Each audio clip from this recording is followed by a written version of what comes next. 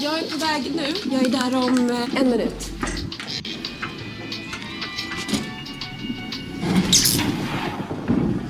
Det här är inte Telia. Fastna i hissen med en pytonorm. Det är inte Telia. Det här är Telia. Att ha IT och uppkoppling så du kan jobba var du än är. Hej! Det är Telia. Ja, jag hör er. Mer julmagi för alla livsnjutare. Boka en skönare jul på tallinksilja.se.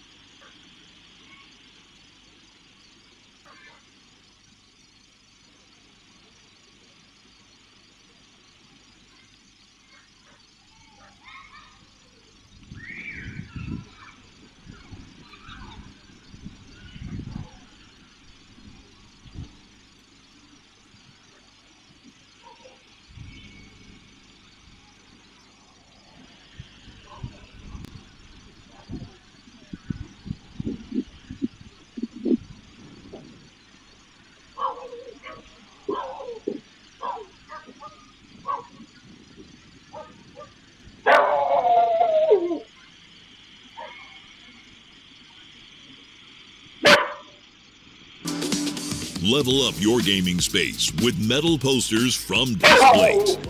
Hang your displates in seconds. Swap them whenever you like. Get official art from your favorite games on a uniquely designed metal canvas and choose from thousands of posters. Join over 3 million collectors now. Your wall upgrade is here. Shop now at Displate.com.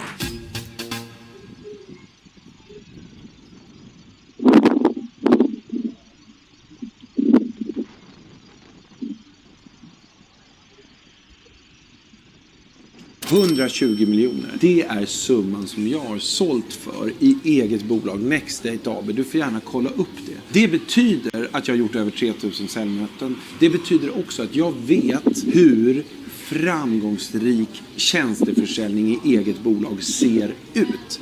Eftersom jag har gjort det. Allt från kalla samtal till fantastiska inbound leads. Och jag vill lära dig. Vi har tagit fram en 30 minuter lång film där jag går igenom hur jag har gjort, hur du kan göra. Så om du klickar på den här länken här nere så ses vi där och jag går igenom detaljerna med dig. Vad du behöver göra för att öka din försäljning utan att offra hälsa, familj eller frihet.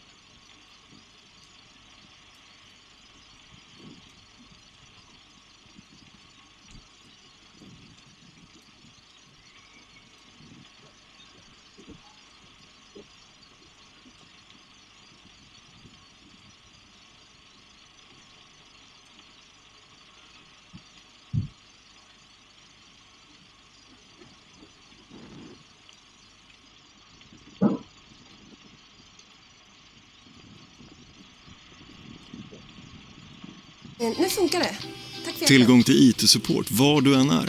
Det är Telia.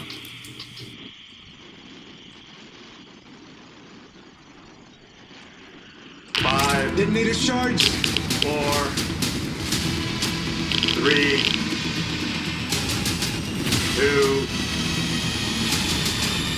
2 1.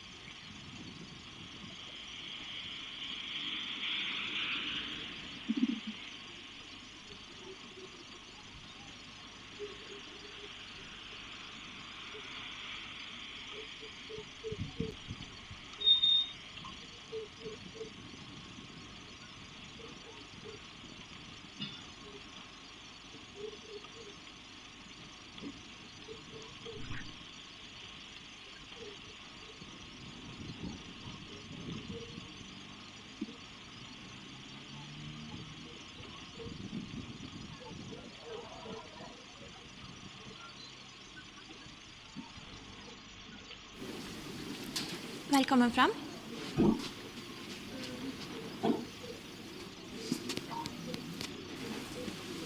Om du skulle hitta ett billigare pris så matchar vi det. Välkommen till Elgiganten. Mer julmagi för alla livsnjutare. Boka en skönare jul på tallinksilja.se.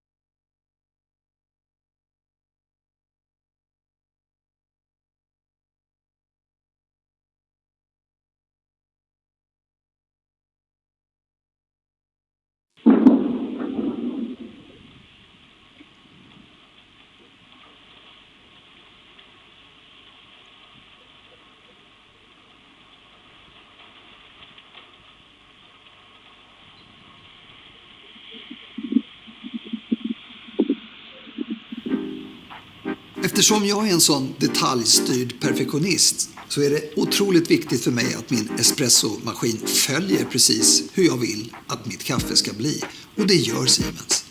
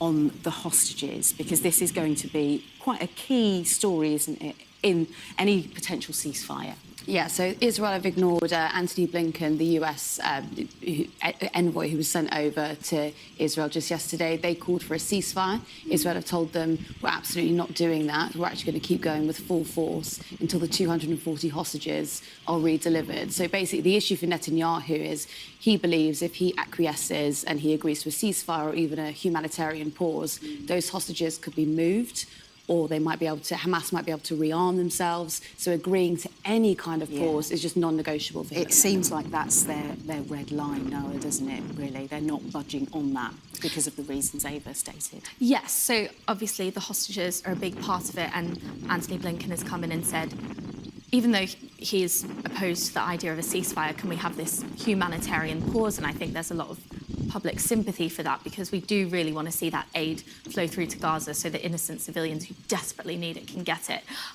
But Israel has come back and said, we can't have any pause in the fighting until we know what's happening with the hostages, until they're returned. And even after that stage, hypothetically, whether they're returned or not, Israel won't stop until the terrorists, Hamas, are eliminated, or at least to their satisfaction, pushed out of the Gaza Strip.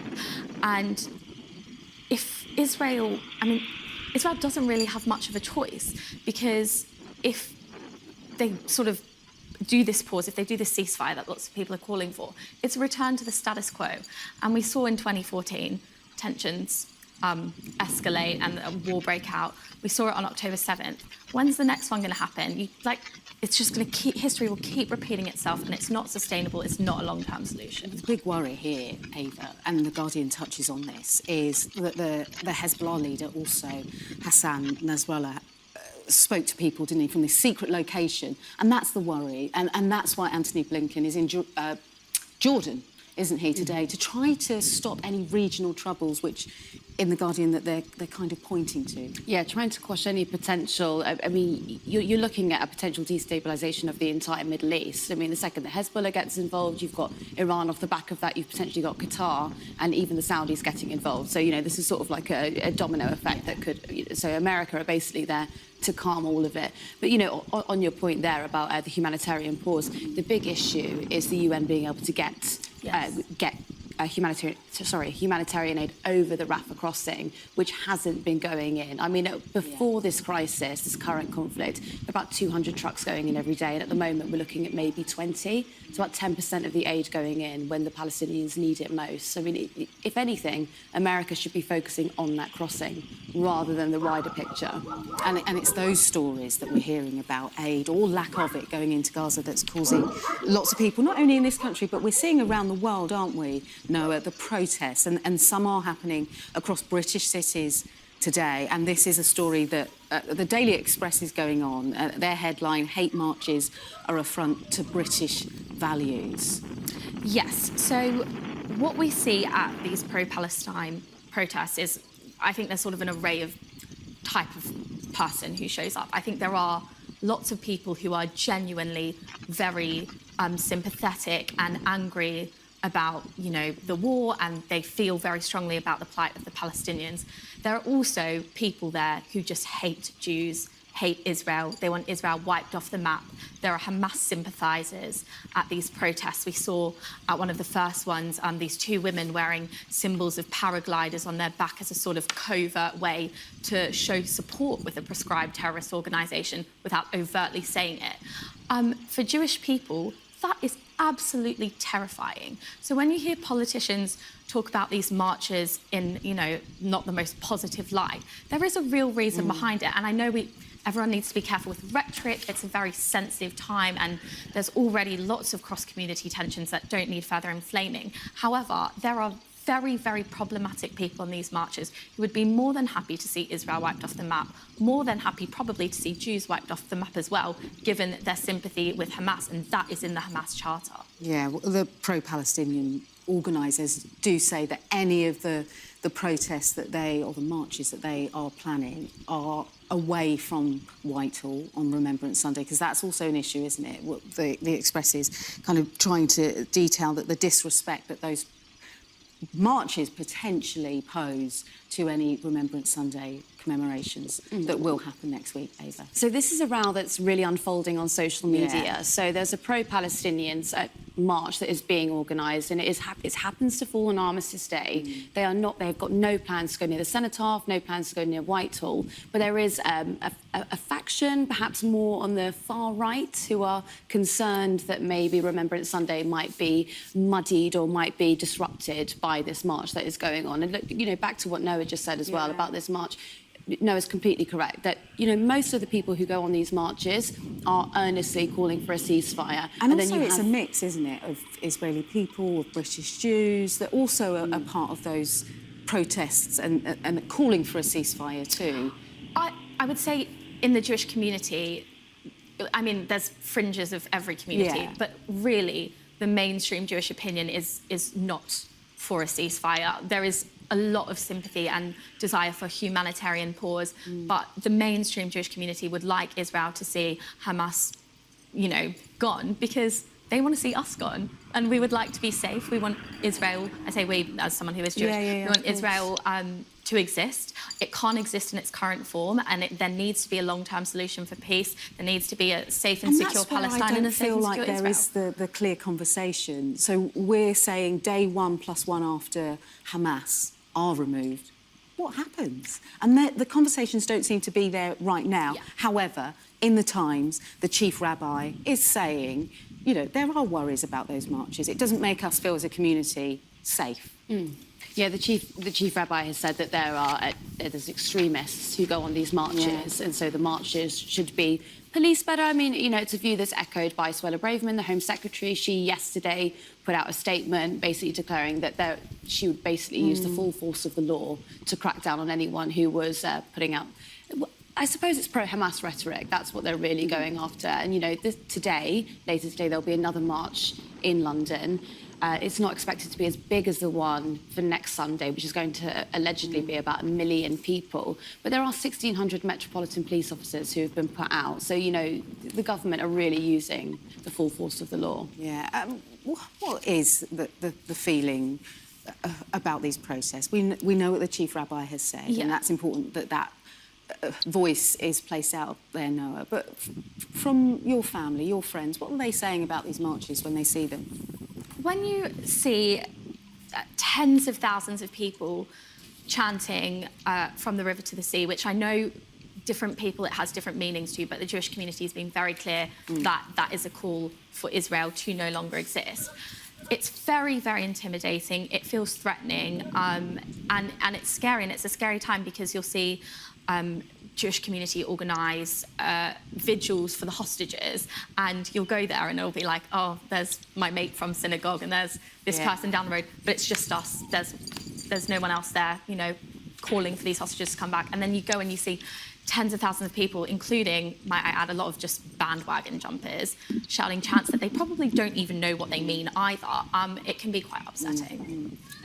I just wonder, you know, music is one of those things that ties us together as a community, isn't it? And on the front page of the Times there, we have, well, what would have been the Beatles. They've released a track. Have you heard it, ladies? Do you think it's... Do you know, it's not my area of expertise, that, is it, you know? I was listening to it in the car. It was on the radio, and you know, the Beatles wasn't my era, but you appreciate good music, don't you? And I thought it was quite decent. And a nice closing chapter to the era that was the Beatles. I did really enjoy BBC Radio 6 desperately trying to be the first people to play it, and there was like quite a fraught exchange. I think they just about managed it. Yeah, I think I'm going to download it. Ladies, we'll leave it there for now because we have so much more to get through. So we'll be joining you in the next hour because Jackie has just arrived. I can't believe you just called the Beatles quite decent. Well, I mean, it wasn't my era, I have to say. I'm disassociating from that. It's actually really good. It's very Beatlesy. Yeah, I thought so. It's like stepping back in time. Not that it was my era either, because I was a baby, but I do remember something about having revisited. It's good. What's coming up, Jack? Marcus Rashford. Yeah, I mean... I don't know, if I was him, he's 26, he probably, you know, doesn't really think things through as much, but going out to a party in Manchester when you've not played well and your team's lost to Manchester City... The optics... I'd have done the party at home, I think, maybe. I don't know. Let's throw it out to the paper guests for Ladies, next do you think? time. Have a little think about it. Would you have gone out to party if your team had lost? What? It's his birthday. Let him do it. Yeah, we're both on the he should go out. Yeah, definitely. Who doesn't love a party, you know, when you're feeling down? Yeah, but, you know, 3-0 defeats. Very Best way to get over it, though, for right? some people. Yes, best way to get over it is shots. We'll be talking about that. Also, Leicester have had it all their own way in this season's championship, but not last night. We'll show you how Leeds gave the rest of the title contenders hope at the King Power Stadium. And we'll show you why Novak Djokovic was celebrating just like Jude Bellingham after an epic contest with Holger Rune at the Paris Masters.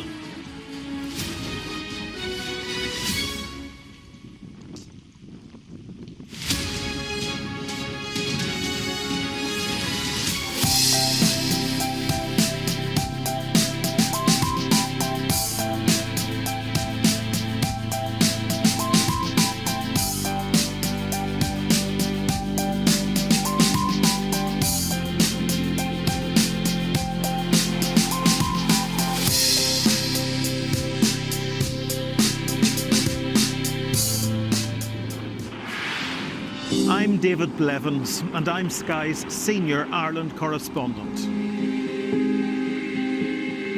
I'm based in Belfast, a city transformed by peace, but still struggling with its past. Politically, the two sides are as far apart as ever, and it's over that question of who has sovereignty in Northern Ireland, the very issue that's been the source of tension here for generations. It takes 60 minutes to cross the Irish Sea. It took the British monarchy a century. I've spent 25 years reporting the journey from conflict to peace. The political parties of Northern Ireland have reached agreement. We help you understand the world with us. Today, we have reached an agreement with the Conservative Party on support for government in Parliament. We already know what the government gets out of this deal. What exactly does the DUP get out of it? Well, £1.5 billion. Welcome to Winterfell. It's an iconic location in this globally acclaimed drama. Ophelia was the most powerful hurricane this far east in the Atlantic on record. You can't live in a place like this and not appreciate the environment.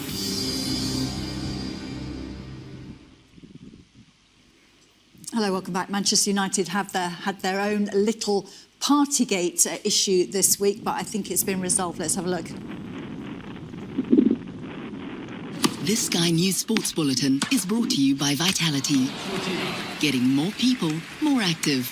Live life with Vitality. I was born and raised here, so you just naturally, obviously, you enter the competitions here, and that's just how it works. So I never really thought about the possibility of representing Poland or Jamaica, even though that's where my blood's from. So that was just natural, and the Olympics was the dream. And obviously I would have been so proud to have represented Great Britain, and I was in the other competitions that I got to do it in, but it was the Olympics as the dream. So talk me through when you went and told the Jamaican side of your family that you would go in to compete for Jamaica at the Olympics. What happened? How excited were they?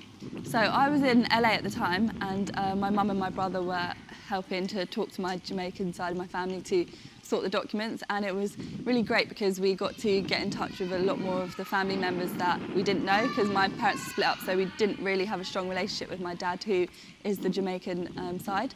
So we got to know my great uncle and all of his children, and now we have a good relationship with them. So that's been one incredible thing that's come out of everything. What else was it that really made you gravitate towards there and not Poland? I felt like I would just fit in more. I think the spirit that you see the Jamaican athletes with their personality and their charisma, I felt like I would fit that mould. My Polish isn't great, so I thought, yeah, I'd definitely fit into that team and I'd have a good time. And also, I did realise that the programme was at the very beginning, so I realised that would come with some struggles, whereas Poland's actually got a bit of a developed gymnastics programme, so I knew there'd be some struggles both ways, kind of either breaking into an established programme or trying to help start or be near the beginning of a brand new gymnastics programme. Just being there and being around it and the energy, and also seeing how seriously they're taking it is amazing, and thinking in the future, if we can continue sort of the momentum that we've already got behind it, that there could be a Jamaican gymnast or a team on that podium, and knowing that I was maybe a tiny, tiny part of that is really, really exciting. Yeah, when I felt really accepted by Jamaicans, that was really special to me. In 2019, I did a competition that was a friendly sort of exhibition type competition where the rules were different and you could have a lot of fun. So I really got to show my personality, and I felt like my Jamaican side really came out, and yeah, I was just giving it all the personality and charisma. And some of my routines went somewhat viral, especially in the Caribbean. So then I felt like I really gained a lot of respect and more of a following from the Jamaican community. And from then on, I felt like so proud, and that other people and the Jamaican people that have watched me are also proud of me, which was, yeah, really special. What was it like going from being, I guess, like a minority to Jamaica where everyone looks like you? Yeah, pretty amazing, and it also fills me with pride that those gymnasts will have role models all around them, and I think that's a really positive outlook for the future. 10, 15 years ago, compared to now, how do you kind of view your ethnicity, nationality, your heritage? Are they different after competing for Jamaica?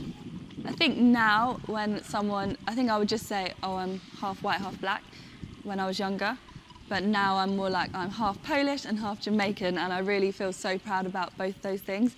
It's such a rich history in both countries. I mean, my great-grandma was in Auschwitz on my Polish side. Both of my grandparents are refugees. And then going to Sam Sharp Square in Jamaica and seeing my family's name on the plinth that's in the middle there, and thinking some of my ancestors were probably slaves. And then to now I get to have all this freedom and to do the sport I love. It's just, yeah, I feel so proud.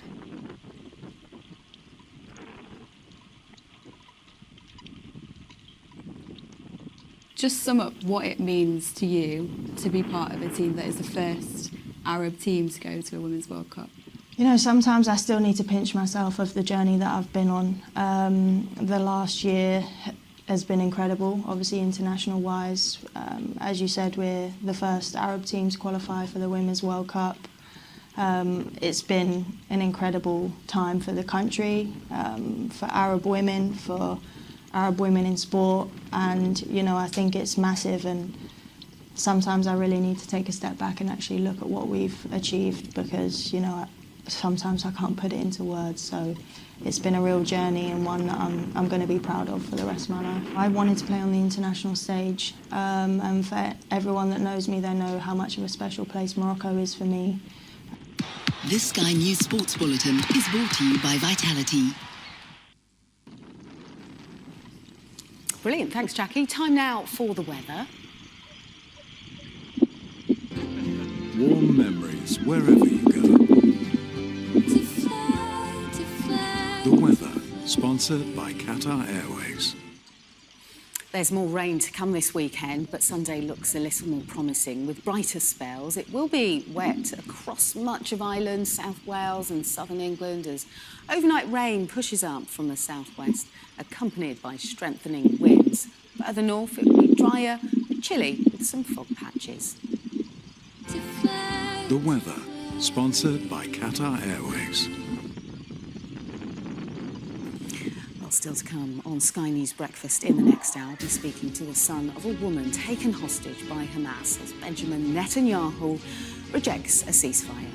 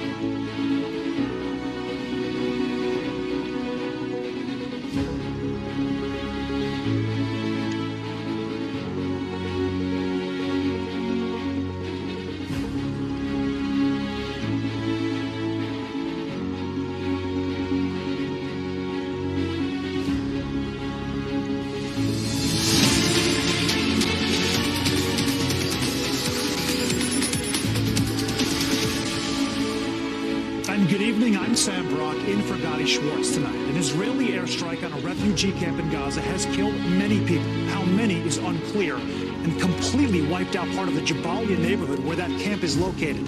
Now, the Israeli military says today's strikes hit Hamas militants, including a commander who the IDF claims helped to stage the October 7th slaughter that killed some 1,400 Israelis. Hamas fighters say none of its leadership was in Jabalia at the time of the strike. We're looking at images of it right now. NBC News has yet to independently verify the commander's death, while the Hamas-run Gaza Health Ministry, along with the director of a nearby hospital, says the strikes killed hundreds.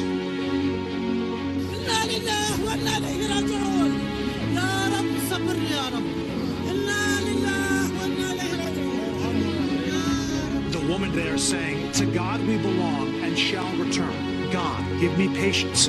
The Jabalia refugee camp is said to be the largest on the Gaza Strip, and it sits just north of Gaza City.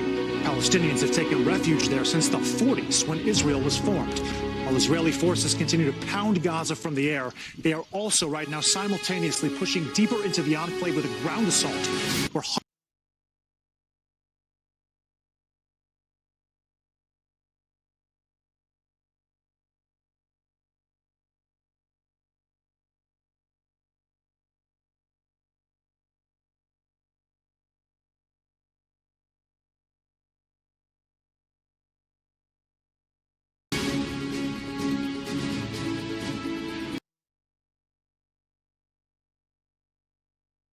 hundreds of Israeli military vehicles are moving closer to Gaza City. More than 8,500 people have been killed in Gaza, many of them children. That is according to the health ministry there. There is also a report tonight that for the first time, the Rafah crossing between Gaza and Egypt may open tomorrow for a number of At least wounded 15 civilians people to leave. killed in We'll an have more on Israeli that topic airstrike in on just a a moment. convoy of But right now, ambulances let's bring in in NBC's Gaza. Ellison Israel Barber, who says is it on was the ground from targeting the terrorists. Israel-Gaza border. The United Nations Ellison, I know Secretary you've been General witnessing has a lot of again activity there in called recent for a minutes and hours. ceasefire. What can you tell us about this strike at the Jabalia refugee camp and Israel's this Prime Hamas Minister target? rejects calls for a ceasefire until Yeah, all so the this hostages strike held happened by a little Hamas over are 7 freed. hours ago, but we're still collecting 88 information to try to British get a sense passport of the holders total have been added toll to the this list may of have had people on the with civilian permission to population leave in Gaza that and area. cross into So Egypt there from were large today. numbers of explosions in this Here in refugee the site. UK, There's tens of video thousands of that people are teams on the expected to ground join people have demonstrations sent our teams calling for a outside of Gaza. ceasefire. Just The tons chief of video rabbi coming in has showing accused pro-Palestinian people desperately protesters searching through the of rubble, standing trying to find alongside survivors, extremists. pulling out bodies, wrapping them An earthquake has in killed more than blankets 100 and people lining in them up. Nepal. We have heard The from a tremors number were so of doctors at powerful, they were hospitals felt in India's northern Gaza. capital, The most 500 recent miles away. information we had was from the director of the Extreme weather Indonesian in hospital. Europe, storm He said Kieran that he leaves believes parts at of the least UK 50 flooded people died as in this Spain strike, battles and there are wildfires. about 400 that are dead and In injured sports, in all. yet But those another numbers, problem at they can Manchester change United as as we are Marcus getting more Rashford information apologises here. for This going is out what to a Israel is saying nightclub right after now. last They week's say derby that they defeat. did carry And out torrential airstrikes rain on denies this Great area, Britain's on Lando Jabalia Norris refugee pole area. position They at say that they F1's were Sao Paulo targeting Grand Prix a in Hamas Brazil. commander by the name of Ibrahim Biari, and also a number of other Hamas militants. They said at one point that they thought they killed approximately 50 Hamas militants, as well as this Hamas commander, who they say was a key part in orchestrating the terror attacks on October 7th. And they also say he was a key killing more than figure leading 1,400 people Hamas's ground and taking efforts over inside of 200 northern Gaza hostages right now. back into They are Gaza. claiming that at the time Israel's they carried out response these has killed strikes, 70% Ibrahim of people Biari in the was besieged enclave, well over organizing 1 million and people targeting to and leave their laying out homes. different And more plans, than 9,000 directing Palestinians militants in are dead. northern Gaza, Among and the that's latest, why say the they had to do Hamas-run that Gaza strike Health at Ministry. that time. At least 15 They say that people Israeli killed fighter jets in an targeted airstrike Hamas's on a convoy underground of infrastructure, ambulances. what Israel describes as Israel's terror Prime tunnels Minister that were Benjamin underneath this Netanyahu has area, rejected where a calls lot for a of temporary civilians ceasefire were. in Israel Gaza says they are until aware of all the reports hostages that held by civilians may have Hamas died in are this. freed. They say they don't have The any United numbers that Nations they has described the consider to besieged be enclave legitimate as or a scene of verifiable death at and this destruction, point. But they are and saying said that that they no were targeting place is safe. Hamas militants, and The that their Palestinian fighter Border jets Authority has struck published a new underground list of where people, those Hamas including militants were 88 operating out British of, that the passport tunnels holders they were with permission in, to which they leave say they were Gaza hiding in, and then cross collapsed, and into they believe Egypt. multiple buildings around it collapsed Let's go live with it. to our But correspondent they are Mark blaming Stone, who Hamas is in for any Jerusalem deaths now. of Mark, tell us the civilians very latest in that this you know so strike. far. They are saying Morning. that Hamas is the one.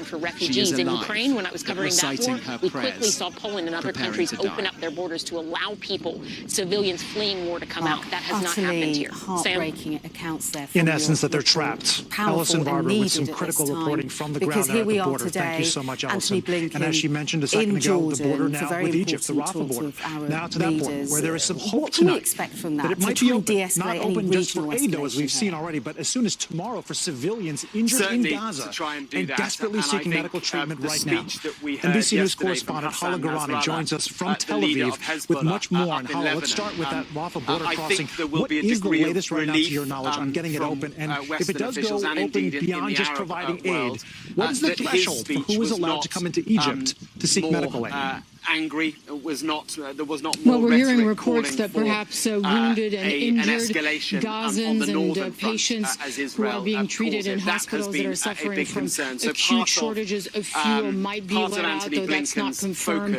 We are seeing images at the Rafah border on the Egyptian side of ambulances lined up, as well as trucks waiting to go in. We know that every day a few dozen trucks have been allowed in with essential supplies, water, medicine, but no fuel, and that's been a big issue for hospitals inside of the Gaza territory. Just one note here, we're hearing from the Secretary of State, Anthony Blinken, who has tweeted just in the last few minutes, I spoke with the Israeli President Isaac Herzog on efforts to safeguard U.S. citizens and bring hostages home. Of course, there are still very much negotiations ongoing. I've been speaking for the last few weeks to a Qatari source close to the top, who's assured me every day that despite the increased Israeli military activity, that there are still discussions ongoing.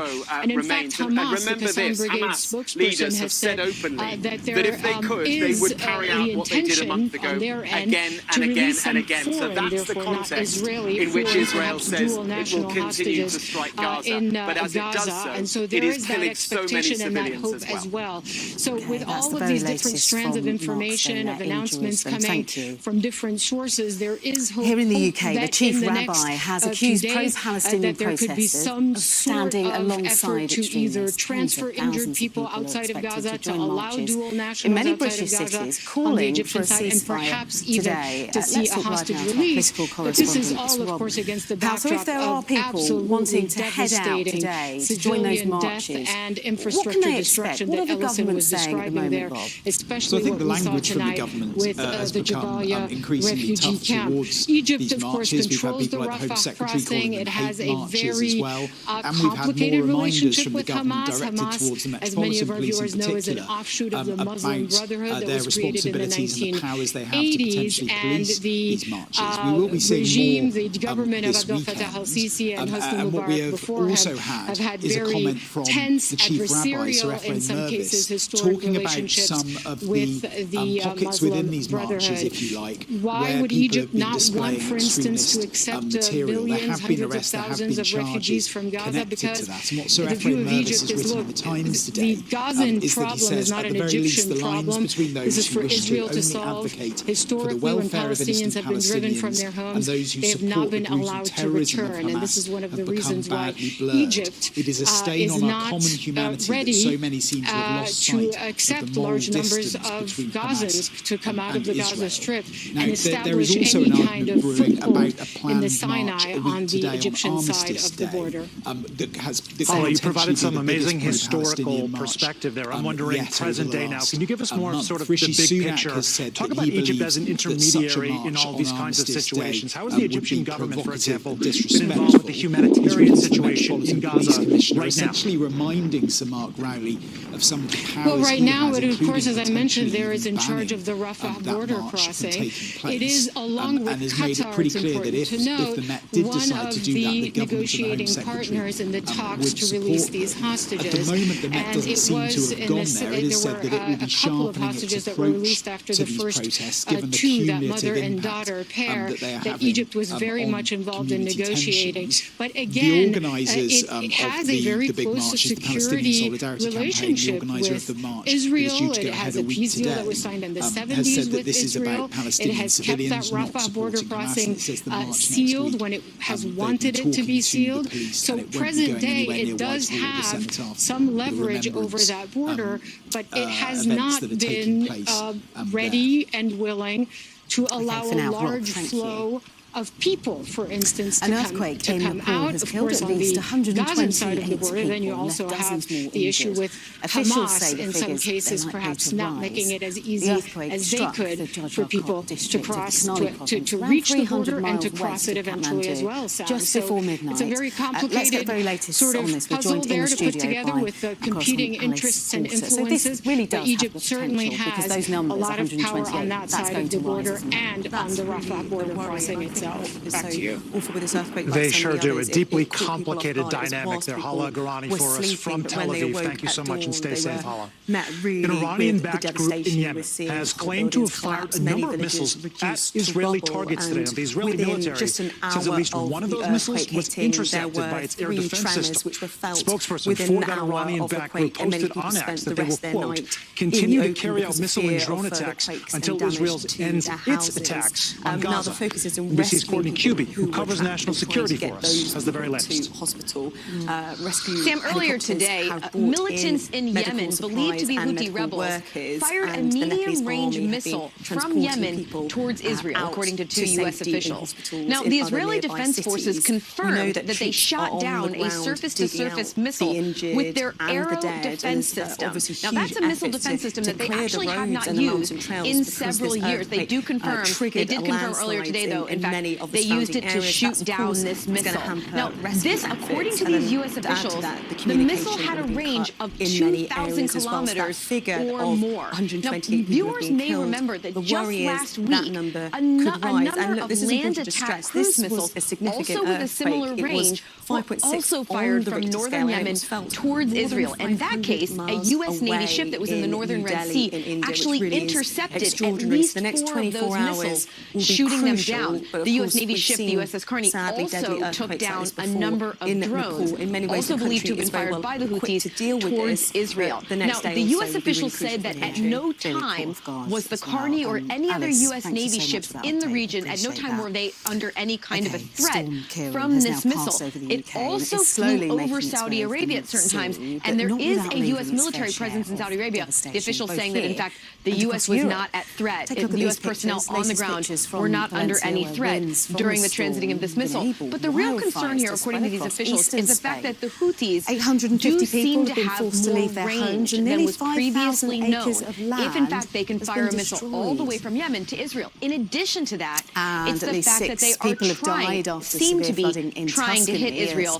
Most of the time, the attacks that we have seen from them historically over the last several years have really focused more on Saudi Arabia in the past. Sam? A lot to process there. Courtney, thank you so much. Don't go anywhere because we have a lot more developments to get to tonight, including new information from Maine, where some troubling warning signs about the gunman in the mass shooting last week continue to emerge. Plus, this Halloween is so scary cold in some parts of the country. We'll tell you just how bone-chilling it's going to get in the forecast. And welcome back. Well, it's heavy rain, that's the problem today, but it's not from Kieran. If we take a look at the weather map, we can see that Kieran has actually now popped off into the North Sea. So that's where the strongest winds and the rain are from that. The problems in Italy were from a front dangling down from that all the way down into southern Italy. The next storm, Domingos, that's the one we've got to watch out for today. Actually, the main area of severe weather for the strong winds and the heaviest rain will be over parts of France and the northern parts of Spain. All we're going to get is the northern outer edges of some rain, and that's what I'm standing under right now. It is raining heavily, and it's raining heavily across many southern parts of Britain and Ireland at the moment. So we can see that rain gradually moving its way northwards during the morning and into the afternoon. The actual area of persistent rain does ease a fraction, but behind it, that's where we're watching some particularly sharp showers that are going to give some very heavy downpours, and the ground's already saturated across the south coast. Can't really hold any more moisture. So any intense rain like that, there's a big risk that it could give us some flooding.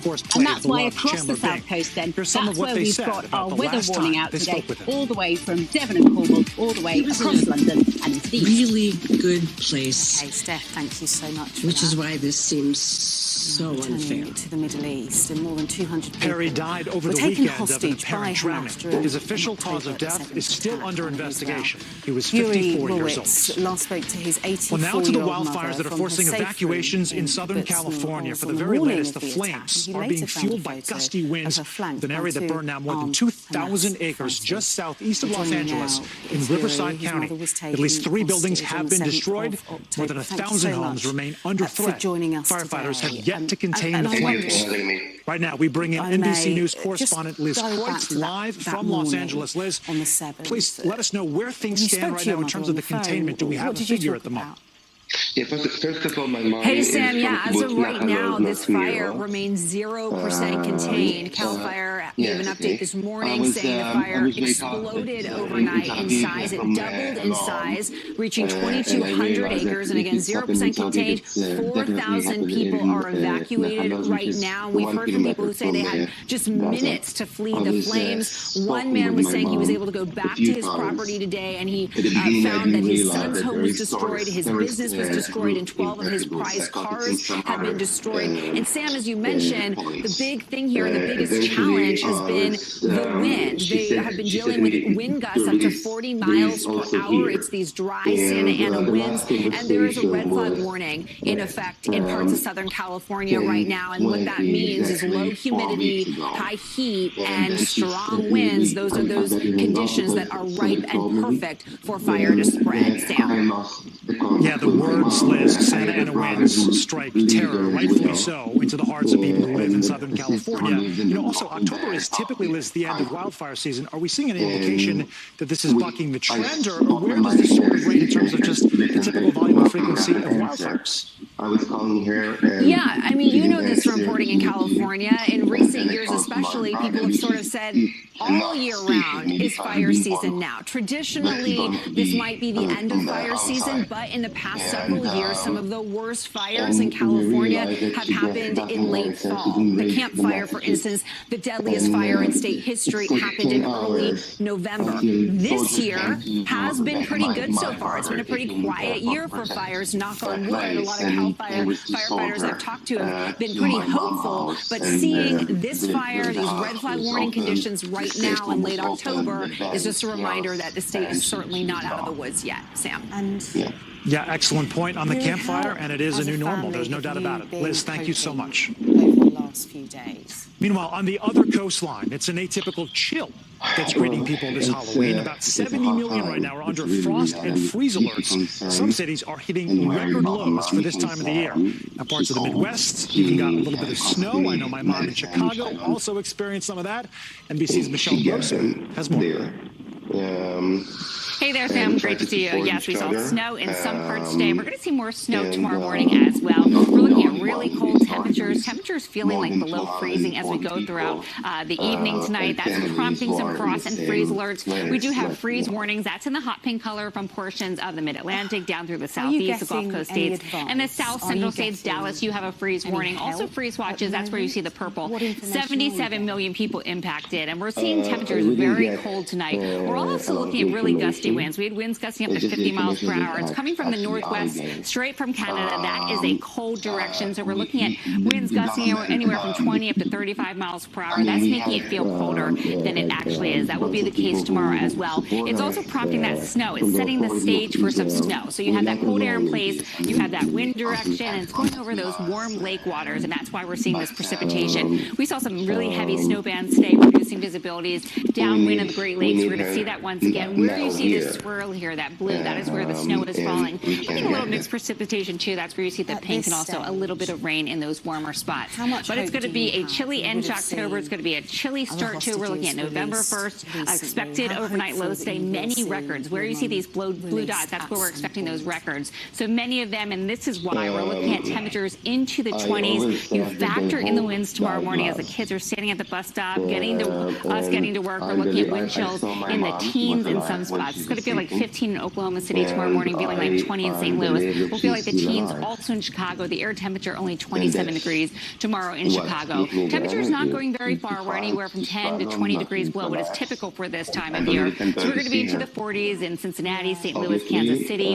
Tulsa, you'll be at 50 degrees. We're going to be cool too in portions of the Mid-Atlantic. Yesterday, they were at 80 degrees. Took a huge dive today. Still going to be cold tomorrow at 53. That's 10 degrees below what is average for this time of year. But we're looking at a comeback as we go throughout the rest of the week. Thursday, Friday, Saturday, notice back into the 50s in Chicago, back into The upper 50s, near 60 in Cleveland. We're back into the mid-60s in St. Louis. And looking good in New York City by Friday and Saturday. Saturday, we're going to be at 61 degrees. So I do want to talk about this. We do have some lingering showers tomorrow. We have a little disturbance off the coast here in the Mid-Atlantic, and that's why we're going to see more snow. Downwind of the Great Lakes, that's going to interact with that cold air in place, and also in portions of northern New England. Those northerly winds are really going to reinforce some cold air. And we'll end it here. 20 million people at risk for fire danger. We have really dry air in place, gusty winds, and also dry vegetation. That's going to be fuel for some fires, and we're going to be watching throughout the Gulf Coast states. Where you see the red here, that is a red flag warning. Happy Halloween, Sam. Oh, and back to you, Michelle. Thank you so much. It might have been a chilly forecast, but always with some warmth. We appreciate that. Coming up next, former President Trump was known for blocking his critics on social media, but now the Supreme Court is deciding if public figures can be sued over doing that. But first, you got to see this. A Florida man, need I say more, was rescued after his small plane crashed in the Everglades. You're seeing him sitting right there on the half-submerged plane wing, waiting for help, which luckily did arrive in time after about 8 hours following that crash. When a Miami-Dade fire rescue helicopter team was finally able to rescue him, take him out of the water. It's still unclear how the plane crashed in the first place. We'll be right back. I'm still hoping that she has the strength to And welcome back. Here are some of the stories happening out west that we're following right now. We start with a former Major League Baseball player, Daniel Serafini, who's making his first court appearance since being accused of killing his father-in-law. He pleaded not guilty to murder and attempted murder charges.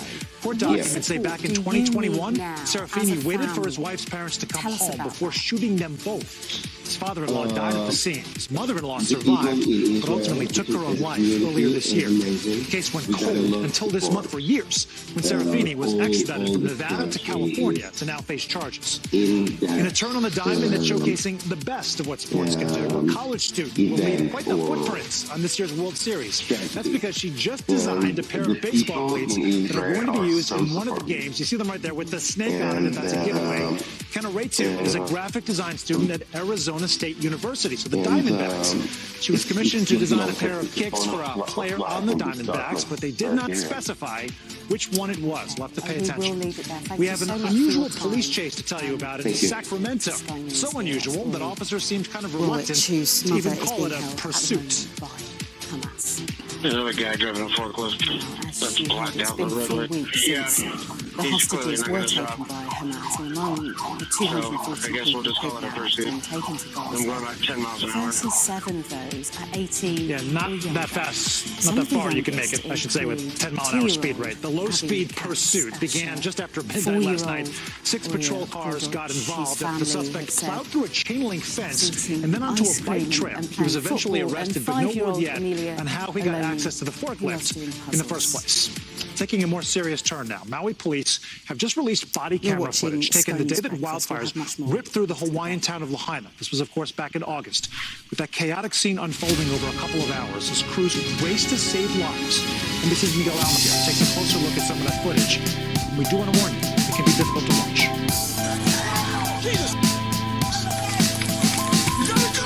The heart-pounding video captures the scramble to escape the flames and the race to save lives.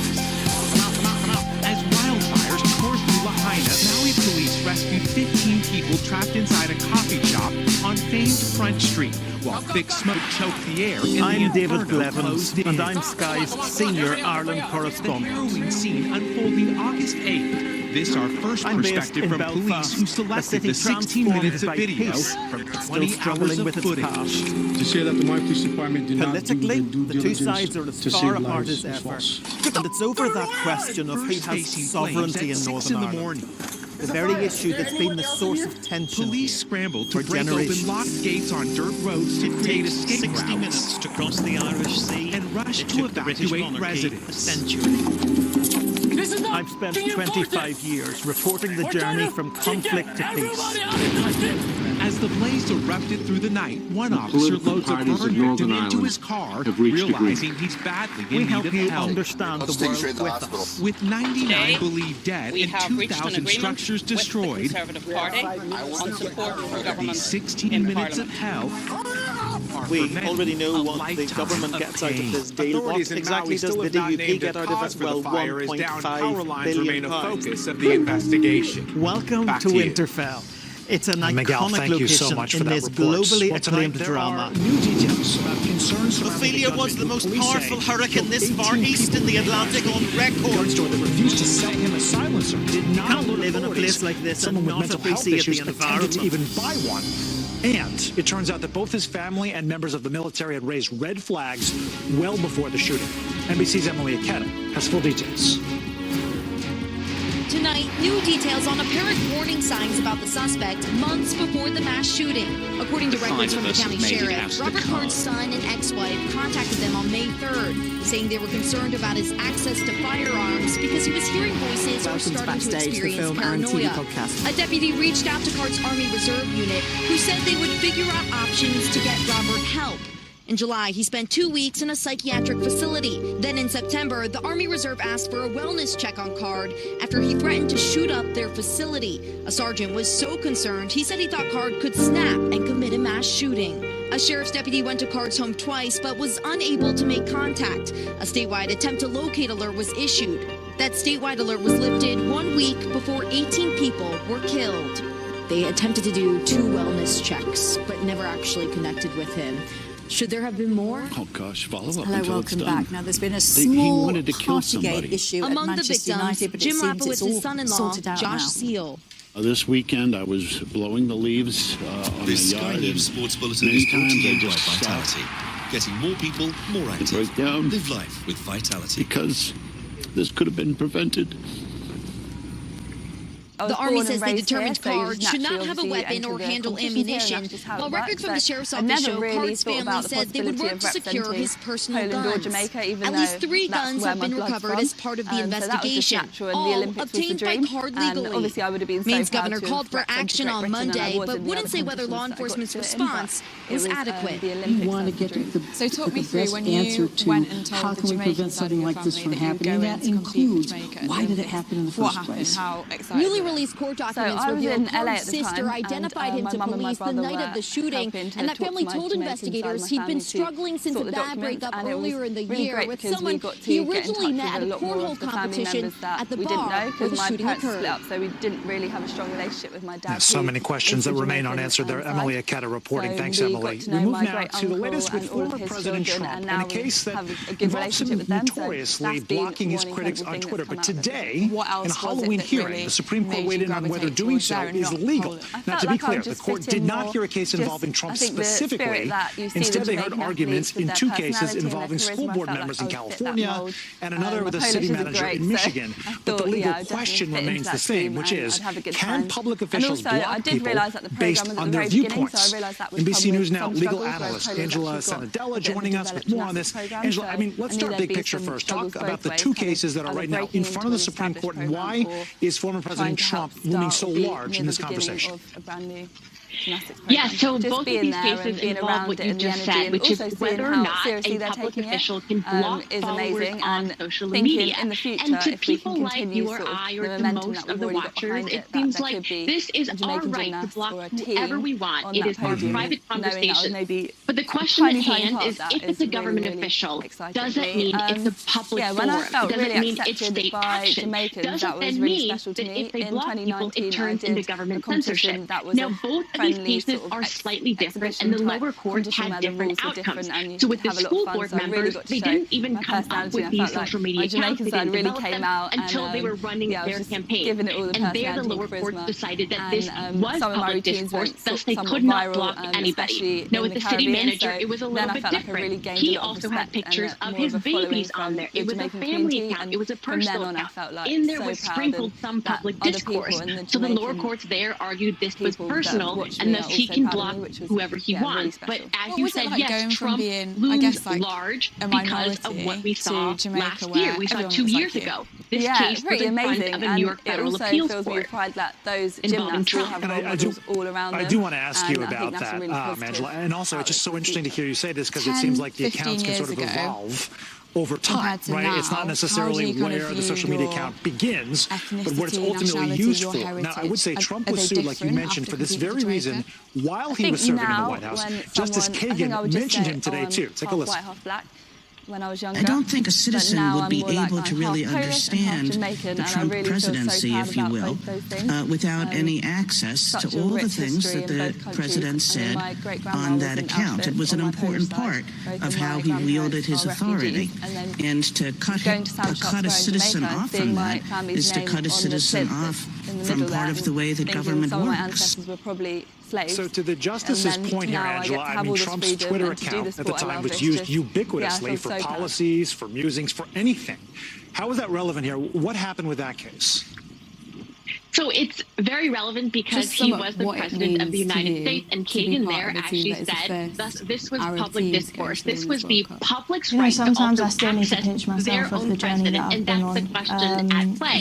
So what happened with Trump's case was that once he was no longer in office, then the Supreme Court essentially vacated that decision because it was no longer relevant. He was not a public figure. However, as everyone is putting it together, it is not a coincidence. The Supreme Court is now considering the exact same issues, but at lower level with local politicians, because this way it becomes less politically divisive if they come up with the decision that will 100% affect Trump should he take that office again, and should 100% apply to whether or not he uses social media again in that manner if he becomes president. So the ramifications are massive to Trump, even though we're just talking about school board officials and a city manager here, Sam.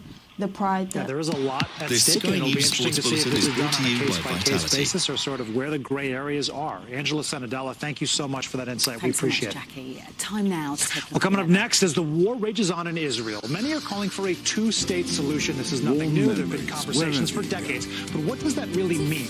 We'll take a closer look when we come back. Sponsored by Qatar Airways.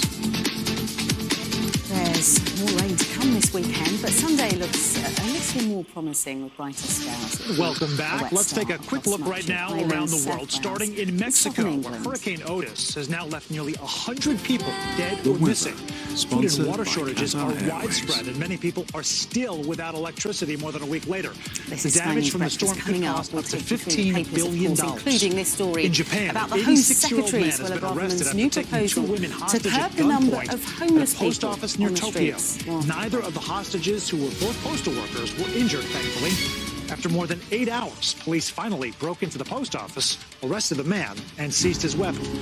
Ukrainian officials say that Russia is building up its forces in eastern Ukraine near the city of Bakhmut.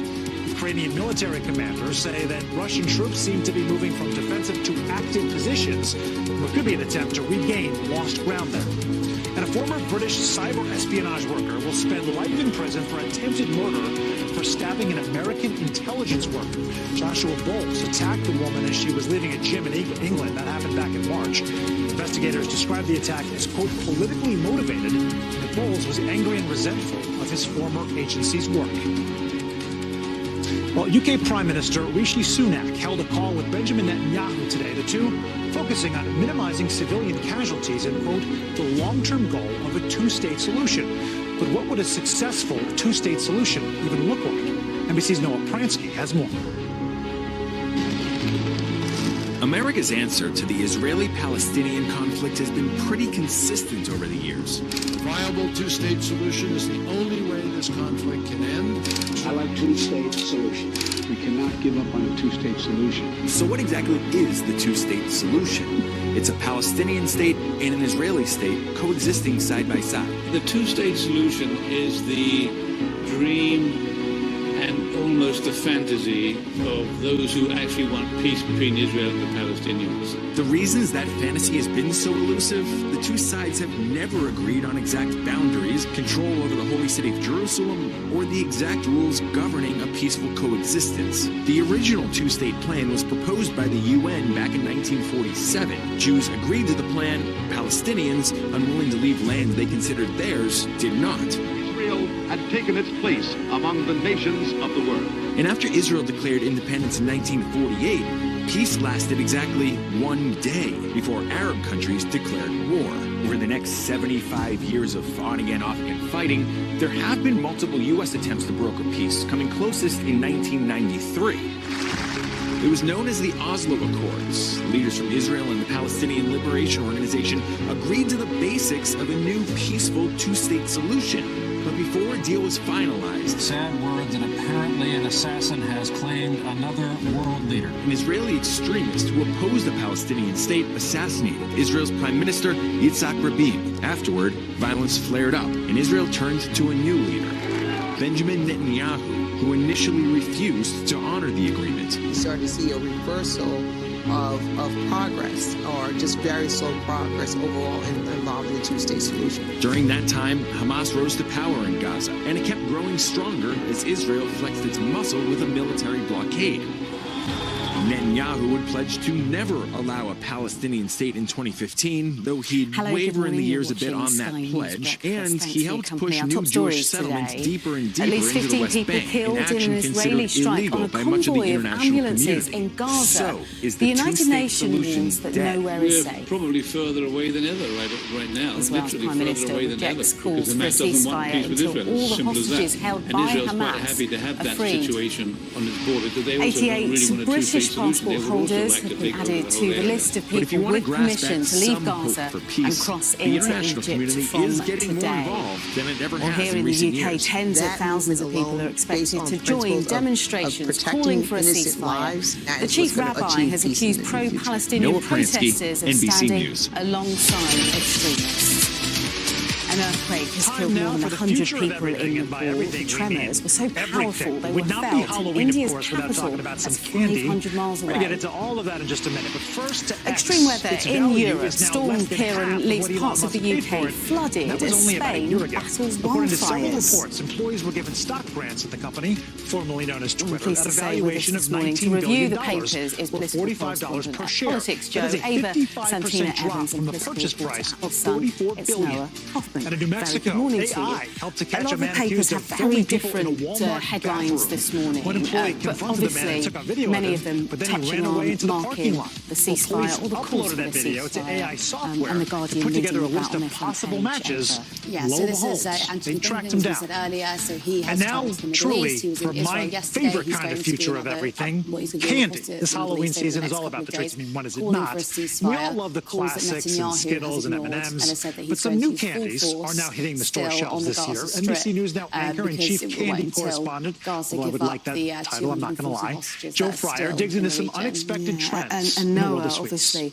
there are calls For from many, United Halloween is Nations, like a from countries like saccharine Spain and scavenger Brazil, hunt. to call for at least this calls for Sadly, as you humanitarian can see, aid my to trick-or-treat move bucket through is that empty Rafah right now, crossing but we are for going to fix that doctors, for starting emergency at workers. Dylan's Yeah, Candy so Bar. the likes of Here the they're US selling and the the UK are Dylan calling Dares for You a tackle humanitarian box, cause so that capitalizing very on the desperately food challenge needed aid can trend. get through into I feel Gaza. like I I'm gonna think die. there's been only around With their creepy collection 28 of trucks that confection. have got in What so are far, some of the and the things that situation people there is might be very a little, desperate. what is so there are that? these calls for that pause. However, the UK and the US Dylan are very Lawrence clear says it's like that a game. the pause Just will be spin just the that, wheel. a pause, Small one on the not a package, ceasefire, or the big because one in the Israel store. has a right to defend itself, and a ceasefire really would just leave both I got the chicken Palestinians feet and the Israelis What does with the that status taste? quo. It's not And the horrible. status quo is not working. In 2014, tensions flamed up. There was war. Let me get away There was a that ceasefire, easily. and then we So I had the sampled a horrific sour candy October called 7 Toxic terrorist attacks that Waste. saw babies Yes, I slaughtered, think women raped. my tongue wants to leave my scenes mouth that now. are undescribable. A hard candy that tastes like the sour UK cream and the and US onion. government's been very clear. This isn't a sustainable situation. Hamas need to be eliminated, and to do that, Israel does need to engage It's the in candy warfare. equivalent However, of a we do need horror this break so that desperately needed aid can get in.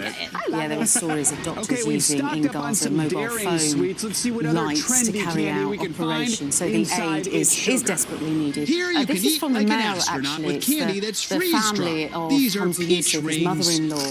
They have that are moved clearly through crunchy. that crossing today, which will be huge relief for him, but for millions of people that They also freeze-dried Skittles, Starburst, and gummy worms. That is super flavorful too. That's like really fruity. What does this do to the flavors? You take the moisture out of it, it really makes the flavors more intensified. These days, the freeze-dried candy trend is especially popular on social media. Nerd gummies, who are allowed to leave, but of course, perhaps such goodies will make it into trick-or-treat buckets. Candy spending expected to reach $3.6 billion this Halloween, up from $3.1 billion last year. I still have room in my bucket and some unfinished business, which takes me to Bon Bon. The man in the top hat, no, is Mr. This Licorice. is in the Express, I have to admit, and it's I had all a about not Elon so Musk, because we saw him black talking licorice to Rishi experience Sunak, earlier Prime today. Minister, What do earlier you think when this you hear week. that? I see it as a Quite challenge, bizarre it's something in I many hear parts. daily. In But Sweden, what black licorice Elon is Musk huge, is but in talking America, about it's is more actually that divisive. AI Leo could Schultz wants to eventually change mean that by that easing me we in don't with need to go to gateway work. licorice Yeah, that's I mean, heavy it was on actually an chocolate. extraordinary interview Very that took good. place between Rishi could talk Sunak with. and Elon Musk. It was And probably I can a taste lot a of little bit of licorice, right? softball questions Little were being hint. thrown at him, and Gradually, many I build up. commentators suggested Taste this the might have just salty, been a job but it's not application bothering from me. Sunak To a for black once he's done being Prime Swedish Minister, he fish. goes off and I works in taste the the salt. tech business I with do Elon taste that Musk. black But, licorice. so It this is isn't a my story about favorite, AI, and but it's Elon not Musk is bang bothering on. me. I AI don't will want to spit take it over out. Oh my most of God. our jobs in the Humanity. future. I learned mixing Humanity, black I mean, licorice it's with very other fair to sweets say, makes but it what's less interesting scary. is now the government looking Ensuring at your how this can be treat incorporated is no trick. into basic systems. So It's there is a call for We have a little AI bit to of be Halloween used joy to share with you right now. From the show's normal anchor, Gotti Schwartz. He's now a dad of two. He's out on paternity leave. I want to but show you AI a is quick only clip. as Check this out. intelligent as the I information. would say it's the you feed crouching it, for and me, so but there'll I be also think it's the questions hair for me. over I'm what still kind of undecided on that. processing or what kind That of is process will be Gotti given doing to, his you know, to best The mitigate Rock asylum impersonation seekers. from Of course, Moana. no, you Now, know, if the you don't most go to interesting work, part of you this perhaps simply is his don't daughter get Kira. Look at her paid. reaction So this the entire doesn't time. really She's work super confused. right here, right And now, the question does is, it? Well, because she that's knows it's her normal dad, folk, let's say. or is it It because this opens the guy door is to scaring some me really, and really whatever you're doing, interesting please stop doing it? conversations that no doubt I'm not are sure. happening behind the We're going to scenes find out in about that as right well. now. But they are dressed as Ideas like Moana the and universal Maui basic from Disney's income, Moana. which He is may have dad sort of of the been brushed year. off as, No doubt I don't know, about it. sort of Wherever you're socialist watching idea from at right one now, point Gotti, is and I can actually only hope that something you that are, we politicians should of all take stripes lessons take from quite you on seriously, just like because in a how to world just where there love aren't life enough and your jobs, you know, family how so do much. we, That was awesome. how does That was going to capitalism do it work? for us How does the tonight. I'm economy Sam work? Brock. We So will see big you questions tomorrow there. without a costume. I do But think until Rishi then, Sunak pushed stay back tuned. Have a a great bit evening. on the Elon Musk's suggestion that no one will have to work. I think he was a bit taken aback by it, and he shouldn't be, because Elon Musk is very clear about his views. But the government has been very keen to stress, and ministers have been keen to stress, that there will be really new jobs that come about because of AI, and not to give up on the Thanks idea for of working. watching. Stay updated about breaking news Well, and the top other story stories that's on the NBC caught my News eye, and app, Ava, or you follow too, us on is the social idea media. that the Home Secretary is basically trying to curb rough sleepers by taking away tents. How does that figure? Right, so the Vacancy Act, which is an early 19th century law that we still abide by, basically makes homelessness or rough sleeping illegal, and to amend this, instead of making rough sleeping illegal, Suella Braverman would like to allegedly make just imagine, in every one of these buildings, so there are charities who give tents to various homeless people, you know, in these tents you might find veterans or people who've just not been able to pay their rent or might have bad credit and can't get back into the market. And she would like to outlaw tents, and therefore she would curb where are they now living? Where have they gone? Right, They're okay. utterly displaced. So how does that figure? I mean, I can't get my head around it, because you would think a tent would be useful in a situation where homes are not being built, poor governance, right. corruption, so if Suella the splitting of wants to get the rid of country tents into from the two street, militia-supported authorities. If one she can is provide supported by the UN. people who are homeless with actual homes to live in. Which lead back to the 2011 the idea NATO of taking away tents and not providing an alternative is and the ousting of Colonel Gaddafi, which quite has horrific, had a really. knock-on effect on this country and reduced it to a basket case. Sort of people behind the scenes at Alex, the Home Office thanks very much indeed. Well, let's turn then to Africa correspondent Yusra El-Bagir, who joins me now by one of the dams which burst near Derna. And Yusra, tell us a little bit about what you can see there. Because without it, it will just seem quite cruel. I mean, this dam is now known by residents as the Dam of This is the Mirror, Ava, and this is reflecting on a story that we've covered here on Sky News about the sentence at the scale of the tragedy that this dam unleashed on them just in a matter of moments. It's been reduced behind me, you can see the structures completely collapsed. You can see the remnants of some sort of dam structure. You can see a riverbed with a stream in it. And just thinking, when you look at the cliff edge, what the maximum capacity of this valley is, just how much water must have come through to destroy this dam. And this wasn't the first dam that was completely destroyed by the floods. It was the second dam. There's one further upstream. Now, these two dams usually hold back rainwater that comes during a very short period of the year here in Derna, and they keep it kind of, they regulate the water flow to the coast, and just in a matter of moments, again, residents say they heard a loud explosion after just one day of rain from Cyclone Daniel, and a street even cutting through. Now, the people here have lived by the coast for generations, many of them, and to just think of what their relationship with water now is, as this flood has just completely changed their lives. Even before we got here, one Libyan who has family here told us that this isn't a natural disaster, this is a catastrophe. And when we got here, he collapsed into tears just looking at his father's hometown and seeing what had become of it. Is a priority. Well, yes, and over 11,000 now confirmed to have died, Yusra, but the thought is that number will still go much higher. Reduced. I think it's shameful, and I think there'll be big repercussions. We've seen it climb in just hours. It's just in Derna alone, it's 5,500 people at least killed, and the search is still on for the over 10,000 people that are missing. And again, residents here are just in a complete state of shock. This wasn't something that they were really aware of. It's not something that they were warned about adequately, even though there were enough meteorological warnings, and we had seen what happened in Greece, as Alex said. We understood that the National Meteorological Survey did warn the government of what could happen here, that the warning of floods, but nonetheless, people just had to watch and see their city torn apart. Yusra El-Bagir, is to try and identify recently recovered casualties, mainly from the First World War, but we also do other conflicts as well. And uncle of 10-year-old Sarah Sharif have been charged with her murder. Her body was found at her home in Woking last month. Well, let's get a little bit more on this with our correspondent Rachel Venables, who's here with me. So give us an update with the latest. Well, of course, it's more than 5 weeks now since the body of 10-year-old Sarah Sharif was discovered in the empty family home in Woking in Surrey, and now we know after a press release from Surrey Police that was issued just after midnight overnight that the Crown Prosecution Service have authorised charges against 3 people, 3 family members. Her father, Irfan Sharif, who's 41, his partner, Benash Batul, who's 29, and his brother, so Sarah's uncle, Faisal Malik, who's 28, all of them of Hammond Road in Woking. They've been charged with her murder as well as with causing or allowing the death of a child. Now, the trio were arrested moments after getting off a plane from Dubai at Gatwick Airport on Wednesday evening. We know that they travelled out to Pakistan along with 5 of Sarah's siblings the day before her body was found by police, which was in the early hours of the 10th of August. A post-mortem examination later found that the youngster had suffered multiple and extensive injuries that had been occurred over a sustained and extended period of time.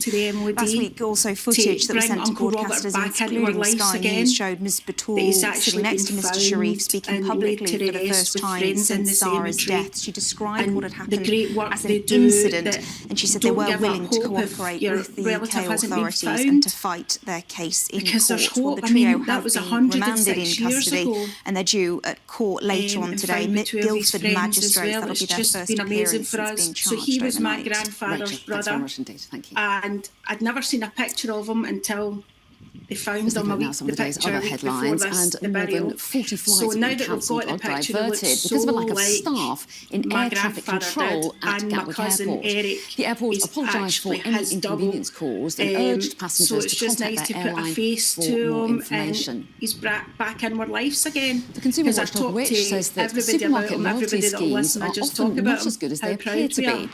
Which says that Sainsbury's and Tesco's are inflating the regular price of some items so that promotions look better.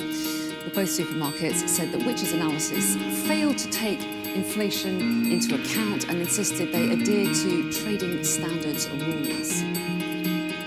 Around 13,000 American auto workers have gone on strike. Members of the United Auto Workers Union walked out from a General Motors assembly plant in Missouri, a Ford factory in Michigan, and a Stellantis Jeep plant in Ohio. Well, Welcome back. While the world was grappling with the COVID lockdowns, East Londoner and professional wrestler Adil Malik was diagnosed with stage 3 kidney cancer. He was just 25 years old. Instead of losing hope, he found strength and documented his unexpected health journey, turning his fitness blogs into a documentary which has been selected for film festivals around the world. But before we speak to Adele, let's take a look at the clip from the film's trailer. Biden's son Hunter faces criminal charges over allegations that he lied about his use of drugs while buying a gun. The 53-year-old is the first child of a sitting US president ever to be prosecuted. Our US correspondent Mark Stone has the details. Wave of panic. Well, new twists and turns in America's political rollercoaster every day now, it seems. Donald Trump, of course, has his 4 indictments, 4 court cases, and yet polling numbers that keep going up. And now, while not remotely comparable in legal terms, awkward news nonetheless for President Biden. As you say, it involves his son Hunter and this 4-page indictment against him. The charges are not new. The decision to indict, well, that is, it's all about a handgun Hunter bought in 2018. It's alleged that he lied on a form claiming that he wasn't a drug addict when it is known that he was. That is a federal offence. He thought he'd secured a plea deal back in July in which those charges would be dropped if he accepted others for tax evasion. That fell apart, and this indictment has now been issued. A trial could commence as his father seeks re-election, and that is messy to say the least. It's certainly been quite the week for President Biden. Just 2 days ago, Republicans on Capitol Hill launched an impeachment inquiry against him. They allege, without evidence so far, corruption and dodgy dealings again involving Hunter. To be clear, there is no equivalence between Trump's legal ramblings and Biden's, but here, does that matter? People see what they want to see. 2 presumptive candidates for president, for now at least, both have their own particular challenges, and who knows what the next few weeks will bring. There is a growing sense here in Washington among Democrats that their own aging Joe Biden and get through to them communities maybe as well as everyone on a wider candidate. scale. So as we said, you were 25. Let me just bring you a little bit of breaking news. The Ministry of Defence has just published its latest intelligence update on the situation in Ukraine, and the MOD is confirming that Ukraine's missile strikes on Russia's navy in Crimea this week hit one of 4 cruise missile-capable submarines in the Black Sea Fleet and a landing ship. Now, the attack likely inflicted, they say, catastrophic damage to the Rostov-na-Dodu submarine, while the Minsk landing ship has almost certainly been functionally destroyed. That's according to the Ministry of Defence in their latest assessment of the situation education in learning Ukraine. tool for other people, because I fell in the trap where I never got myself checked out. Nothing. I'm joined now by Policing Minister Chris Philp, who's just come in. Good morning to you. Thanks so much for joining us. I want to ask you a couple of questions about policing, because yesterday there were a couple of bits of news concerning the Met Police. The first that 3 Met police officers are facing allegations of gross misconduct after the strip search of a 15-year-old schoolgirl. We also saw the Met Police paying out compensation and apologising to 2 women who were arrested at the vigil for Sarah Everard, who was the young woman who was killed by a serving Met Police officer. I love to entertain. I love to put smiles on people's faces. Are you shocked by the police's behaviour? I was thinking whether or not I'll be able to do do it. Behaviour like that you've just described, the people who do have child cancer, Q, of course, they do wrestle is with unacceptable. We cancer on a can't daily have basis. People being I wanted to make this documentary to show that it's not only a guy who's got where cancer, there are officers it's also a serving wrestler in the trying Met to or come anywhere to else terms whether or not he'll be able to continue wrestling. Doesn't come up to the required standard. It's right that gets looked at properly, and if appropriate, they get removed. The government changed the rules. Our good old body slams. Sitting on the sofa probably about 2 weeks ago, explaining how we're changing the rules to make it easier and faster for chief constables and chief officers to dismiss officers who shouldn't be wearing the badge, carrying the badge, or wearing the uniform. It's worth bearing in mind, or keeping in mind, of course, that the vast majority of police officers are brave and dedicated and hard-working. But for that small minority who are upside down, many different festivals in Europe, more importantly, we're just trying to get it out there. Hopefully, fingers crossed, taken, and that's why we're giving chief constables these stronger powers. I think Mark Brown, the Met Commissioner, is taking very strong action to sort out the historic misconduct issues in the Met, and I've got confidence in the programme of work that he's carrying out. One of the 2 women who was arrested at the Sarah Everard vigil, who's been apologised to and given a payout to, has called for the Met Police to be just this small appearance transport. Well, I don't agree with that. I think I'm a London MP. I think it's important that we keep Londoners safe, and the Metropolitan, that is the Metropolitan Police's job. Thank you. I've got confidence in Mark Rowley's turnaround plan for them. I was at a meeting yesterday with him and the Mayor of London. The Mayor of London, Sadiq Khan, of course, is responsible for overseeing the Met politically. I think the turnaround plan is so far making progress, and I don't think disbanding the Met There's more rain to come this weekend, but Sunday looks a little more promising with brighter spells. Today, it will be the a Prime wet Minister start and across the much of Chancellor Ireland, South considering Wales and southern scaling back England. As overnight rain pushes is up the from government the southwest, committed to accompanied extending by strengthening HS2 winds. to Manchester? Further north, well, we're working on building HS2 at the moment. There are spades in the ground, there's track being laid, tunnels are being tunnelled underneath various bits of the track on the route. That work is underway. The government does from time to time consider the phasing of projects, but that's just a general comment. I don't know anything about the specifics of this. I'm a Home Office Minister, so I'm afraid I don't know about exactly what is or is not being considered, but I do know that work is ongoing as we speak to construct the line. But you're here to represent the government. You can't say that the government is committed to extending the line to Manchester as planned. Well, I can tell you that work on the line is ongoing at the moment. It is being built, and those trains are going to go very fast, from London going north as soon as the line is finished. You can see that there's a possibility that it won't go to Manchester. Well, they look at phasing occasionally, but I don't know, to be honest. As a Home Office Minister, I don't know exactly what they're looking at. You need to talk to the Treasury or the Department for Transport. What I do know is that work on constructing HS2 is going on at the moment. The Mayor of Manchester, Andy Burnham, has tweeted about this. He doesn't seem terribly happy. One of the things he said is that the southern half of England gets a modern railway system and the north is left with Victorian infrastructure. He asked in colourful language, what's happened to levelling up? Well, there's billions of pounds. I think it's £3 billion this year being invested in levelling up in the north. There are new rail projects, more local rail projects being invested in the north, road infrastructure. The government is, moving departments up into the north, so moving civil servants, government departments. So the levelling up agenda is steaming ahead. As I say, £3 billion of capital investment going into helping the north.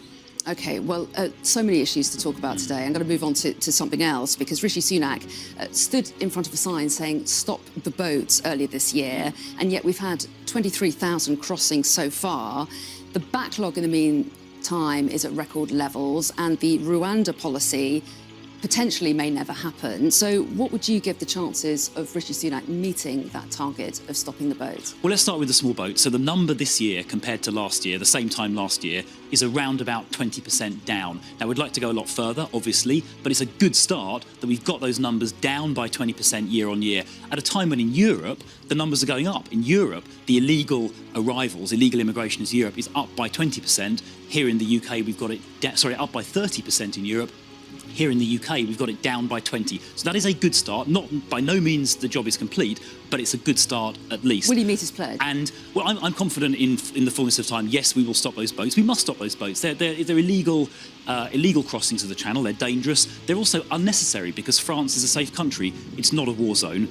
By contrast, we see Labour proposing this open door policy, doing a deal with the European Union that would see 100,000 of Europe's illegal immigrants being shipped over to the UK, and I don't think bringing over 100,000 or more of Europe's illegal immigrants over here is what the British public want to see. We don't want Keir Starmer's open door policy. They say that number is nonsense, and they say the fact the government is putting that number out is embarrassing. They're talking about a tailor-made deal, and isn't a deal, a returns deal, exactly what Rishi Sunak was seeking with the EU? Just last month, Downing Street said the Prime Minister remained open to taking forward negotiations on an UK-EU returns deal, but the EU rebuffed it. Not with quotas in the way that Keir Starmer is proposing. And if you look at the... hang on. We don't know the details of what he's proposing. If you look at the returns agreements we have it's with Albania, for example, about a year ago, we entered into a returns agreement with Albania. So when people from Albania cross the Channel, they can be returned quickly back to their home country. And as a result of doing that, it has reduced Albanian arrivals by 90% in the last year. When Australia did something similar about 8-9 years ago, Operation Sovereign Borders, it cut their illegal arrivals by sea down to zero. We've got to deal with Rwanda.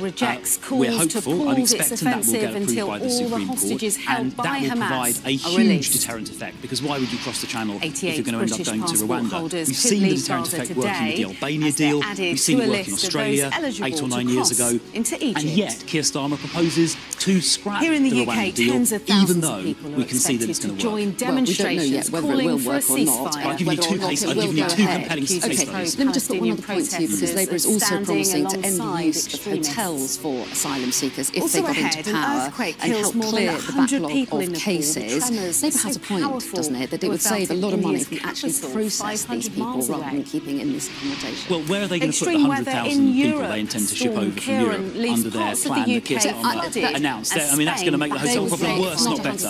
Well, if you look at the way the proposed European asylum scheme works, the UK share of that would be about 13%. And last year they had around about 1 million asylum applications in Europe. So you can see where the 100,000 comes torrential from. rain denies Pretty clear. And where would, if Labour did bring across 100,000 people from Europe, where would they go? They'd end up in hotels. Look, the way to end the use of hotels is to stop the boats.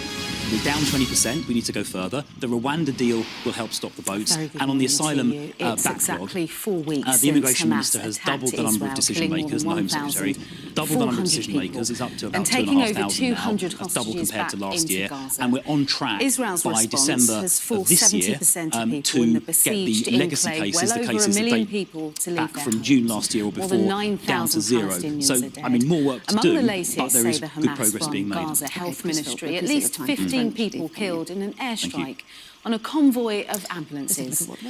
Israel's Prime Minister Benjamin Netanyahu has rejected calls for a temporary ceasefire in Gaza until all the hostages held by Hamas are freed. The United Nations has described the besieged enclave as a scene today will bring death rain and to some, destruction, but over the weekend and said it will that become no more widely place unsettled with some increasing heat and Palestinian humidity. Border Authority It's mainly has fine across published a southern new list Britain, of people, Northwest including Ireland and 88 northern British Scotland, passport but most other holders places with have permission some to leave rain. Gaza and Much of cross Ireland, into Northern Ireland Egypt. and southern Scotland Let's will go stay live now dull to and our wet through the correspondent morning, Mark with Stone, who localised is flooding in possible. Jerusalem. Very good morning Far to you, north of Mark. Your England will have rain reflections too, 4 while weeks northern on from that Scotland will Hamas see attack. just a few showers. There'll be some strong winds over Shetland. Simply, this region has changed 4 weeks exactly since that moment when Hamas militants crossed the border into Israel and carried out a series of massacres, the repercussions of which famously worn we by have Diana felt at a every polo day match in since. June The people of Gaza 1981, have shortly felt after her every day since, engagement, and the region far has exceeded felt its estimated every day value of since. between And diplomatically, £40,000 and £70,000. politicians, Western It was discovered politicians, in an Arab attic in politicians March by the are designer struggling Joanna to contain Osborne. it. The reality This on the amongst ground initial now for the designs people by of Osborne Gaza, and Sally as Muir Israel for really retaliates as it wonderful says knitwear it founded in must, 1979. is hellish. Winning bidder's My identity report contains remains images of undisclosed. an airstrike from the very start. Intriguing. Coming up on Sky News Israel's Breakfast, don't go anywhere, we're going to head to Morocco to hear from a resident in the Atlas Mountains as the country struggles in the aftermath of last week's earthquake that's known to have killed almost 3,000 people. In images that we could never believe. Also ahead, some good news for the butterfly population, but a warning from conservationists. According to Gaza's health ministry, a convoy of ambulances was trying to drive south, taking the wounded to Egypt when it was hit. A doctor speaking to us from the hospital described the scene. It's still chaos in the emergency department because there are so many bystanders, nobody knows. That part of it's the only gate into and out of Shifa, and it turned into a bit of a market there. There was no denial from the Israelis. They did this, they say, because they had to, because they claimed the ambulances were carrying terrorists. They have repeatedly said that Hamas is using the hospital as a base and that they have warned civilians to leave. Just a few hours before the strike, a little over 100 miles to the north in Tel Aviv, America's top diplomat was back to meet Israel's Prime Minister. The two held private talks, where we're told the US Secretary of State did urge restraint.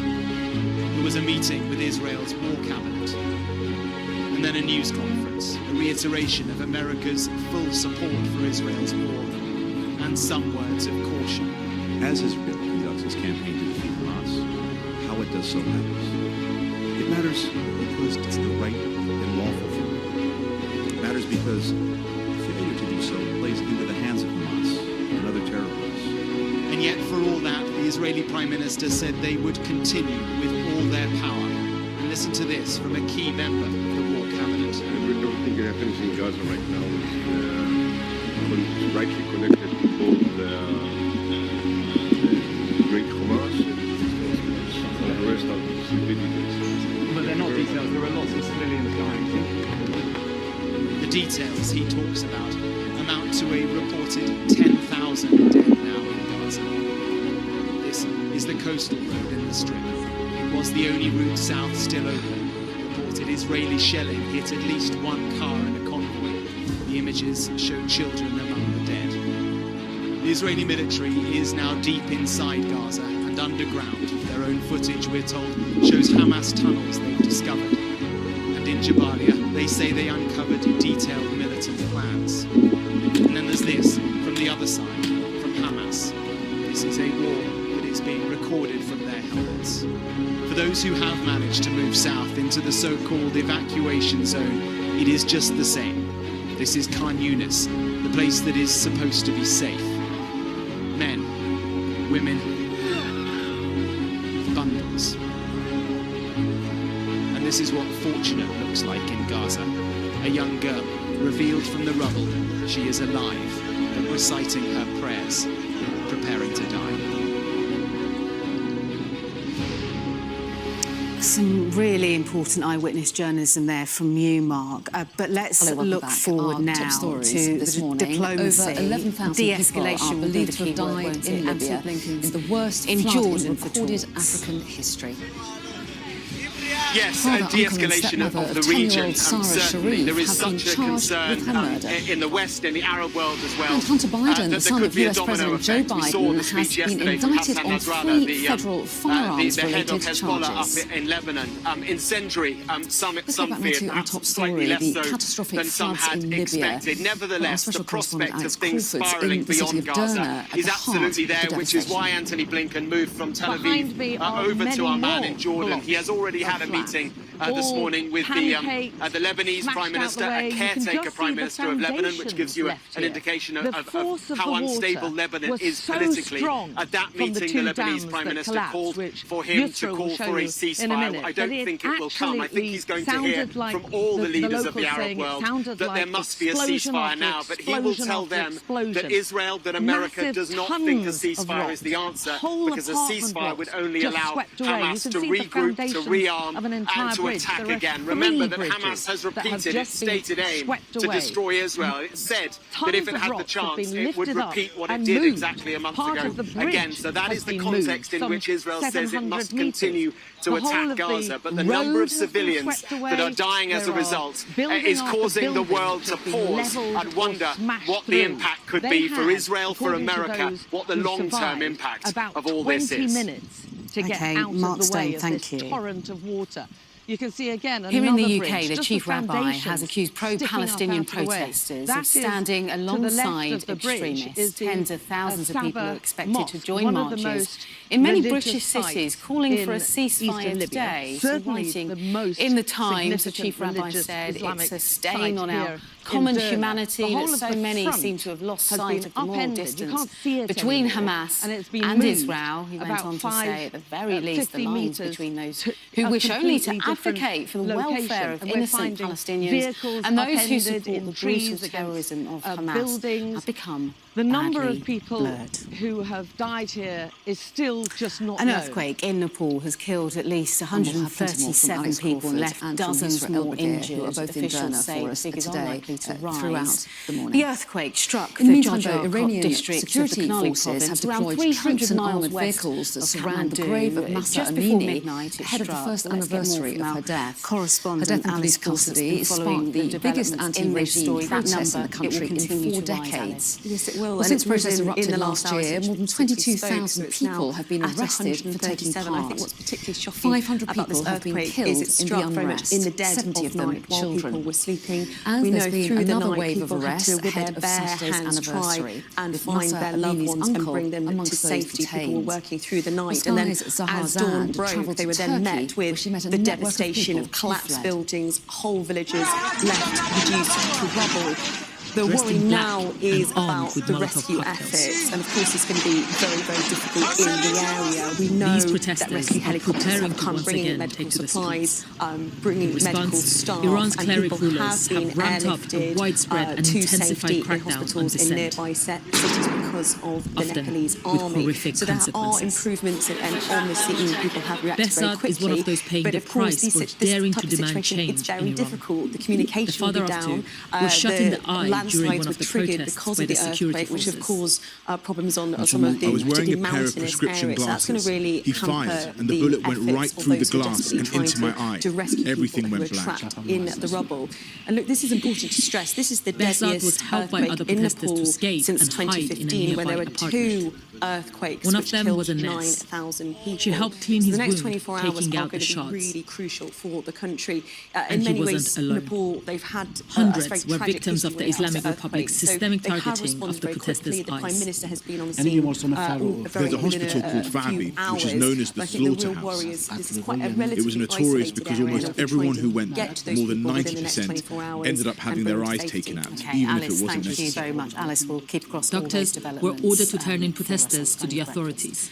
So after Behzad I was removed in the hospital, has now passed over the UK and is slowly making its way over the North Sea, along with many but not without others, leaving its have been fair forced to share escape of to neighbouring devastation, countries both like here Turkey, and across seeking Europe. safety Now, these are the and medical latest treatment. pictures from Valencia. Do you ever where regret winds taking part in the protests? fanned the storms and have actually enabled wildfires to spread across eastern Spain. Because I fought for a free 850 and people have been prosperous Iran. forced to leave their homes. Nearly 5,000 acres of land Once Iran is free, all this pain and suffering will finally be 6 forgotten. people have died after severe flooding. This time in Last Tuscany, September a saw the state beginning of a emergency months-long has been anti-regime declared in uprising parts of across the Iran, region. the Authorities biggest fear the country storm is has now seen heading in towards decades. Southern Italy.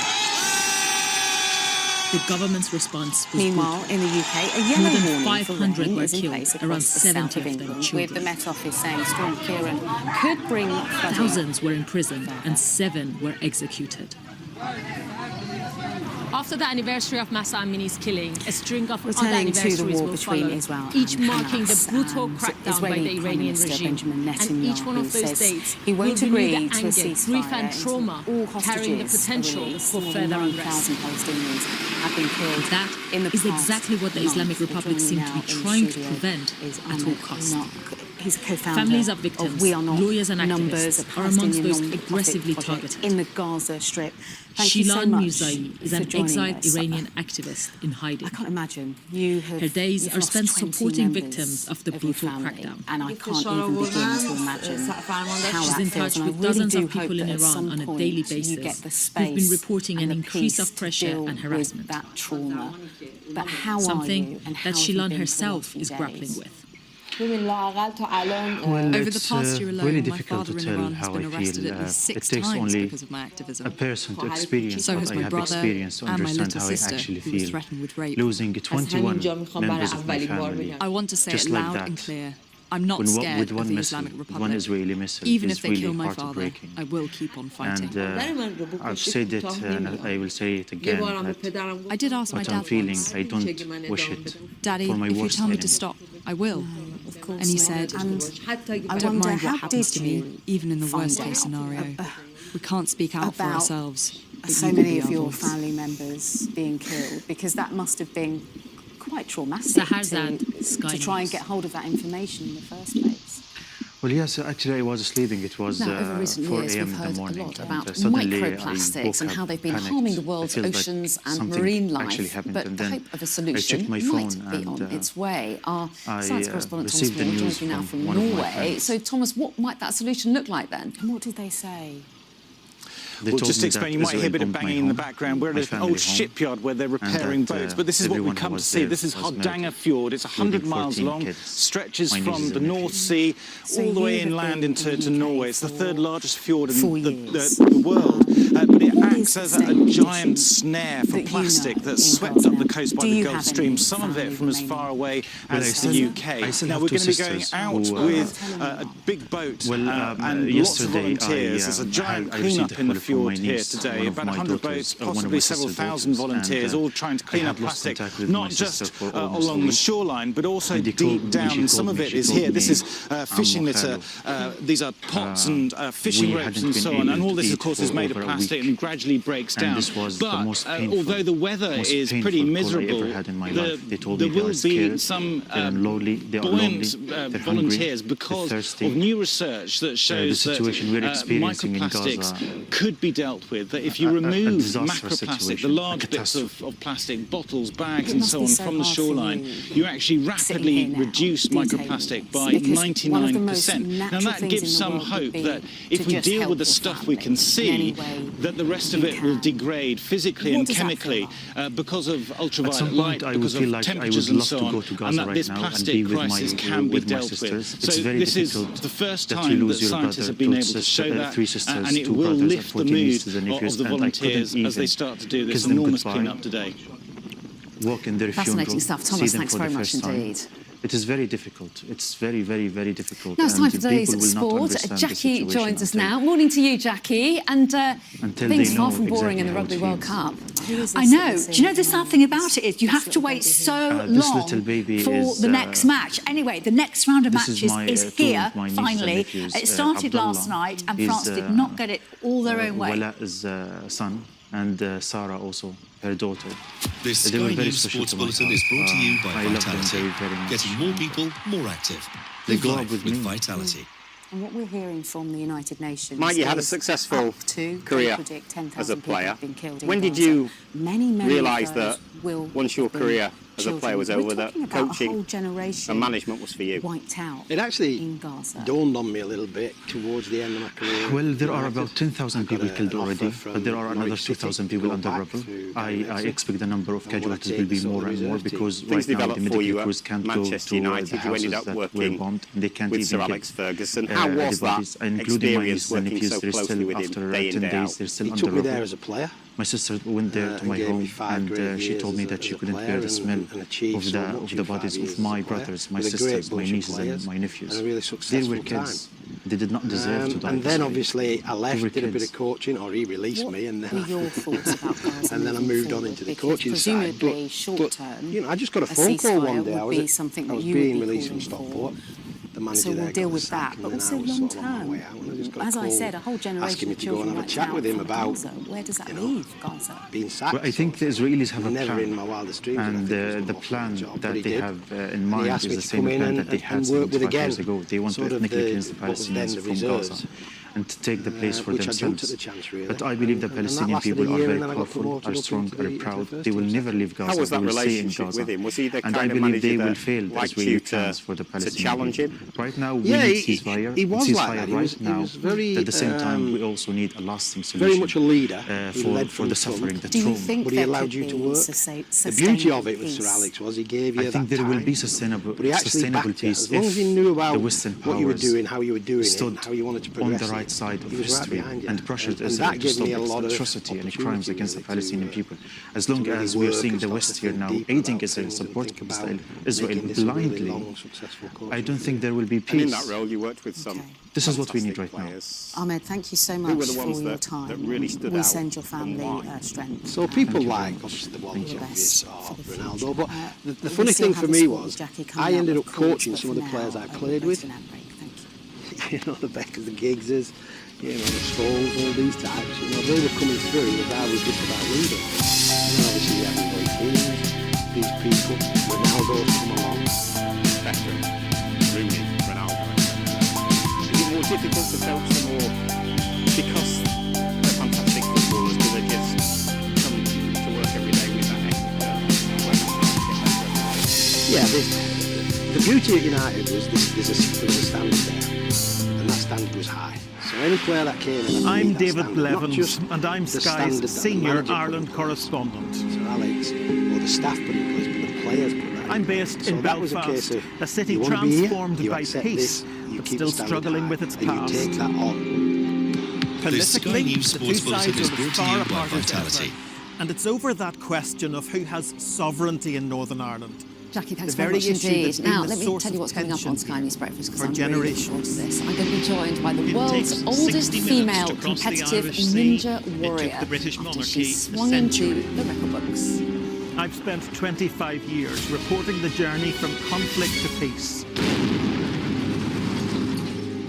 The political parties of Northern Ireland have reached agreement. And I noticed that I had we help you pain understand in the my left world side of my with abdomen. us. And I thought it was related to stress. We have also reached an agreement with the Conservative but then the Party pain persisted. on support I went for to my government doctor. He in said Parliament. it's probably something to do with your cycle. We So already I know went what home. the government gets out of this deal. What exactly does the DUP get out of it? Well, £1.5 billion. I then went to see a female doctor. Welcome to Winterfell. Right. It's an iconic location in this globally acclaimed drama. And she said, oh, it's probably a cyst. Ophelia was the most powerful hurricane this far east in the Atlantic on record. Yeah, probably just that. It's just probably just very blasé, but you can't live in a place like this and not appreciate the environment. So to hear that was just awful.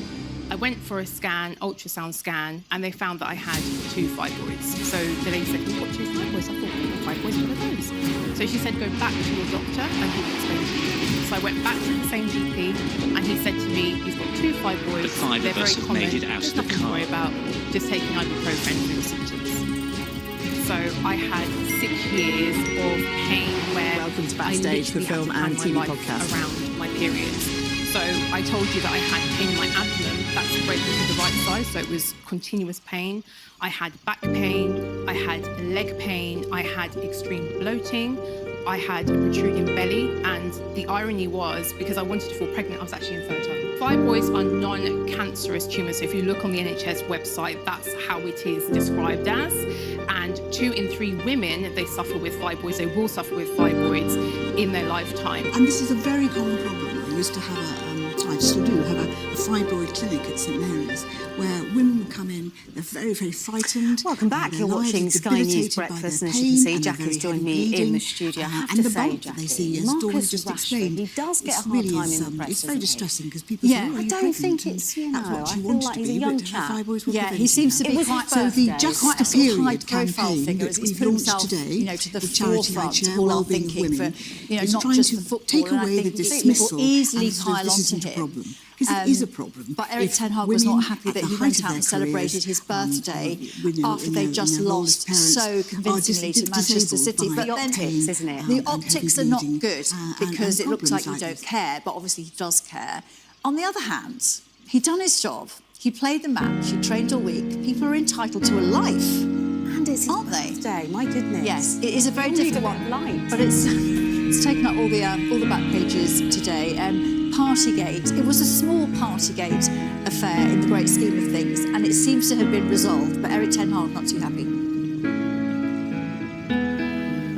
This Sky News Sports Bulletin is brought to you by Vitality. Getting more people more active. Live life with Vitality.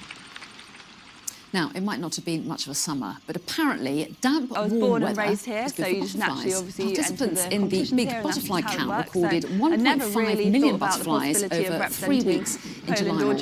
Jamaica, even though That's the highest that's number where my for the blood's last from. 4 years. So that was just natural, and Let's the talk about Olympics this a was little the bit dream. more then. I'm And joined obviously, by I would the have head been of so science proud at to have Butterfly represented Great Conservation, Britain, and I Dr. was in the other Richard competitions Fox. that I got to A do it very in, good but morning to it was, you. the So, Olympics is it the was weather dream. that's So talk behind me this through when you uptick went in and butterfly told the numbers? Jamaican side of your family that you would Good go in morning. to compete Yes, Jamaica I at the think Olympics. it's What happened? definitely been a How better excited summer were they? for butterflies, So as I you was say. in LA at the People, time, an amazing and my mum and my brother were 95,000 people helping to took talk to my part in Jamaican this side of my summer's big family butterfly to count. sort So the huge documents, and it thanks was to really all great of them because for we got helping to to get in gather this touch with a lot more important of the family data. members that we didn't And know, it because was my parents certainly a split up, better so summer we for our didn't really have a butterflies strong than the relationship with my previous dad, summer. who We were quite was worried the about the Jamaican long-term side. impacts of the drought So we got last to know summer my and great what impact uncle that might and all have of on our his butterfly children, and numbers now this we summer. have a good And certainly relationship with they them. So don't seem to have that's been been quite as one bad as we incredible thing feared. that's come out of everything. Well, What yes, else so was it that good really news or made just you better gravitate than towards last there year? and not Poland? I felt Yeah, like I just was better than last year and better than a few years. So on average, people saw 12 individual butterflies during their 15-minute count, whereas last year they saw 9. So that is obviously good news.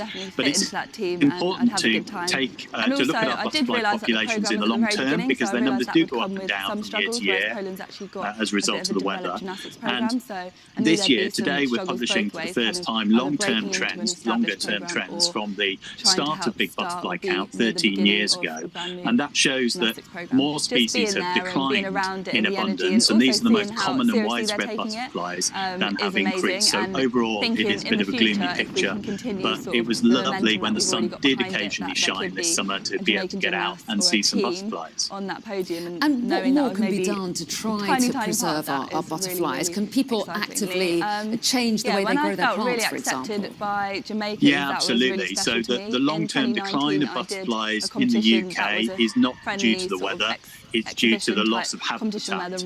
And anyone who's got an outdoor space can help with that. So we're calling on everyone to create a wild space, a place where butterflies can live, can breed, can shelter, can feed from flowers, and to help boost numbers for next year. And that can be as simple as some pots of plants on a balcony or a patio, or it can involve letting some of the grass in your garden grow long. And we've created a fantastic new Wild Spaces website, packed with tips to help people going from being, I guess, make a space for wildlife. A minority to Jamaica, where Richard Fox, some good tips there. Thanks very much indeed for joining us this morning. We appreciate it. It also fills me with pride that those gymnasts will have role models all around them. And 71-year-old Ginny McCall has swung into the record books for being the world's oldest competitive ninja warrior after taking part in the American version of the obstacle course ethnicity, nationality, your heritage. So let's find out how she did it. I'm delighted to say that Ginny joins me now from North Carolina. Ginny, thanks so much for talking to us. We do appreciate it, and congratulations for making it into the records book. Thank you so much. It was a surprise. Was it a surprise? Well, if you see the video of you doing your thing, it's not a big surprise to anyone who's seen that. Kick us off by telling us a little bit about what a competitive ninja is. Going to Sam Sharp Square in Jamaica and seeing my family's name on the plate in the middle. You have to have a lot of mental fortitude, for one. You have to really have a passion for what you're doing, and you have to be persistent and deal with, failure. But you just get up and try again. But you have to get very strong, and getting strong is a big part of the picture, because it shows you what you can do. It gives you confidence. It's helpful for your health benefits. Been incredible. Obviously, it can make your bones stronger by lifting weights. It's an all-round healthy picture, and it's the best time of my life. For Arab women. Well, yes, I mean, you're in your 70s, and yet looking at these pictures, it is extraordinary what you can do. You're incredibly strong and incredibly agile. What do you put that down to? Is it down to that sheer hard work that you talk about with your training? Or is there a genetic contribution, do you think, towards your strength? I definitely believe that there has something to do with genes, but it's also a very absurd determination. It's like when I wanted to learn to do a pull-up, which is one of the hardest things in the world, in my opinion, in terms of getting stronger. You just have to keep trying and trying and trying, and the joy This Sky News Sports Bulletin is brought to you by Vitality. Is just tremendous accomplishment. Thanks, Jackie. Let's take Some people watching might think, oh, it's too late for me to start doing this kind of thing. You have to train your whole life. But what would you say to them? I started when I was 63 because I saw my daughter on American Ninja Warrior, and she had such grace and power and strength. And her muscles looked wonderful and healthy and feminine, and I wanted to get stronger. So I would say go to a personal trainer so you can learn how to do it properly. It's too easy to hurt yourself. So I think that's really important in the process. But have patience. And you can start at any time in life. In your 80s and 90s, you can grow stronger. You have to have the belief in yourself. The papers, including Gary Lineker's support for protesters demanding a ceasefire in Gaza. Stay with us. I can't believe you started in your 60s. That's fantastic. But were you an athlete before that? I had never been in a gym, and I had never done any sports, but I was a dancer. So I grew up dancing, and I went to New York to be a professional dancer. But dance and strength training are, I mean, both of them you want to get strong, but it's very different, different types of movement. And I didn't have the upper body strength. But you keep at it. It took me an entire year to get my first pull-up, but it was definitely worth it. And what's your advice to anyone else who thinks, I'll give it a try? Definitely do it. It's never too late to chase a dream. Find a buddy to work with. Start with walking and then grow from there. I would say to, just put armor around all your joints and make sure you warm up and make sure you stretch after and give it time. Learn how to fall properly because there are a lot of those. That's all brilliant advice. And just finally, how long do you think you'll carry on doing this? I mean, when do you think you might stop? Have you got an age in mind? Well, I'd love to be doing it when I was 80. I mean, why not? We'll certainly try for that. Maybe I can make another world record. Well, I'd tune in and watch. You're an inspiration, Jenny McCall. You're also doing this at nearly 3 o'clock in the morning for you, so that takes some stamina as well. Thanks so much for your time. We really appreciate it, and congratulations. Well, thank you for having me. I really appreciate it. Amazing. I feel slightly tired even talking about it. Let's take a look now at the weather. Warm memories wherever you go. The weather, sponsored by Qatar Airways. Well, today will bring rain to some, but over the weekend it will become more widely unsettled with increasing heat and humidity. It's mainly fine across southern Britain, northwest Ireland and northern Scotland, but most other places have some rain. Much of Ireland, Northern Ireland and southern Scotland will stay dull and wet through the morning with localised flooding possible. The far north of England will have some rain too, while northern Scotland will see just a few showers. Strong winds over Shetland will ease, and meanwhile the southern half of Britain will be mainly dry and sunny. It's going to be warm there, cool under the rain elsewhere. And the afternoon will be pretty similar, but central and eastern Scotland will turn increasingly wet. The weather, sponsored by Qatar Airways.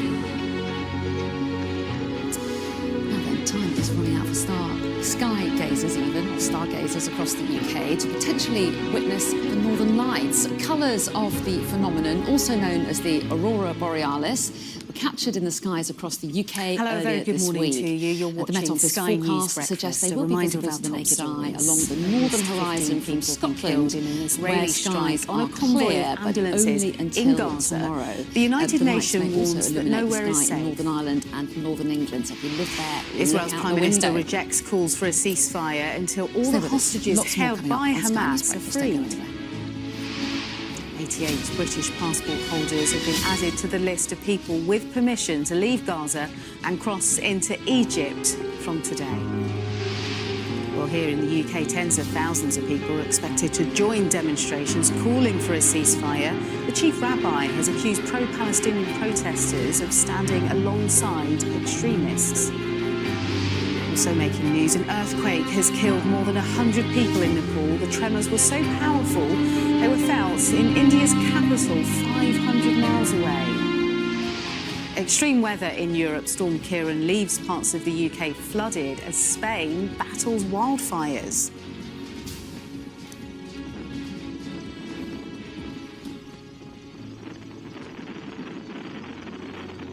Well, with us this morning to review the papers is political correspondent at Politics Joe. It's Ava Santina Evans, and political reporter at The Sun, Noah Hoffman. We have so much to delve into, but we will start, Noah. This is The Guardian, and it's Sir Keir Starmer, and I'm wondering how much the conflict in Israel either makes Sir Keir Starmer this leader that he really wants to be, or it has the potential to split the Labour Party and really topple their chances of winning that general election next year.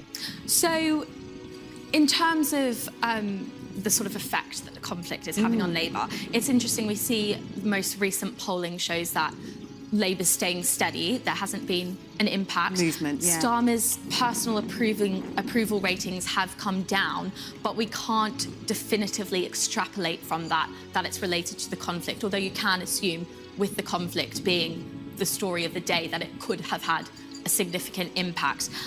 In terms of the Labour split, this has been Sir Keir Starmer's biggest leadership test in a long time. For the past sort of 12 months before October 7th, he'd really sort of been cruising through, very little mistakes. Labour conference went off without a hitch, really. His speech went down really well. You know, there were no major dramas. Now, he's really being tested because he has this issue where he wants to take a principled stance that is based off of what advisors are telling him, the intelligence briefings he gets as well, which is that humanitarian pauses in the conflict are very important, but in the long term, Israel has a right to defend itself and a right to eliminate the terrorists who are not only, you know, having a huge, devastating impact on people in Israel, but also in Palestine as well.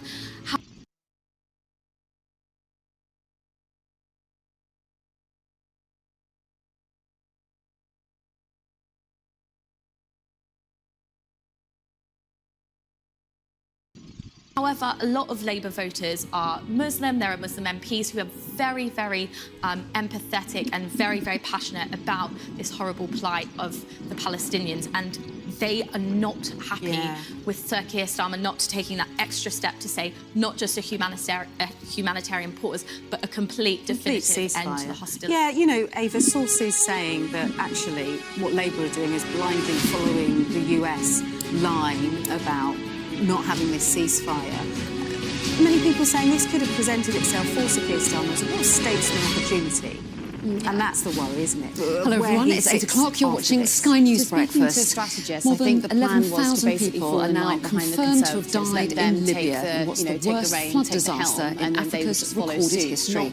It's Friday, the 15th of September. 250 councillors basically sign a letter to say we are going to I'm Alex Crawford and I'm inside Derna in the worst affected area, in the worst affected town, and we're with the rescue teams who are still hunting for the thousands still missing.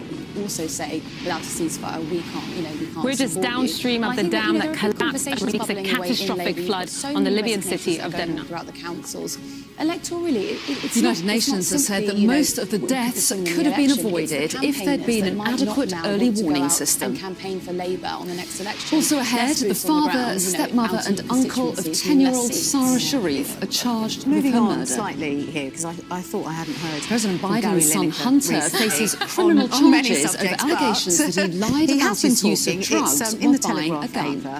What's his take on the protest then? So, join an enormous plastic cleanup in Norway, where scientists have the first evidence that cleanups really work for the environment. Disparaging anyone who was going to in sport, the Manchester United winger Jadon Sancho is training alone after a row with his boss Eric Ten Hag.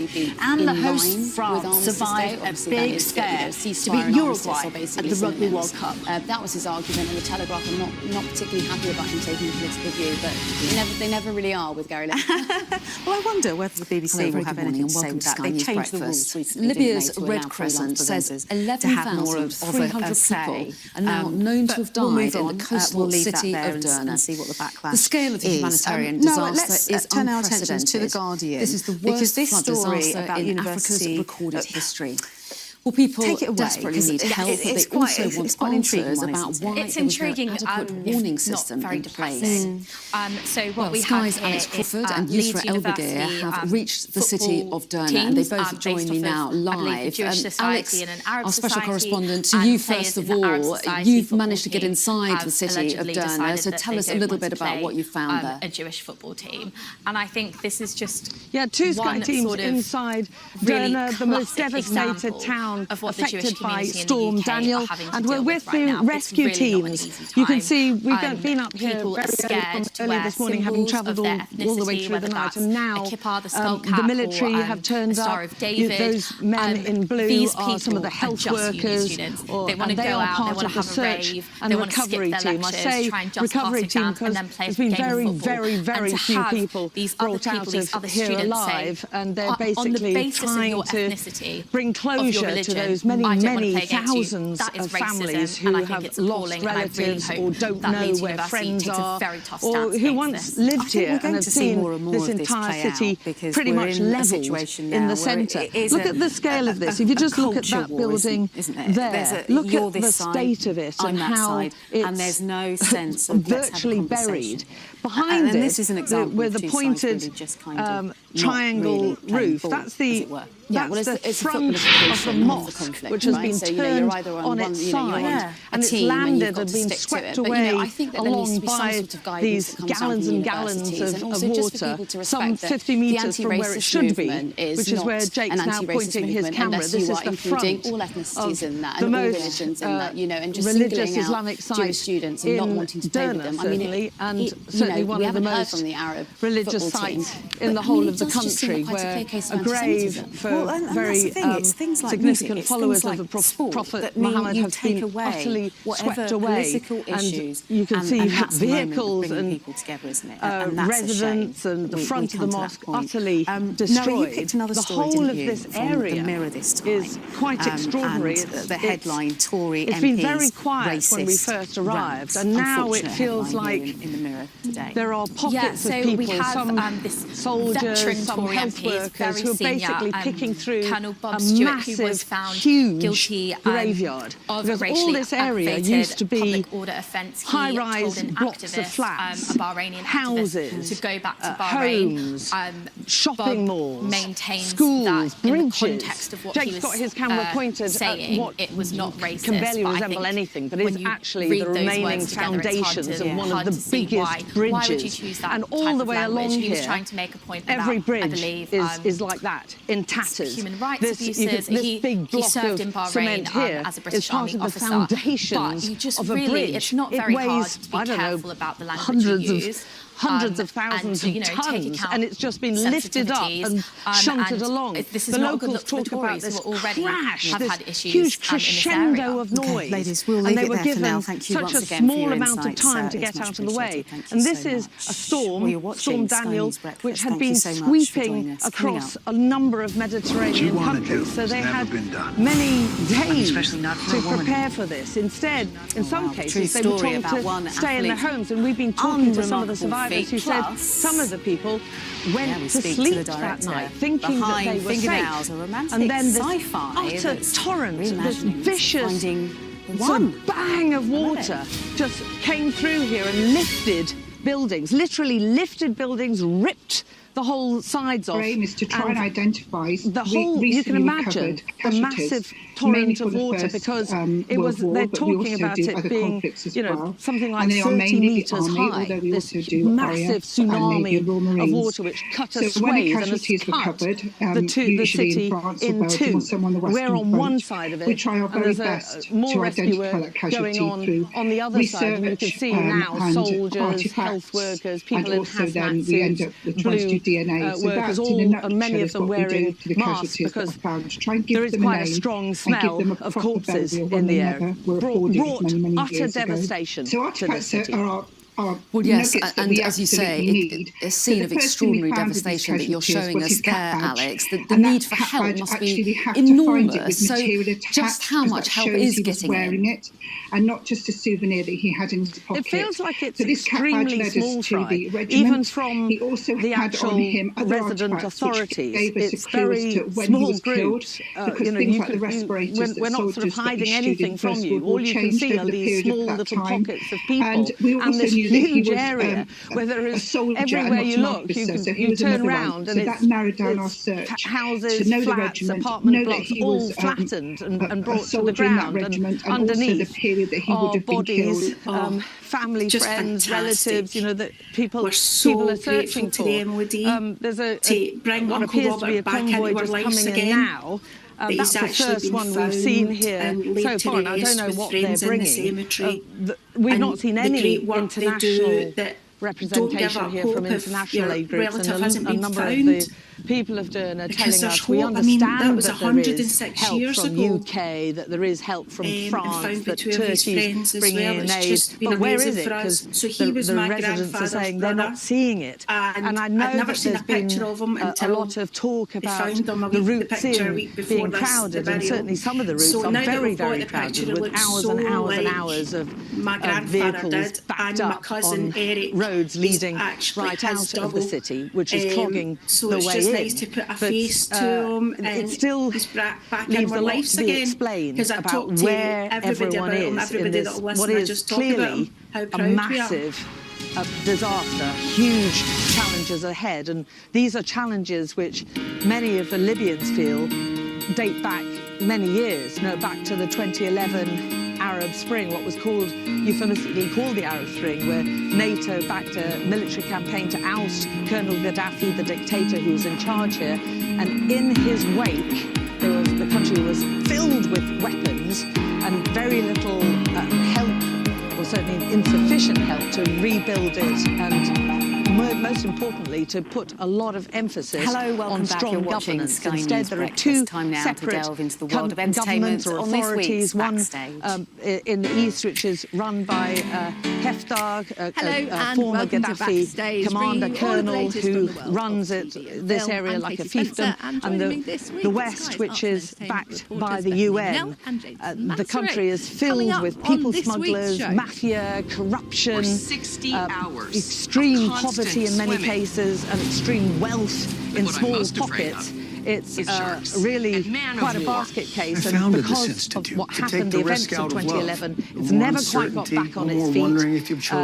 The dams, which Yusra is going to tell you about in a minute, were not sufficiently kept up to date, nor were any more built. We've been speaking to structural engineers who talk about how this was extreme negligence, and they want people to pay for what happened, and that is thousands and thousands of deaths. Starting this week with one. Alex, thanks very much indeed. Well, let's get more from the scene now. Our Africa correspondent Yusra Elbagir joins me by one of the dams which burst near Derna. And Yusra, tell us a little bit about what you can see there.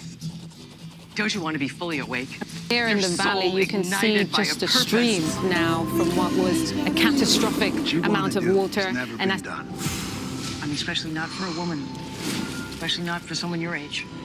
So, Diana Nyad, looks like we have lost that link to Yusra Elbagir, who's there near where one of the dams breached in Derna in Libya. The most extraordinary scenes of devastation. The latest figures are that 11,300 people are confirmed to have died, but thought that figure will go a lot higher.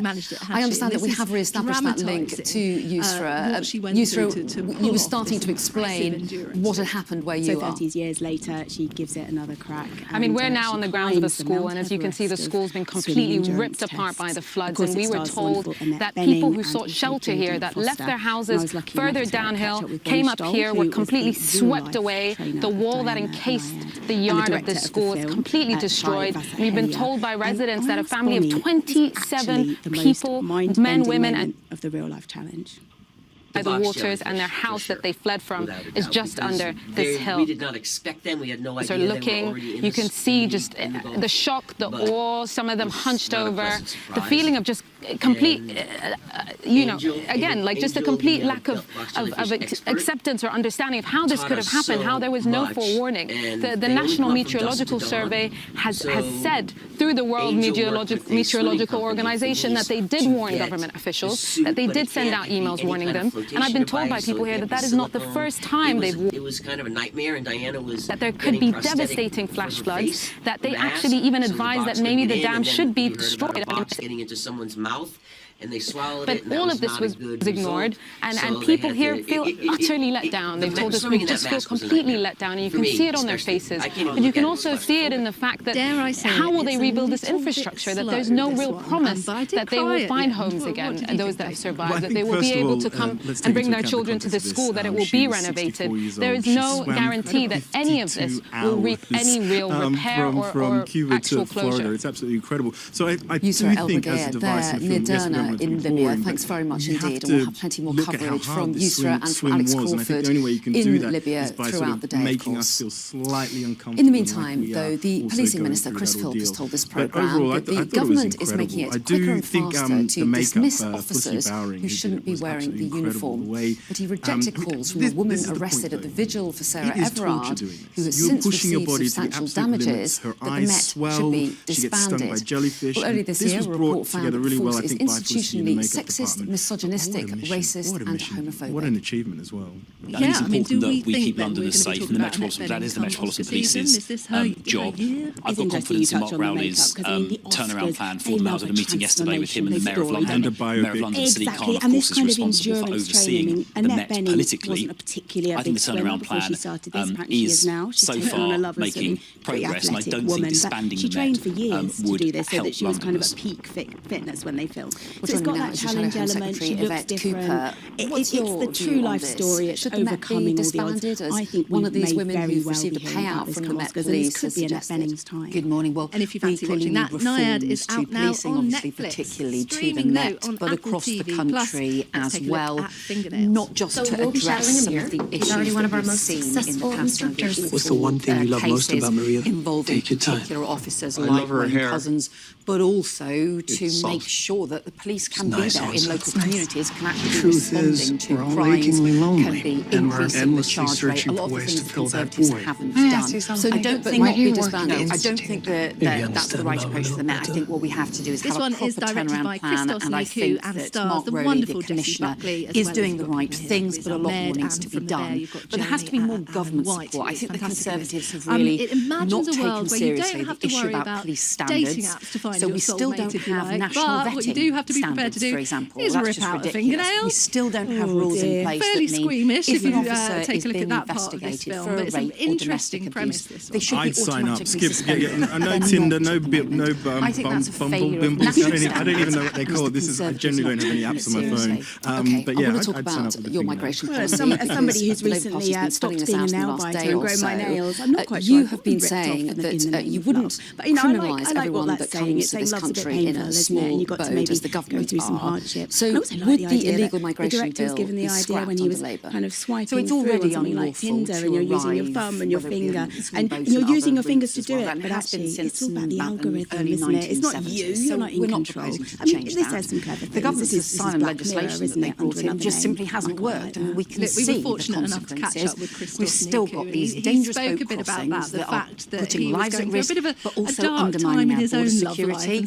And criminal gangs have been allowed by the Conservative government to take hold along the channel. They haven't done the action needed. So we're setting out action to smash the criminal gang networks that are ending up supplying boats and dangerous boats and ending up undermining our border security. But we're also setting out today changes that will get some common sense back into the asylum system and save the taxpayer £2 billion by ending hotel use, clearing the backlog and getting fast-track systems in place for safe countries where people should be returned. OK, well, let's talk about what Keir Starmer was talking about in terms of seeking an EU-wide returns agreement with the EU for asylum seekers who come to Britain. He's talked about a quid pro quo on such a deal, such as accepting quotas of migrants from the EU. So what might that deal look like? How many migrants would Labour be prepared to see come from the EU under a deal? So that's not the proposal we set out yesterday. What we set out yesterday was a new security agreement, a security partnership with Europol, other police forces, and additional police officers and staff to go after the criminal gangs. That's what we need to do. That's what we were in The Hague talking to Europol about yesterday. Secondly, we set out new plans to clear the backlog, to fast-track returns, save the taxpayer £2 billion. There's been a lot of total garbage. OK, so Molly Manning Keir Starmer talked about a quid pro quo. So we do also want to have a returns agreement with the EU that would need to be properly negotiated. And we set out, for example, we think that should include a safe routes for children who have family in the UK, who are currently ending up the only way they can rejoin family is to get on a dangerous boat. What we're clearly not talking about, which the Conservatives have been talking about, is joining the EU asylum dispersal scheme for member states that involves quotas and things like that. I think that's nobody's proposing that. We are not member states. We're not a member state, and we're not going to be a member state. So that has just been totally made up by the Conservatives. It's just total nonsense. And if we're outside the EU and we're outside the Schengen area, why do you think we'll get a better deal? And I think because we're not in those zones. I mean, if you were talking about returning people to the EU, so I don't know, we have to take something back, don't we? Lifting the veil of shame around the conversation. Is, for example, for children, for the children who have family in the UK, we used to have an agreement where there were some returns, there were also controlled safe routes for children with family in the UK, for other people who had a particular family in the UK, who currently simply end up getting exploited by people smugglers. So we think there is a sensible route that you can take, there is a sensible process that you can get into a negotiation. But it has to be something that works for the UK, it has to be something that ends up tackling the criminal gangs who are doing such huge damage and who have been allowed to let rip along the channel by the approach the Conservatives are taken. And then alongside that, let's sort out the chaos in the asylum system. Let's stop using RAF Scampton, the home for dam busters, or all of these really costly hotels. Clear that backlog, actually get those decisions made, because the decision making is collapsed. But Sunday looks a little more promising. Let's get common sense back. The government says by doing a deal with the EU, the Home Secretary is saying that Labour wants to hand Brussels the keys to Southern England's overnight rain pushes up from the southwest. They are making it up because their system isn't working. And because they've failed, they've literally allowed the criminal gangs to take control of our borders rather than us having proper border security and a proper system that works. So as a result of their failures, because we've got more people than ever now in hotels, they're ending up just blaming other people. I think what most people want to see is a strong border security and also a properly controlled and managed asylum system, because all countries need to do their bit to help those who fled persecution and conflict. That includes the UK. But at the moment, what we've got is we haven't got any of those things, because we've got the undermining of our border security with the criminal gangs, and we've also got total chaos in the asylum system, with the taxpayer literally having to pay billions of pounds. We could save £2 billion for the taxpayer if we go down this route. I just want to ask you about HS2, because there are reports that the Prime Minister and the Chancellor are considering scaling back plans for it. Would Labour commit to extending HS2 to Manchester? Well, we have long supported, the Labour Party position has long been to support HS2 to have proper infrastructure around the country and rail infrastructure and so on. I think we're just in this totally chaotic situation now where we seem to have the Conservatives setting out these plans that have now cost billions of pounds more than they said it would cost, and also talking about not getting to the centre of London and not getting to Manchester. I mean, who knows what the chaos is that is going on at the moment. So Labour's policy hasn't changed, but we do want to see what on earth the government is doing, because they do look like they're letting communities down. Well, if they were to cancel that leg of HS2, would Labour commit to reinstating it? Will Labour commit to building HS2 as far as Manchester? Well, Labour's been clear that the position is that they should be delivering HS2. But that is Labour what they should that? be doing, and that's what we're calling for. That's what the party has called for and supported.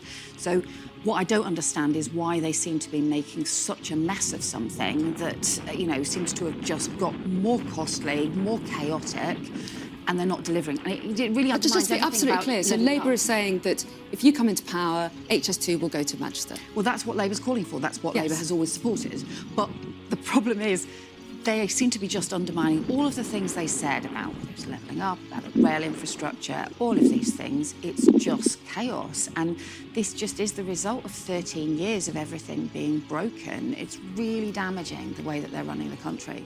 OK, Yvette Cooper, we appreciate your time. Thanks very much. Let's take a look now at some of the day's other main headlines. And President Biden's son, Hunter, faces criminal charges over allegations that he lied about his use of drugs while buying a gun. The 53-year-old is the first child of a sitting US president ever to be prosecuted. More than 40 flights have been cancelled or diverted because of a lack of staff in air traffic control at Gatwick Airport.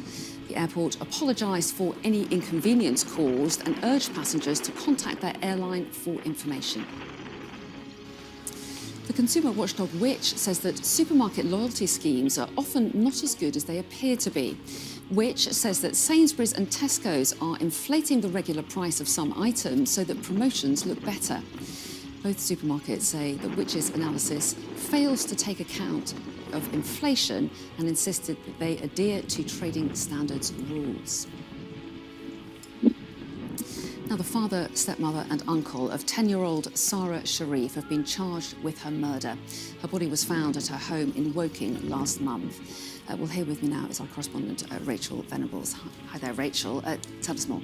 Well, of course, it's more than 5 weeks since the body of 10-year-old Sarah Sharif was discovered in the empty family home in Woking in Surrey. And now we hear overnight that Surrey police have charged, they've been given authorisation for that charge from the Crown Prosecution Service, 3 people, 3 family members with her murder. Now, they are her dad, Irfan Sharif, who's 41 years old, his partner, Benash Batul, who's 29, and his brother as well, so Sarah's uncle, Faisal Malik, who's 28, all of them from Hammond Road in Woking. They've also been charged with causing or allowing the death of a child. Now, you'll remember the trio were arrested almost immediately after they got off a plane at Gatwick Airport on Wednesday evening, the flight landing from Dubai. It's 9 o'clock. This is Sky We News know that Breakfast. they travelled These out are our to top stories Pakistan this the morning. day before her body was discovered in Woking, which was back on the 10th At least 15 people killed on an Israeli airstrike on a convoy of ambulances. Israel says it was targeting terrorists inside them. The United Nations Secretary General has again called for an immediate ceasefire. Now, last week, Israel's Prime Minister rejects calls to pause its offensive until all the hostages held by Hamas are released. Since Sarah's death. She described what 88 as an British incident passport and said they are willing holders could to leave cooperate Gaza with UK today. authorities They're and to added to a fight list their of those case eligible in to court. cross And the into trio will be Egypt. appearing in court later today in the next few hours. Here in the we UK, expect. tens of They're due thousands at of Guildford people Magistrates are Court. expected This to will be their join first demonstrations court calling for a appearance. Having been charged, ceasefire, they have while the been chief remanded so rabbi far in accuses custody. pro-Palestinian protesters of standing alongside extremists. Over recent years, we've heard a lot about microplastics. Also ahead, an earthquake kills more than 100 people in Nepal. The tremors so powerful they were felt in India's capital, 500 miles away. Joins me now from Norway. So, Thomas, Extreme weather in Europe. There? Storm Kieran leaves parts of the UK flooded. So there is an enormous plastic clean-up here on Hardanger Fjord, which is another near problem at Bergen. Manchester Hardanger Fjord United, is as the Marcus world's Rashford third longest fjord. It apologises for going stretches out to a around 100 nightclub miles after inland, last week's but derby because of defeat. its geography, it captures an And enormous torrential amount of rain plastic, denies Great which is Britain's swept Lando by the Norris Gulf pole Stream as far position away as at from the F1's Sao UK, Paulo France Grand Prix and the in Netherlands. Brazil. And it is in really remote areas that this plastic just rests up on the shore. So they've got dozens of boats, hundreds if not thousands of volunteers today, Hello, a very all good morning sweeping to up you. the plastic It's along the exactly coastline. 4 But I'm weeks on a since boat Hamas because they attacked know there's a Israel, lot of killing more than plastic that's on the 1,400 bottom of the people fjord, which can and be taking several over hundred metres 200 deep. hostages They're going to be back using into an Gaza. ROV, Israel's a response remote has forced controlled 70% of people in the besieged submersible that will go enclave, down well under over the a million water. And you can people, see at the front to leave here, their there's a homes. claw More than where 9,000 they can actually Palestinians are attach dead. onto Among the latest, lost say the fishing gear, Hamas-run pots, Gaza Health nets, Ministry, at least ropes. 15 now, all people that is killed not only in an plastic, airstrike which on will a slowly convoy degrade of in the water, ambulances. but it also Israel's Prime acts as Minister a Benjamin trap, Netanyahu has for fish. rejected It still calls for a catches fish, temporary even though, ceasefire in Gaza there is no fishing until all boat the that will ever hostages come and held collect by it. Hamas It's called are ghost freed. gear. So it's a The double United whammy. Nations Not has only is the described the plastic, but it's besieged killing enclave marine as creatures. So a they scene want of to death and remove the destruction plastic, and remove the said that nets no as place swiftly as is possible. Now, safe. they had a report that The on the other Palestinian side of the Border fjord, Authority has from published a new list of fishing people, boat that they including had lost, 88 British gear passport overboard. They holders will with go and permissions retrieve to leave it and deal with this Gaza problem. Now, and all cross this plastic is into going to be Egypt. taken back to base and dealt with. And I know last Our year they correspondent removed Mark 23 Stone is tonnes. in They're trying to Jerusalem. Very good remove morning many to tonnes you, more Mark. It's this been a year. fast Constant developing process. But they have story, the added hasn't it? But it is incentive this year that important not to only, of pause course, is it to reflect. removing I an wonder ugly your stain on reflections such so a beautiful far. fjord, but they have the first scientific evidence exactly 4 weeks that cleanups ago, really work. They reduce Israel was microplastics waking up by to its darkest day 99% within a in year its of the cleanup. So there's a 75-year dramatic history, benefit and it for the is still environment, reeling, and and it it gives will some reel kind of hope for that we a will long deal with this time to plastic come. crisis. People often say in Israel that the day before what they call 7/10, the 7th of October, and the day after are two completely different Israels, and we have seen the repercussions of that moment playing out over the course of the past month here in Israel, in Gaza, in the West Bank, and across the region, a region which threatens to be remoulded now as diplomats frantically try to contain this crisis. But for the people of Gaza,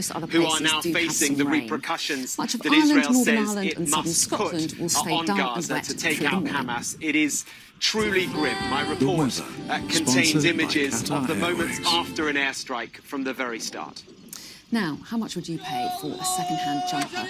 Well, Israel's battlefield is now the front entrance of Gaza's biggest hospital.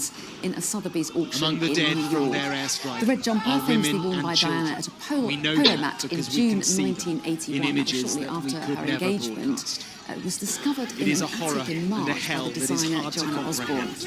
The winning bidder's According to Gaza's health remains ministry, a convoy of ambulances was trying to drive south, taking the wounded to Egypt when it was hit. Now then, coming up, a new study has revealed that more than 75% of mothers have experienced traumatic birth. So we'll be speaking to the Chief Executive of Mums Net and the Executive Director Midwife of the Royal College of Midwives. Plus some good news for the butterfly population that are warning from conservationists. And it turned into a bit of a market there. There was no denial from the Israelis. They did this, they say, because they had to. Because they claim the ambulances were carrying terrorists. They have repeatedly said that Hamas is using the hospital as a base and that they have warned civilians to leave. Just a few hours before the strike, a little over 100 miles to the north in Tel Aviv, America's top diplomat was back to meet Israel's Prime Minister. The two held private talks, where we're told the US Secretary of State did urge restraint. There was a meeting with Israel's war cabinet, and then a news conference, a reiteration of America's full support for Israel's war, and some words of caution. As Israel conducts its campaign to defeat Hamas, how it does so matters. It matters because it's the right and lawful thing. It matters because failure to do so plays into the hands of Hamas and other terror groups. And yet, for all that, the Israeli Prime Minister said they would continue with all their power. And listen to this from a key member of the war cabinet. Everything that happens in Gaza right now is rightly connected to both great Hamas and all the rest of the civilians. But they're not details, there are lots of civilians dying. The details he talks about amount to a reported 10,000 dead now in Gaza. This is the coastal route in the Strip. It was the only route south still open. Reported Israeli shelling hit at least one car in a convoy. The images show children among the dead. The Israeli military is now deep inside Gaza and underground. Their own footage, we're told, shows Hamas tunnels they've discovered. And in Jabalia, they say they uncovered detailed militant plans. And then there's this, from the other side, from Hamas. This is a war that is being recorded from their helmets. For those who have managed to move south into the so-called evacuation zone, it is just the same. This is Khan Yunis, the place that is supposed to be safe. Men, women, bundles. And this is what fortunate looks like in Gaza. A young girl, revealed from the rubble. She is alive, but reciting her prayers, preparing to die. Mark, traumatic experiences there from people inside Gaza. Really important eyewitness journalism, but shall we look forward to what is happening today? Anthony Blinken, he's in Jordan. He'll be trying to quell any escalations here regionally, won't he? He will. Let me bring you more on that in a moment. But first of all, just an update that we've had from Reuters, who have been talking to the US Special Envoy here in the region, David Satterfield. who has been giving an update on what the Americans see as the humanitarian situation on the ground in Gaza at the moment. They say that they believe 800,000 to 1 million people have now moved from northern Gaza to the south of the Strip. Now, that is in essence so that they can get out if the border is open, so they can get into Egypt. But they wait in the south, and as you saw in my report, for them it is not safe. Khan Yunis is in the south, and that was struck just yesterday, as you saw. In northern Gaza, which is the most dangerous, 350,000 to 400,000 remain there. So a real huge humanitarian challenge for everyone concerned. In terms of the diplomacy, yes, Antony Blinken, the US top diplomat, the Secretary of State, has moved from Tel Aviv to Amman in Jordan, where he is meeting Arab foreign ministers, a meeting convened by King Abdullah of Jordan. He's met already with the Prime Minister, in fact, of Lebanon, the caretaker Prime Minister of Lebanon. That gives you a sense of the instability politically in Lebanon. It's not a stable place, and there is a concern the conflict could spread there, with Hezbollah aligned to Hamas, aligned to Iran, all of them seeking perhaps to destabilize at this particular moment. He will, I understand, meet the effective foreign minister of the Palestinian Authority as well in the West Bank. He will meet Hussein al-Sheikh in Amman as well. That is a meeting that's important because it is a meeting with a Palestinian, of course not a Palestinian aligned with Hamas, but the West Bank Palestinians, Fatah, the Palestinian Authority, they have a key role to play in all of this, whatever comes next. But the focus from the Arab leaders will be ceasefire now. The focus or the message from Antony Blinken will be not now, because that would, he argues, and the Israelis argue, only benefit Hamas. Of course, it is also true to say that a ceasefire would undoubtedly benefit the people of Gaza, but what the Israelis want to avoid is Hamas regrouping, rearming. For them, as Benny Gantz, the war minister, told me yesterday, there is only two things that matter: removing Hamas and getting the hostages back. As he said, everything else is just details. The number of people Mark, thank you. Mark Stonewall, the very latest from Jerusalem. Well, here in the UK, the chief rabbi has accused pro-Palestinian protesters of standing alongside extremists. Tens of thousands of people are expected to join marches in many British cities calling for a ceasefire today. Let's go live to our political correspondent. It's Rob Howe. Rob, what is the very latest line about this from the government that you know?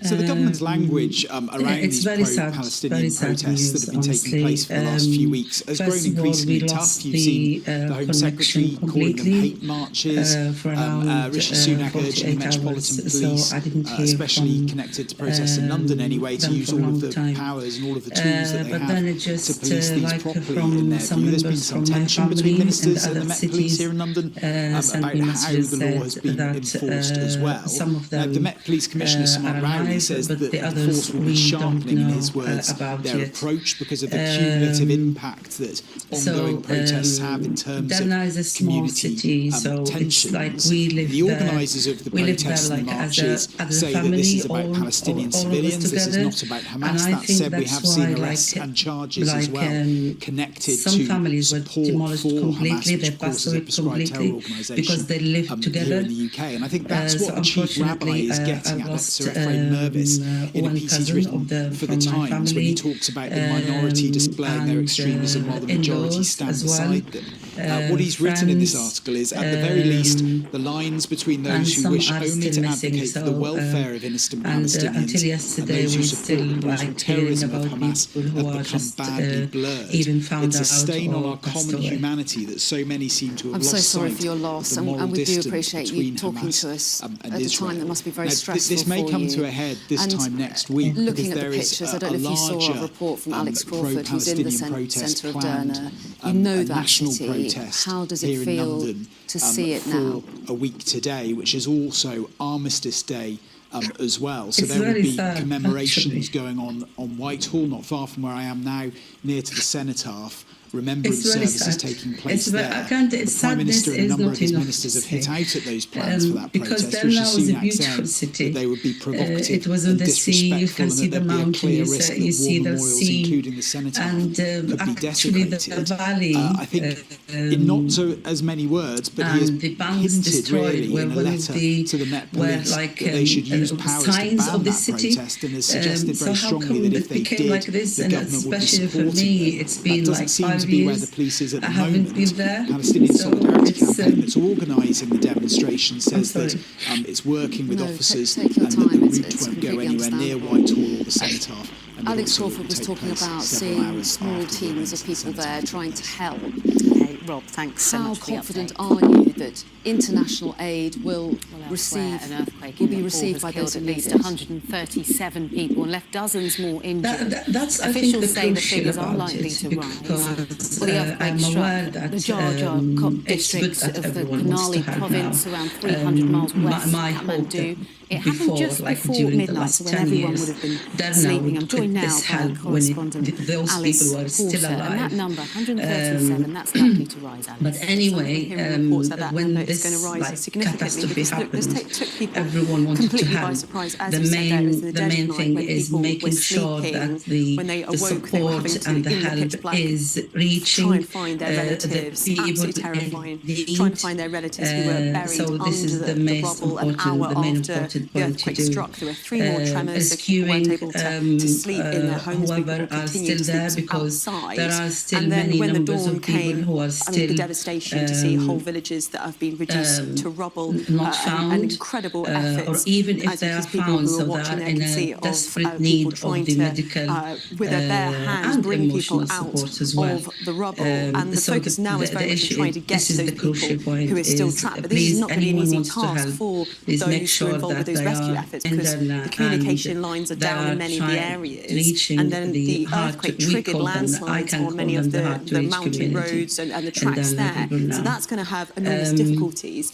We know that ambulances, we know that helicopters have come to the area with medical supplies, with medical personnel, and we know that people have been airlifted to nearby hospitals in nearby cities. But the worry is that number could rise significantly, because this is the deadliest earthquake in Nepal since 2015, when 9,000 people died in 2 earthquakes. So the next 24 hours will be really crucial for the country. The sad situation in the hospital in Dana, because it's not, they didn't call it even a hospital, it's just a small clinic, which is not provided with the necessity of any medical support. Of course, it is not within these 3 days. This is something they didn't have for like for years. So what they're trying to do, they're trying to take like the serious cases to other hospitals outside the city. Have died after severe flooding in Tuscany. A state of emergency has been declared across the region, and authorities feel the storm is now heading towards southern Italy. The people in Derna and the people who fled away from Derna as well. With the Met's office saying Storm Kieran Salima could bring we really appreciate your time. Thanks so much for talking to us this morning at a time that I know must be distressing for you. We appreciate in Winchester, one of the areas deemed to be at risk. Well, first to Amelia, what's the situation where you are?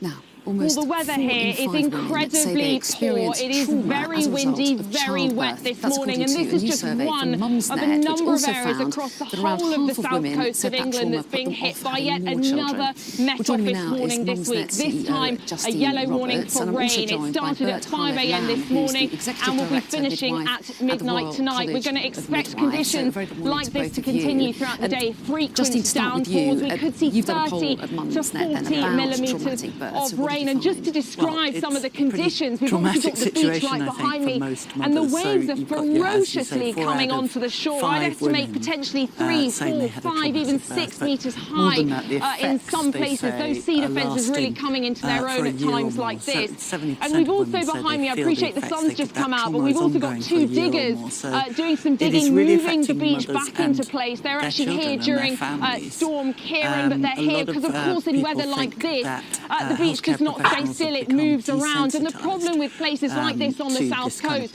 is that this was a place that's already saturated by water from Storm Kieran earlier in the week. The south coast was battered by winds of 100 miles an hour, and people here, understandably, will be worried about what is to come for the rest of the day. It's looking like it's going to be continuing to be wet and windy throughout today. OK, thank you very much, Amelia. Stay safe. Let's turn to Steph. What can we expect today, then, Steph? More rain, so we all more know wind? the health service is really stretched, but some of these a little bit more rain, yes, particularly in the southern areas. But first of all, let's see which storm is causing us problems, because Kieran now, the storm itself is off in the North Sea. It's just dangling a very large front that's headed all the way down towards Italy, and that shows you just what kind of huge area it's been affecting. Behind it is Domingos. Now, the main focus of Domingos is going to be over parts of France and the northern parts of Spain. That's where we're going to see the strongest of the winds and the heaviest of the rain. We're really only going to see the northern edge of that. We're not going to see the worst of the rain at all.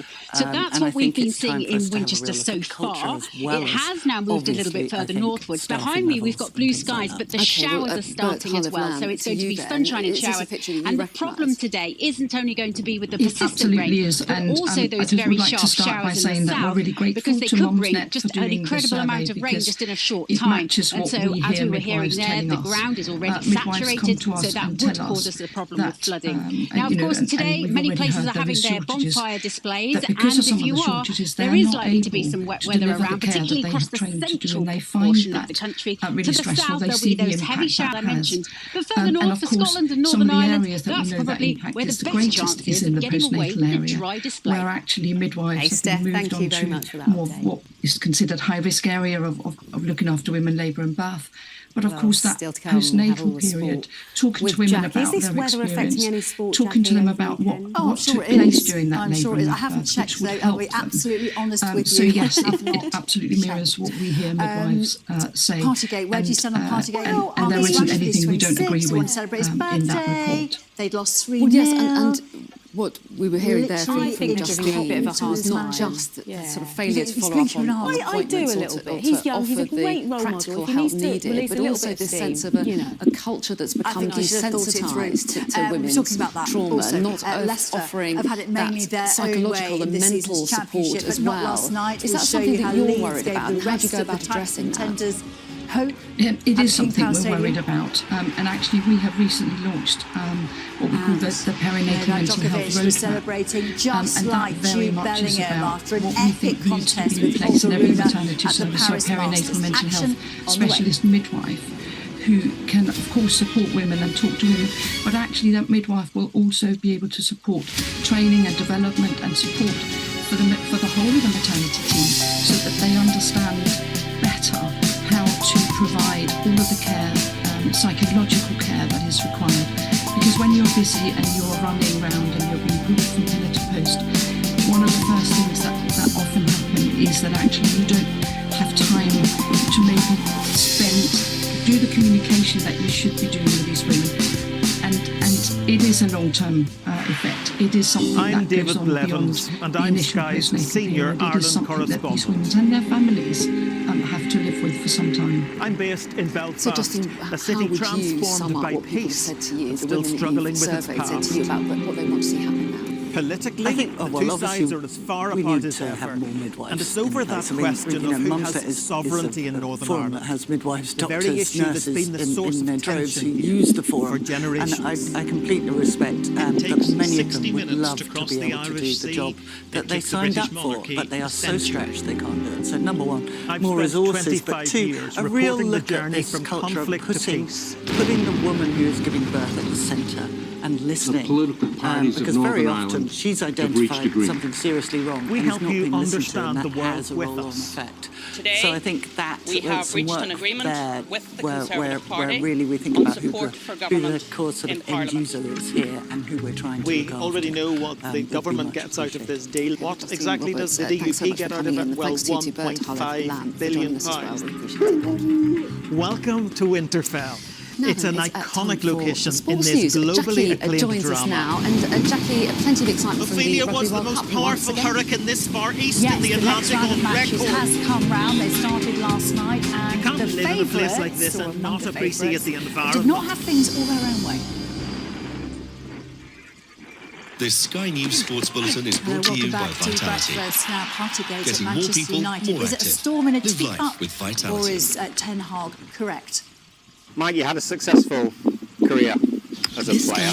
When did you realise that once your career as a player was over, that coaching and management? It actually dawned on me a little bit towards the end I of was my career. born and raised here, United. so you just naturally, obviously, you enter the competitions here, and that's just how it works. So I never really thought about the possibility of representing Poland or Jamaica, even though that's where my blood's from. So that was just natural, and the Olympics was the dream. And obviously, I would have been so proud to have represented Great Britain, and I was in the other competitions that I got to do it in, but it was the Olympics that was the dream. So talk me through when you went and told the Jamaican side of your family that you would go in to compete for Jamaica at the Olympics.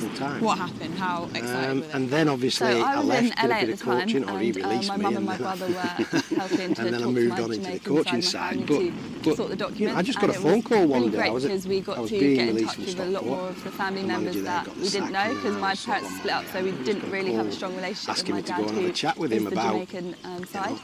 So being we sacked, got to sort know of my thing. great uncle Never in and my all of wildest his dreams children, and now we have but a he good did. relationship with them. And he asked so me to come in that's and been one work with incredible thing again that's come out of everything. sort of What else was what it that then the really reserves. made you gravitate towards there and which not I jumped Poland? at the chance. I felt like I would just fit in that more. lasted a year, and then I Just, got promoted. I think the spirit that you see the Jamaican athletes. How was that with their relationship with him? Was he the kind of manager that liked you to challenge him? So yeah, he was like that. He was very and also I did realise very that much the a programme leader. was at the very He beginning, led so I from the realised that front, would come with some but he struggles, allowed you whereas to Poland's work. actually got The beauty a of it with Sir developed Alex was he gymnastics gave you programme, that so I knew time, there'd be some but he struggles actually both backed ways, you. kind As of long as he either knew breaking about into an what you were established doing, how you were programme, doing it, and how you trying wanted to to help progress it, start or he was be right near the behind beginning you. of And that gave me a lot of opportunity. just being there and being around it and the energy, and also seeing how seriously they're taking it is amazing. And thinking in the future, if we can continue sort of the momentum that we've already got behind it, that there could be a Jamaican gymnast or a team on that podium, and so knowing people that maybe tiny part of that is really the funny thing for me was I ended up when I coaching felt some of the really players I accepted played with. by Jamaicans, that was really special to me. In 2019, This Sky News Sports Bulletin is brought to you by Vitality. Friendly sort of exhibition type competition where the rules Thanks were so different. much. And you Still have to a lot come of here on the fun, so I really programme, got to the show next generation my of personality. I inventors. felt like We're going to my be Jamaican speaking side really to came out, these and prize-winning I was just students. giving it all the personality and charisma. And some of my routines went somewhat viral, especially in the Caribbean. So then I felt like I really gained a lot of respect. In 2016, I was at a very stressful job, and I noticed that I had pain in my left side, in my abdomen, and I thought it was related to stress. Also, could it be my cycle? But then the pain persisted. I went to my doctor. What was it like going from being, I guess, like a minority to Jamaica, where everyone looks like you? Went back to my doctor. Pretty amazing, again, and it also fills me with pride that those gymnasts will have role models all around them. Because I thought there's something not right. You know, in yourself as a woman, something's not right. 10, so I went to 15 see her, years ago, and she said, "Oh, it's probably a cyst on your ovary, but I'll send you away for a scan." Which sounds terrifying. Ethnicity, nationality, it's just probably just very blasé. But you know, I was trying. I knew at some point I want to have kids. So to hear that was just awful. I went for a scan, ultrasound scan, and they found that I had 2 fibroids. So the lady said, Jamaican, and I really feel so proud about both those things. So she said, go back to your doctor and he will explain to you. So I went back to the same GP and he said to me, you've got 2 fibroids, they're very common, there's nothing to worry about, just take an ibuprofen. Going to Sam Sharp Square in Jamaica and seeing my family's name on the years plinth in the middle there, where thinking I some of my literally had to ancestors plan were my life slaves. around my periods. And then to now so I get to I have all told you this that I had freedom pain in and my to do the sport I abdomen, love. that It's spread just- to the right I side, feel so so it was proud. continuous pain. I had back pain, I had leg pain, I had extreme bloating, I had a protruding Just belly, sum up and what it means the irony to you was, because I to wanted be to fall part of pregnant, a I was team that actually is the fertile. first Fibroids are Arab team to go to non-cancerous the tumours. So if you look on the You know, NHS sometimes I website, still need to that's pinch how it myself is of the journey described that as. I've been on. And 2 in 3 the women, last they year suffer with fibroids. has They been will suffer with incredible, obviously fibroids international in their wise. lifetime. And this is As a you very said, common we're problem. the We first used to have Arab teams I qualified still for the do have Women's a World Cup. fibroid clinic at St Mary's. It's been an incredible time for the the country, for Arab women, for Arab women in sport, and you know, I think it's massive. And sometimes I really need to take a step back and actually look at what we've achieved, because you know, sometimes I can't put it into words. So it's been a real journey, and one that I'm going to be proud of for the rest of my life. I wanted to be on the international stage, and for everyone that knows me, they know how much of a special place Morocco is for me. If women at the height of their careers, it was just a choice that I thought in their role as parents, are disabled by the pride that my Moroccan family have, even my mum's family who is Scottish, the pride that they have. This Sky News Sports Bulletin is brought to you by Vitality.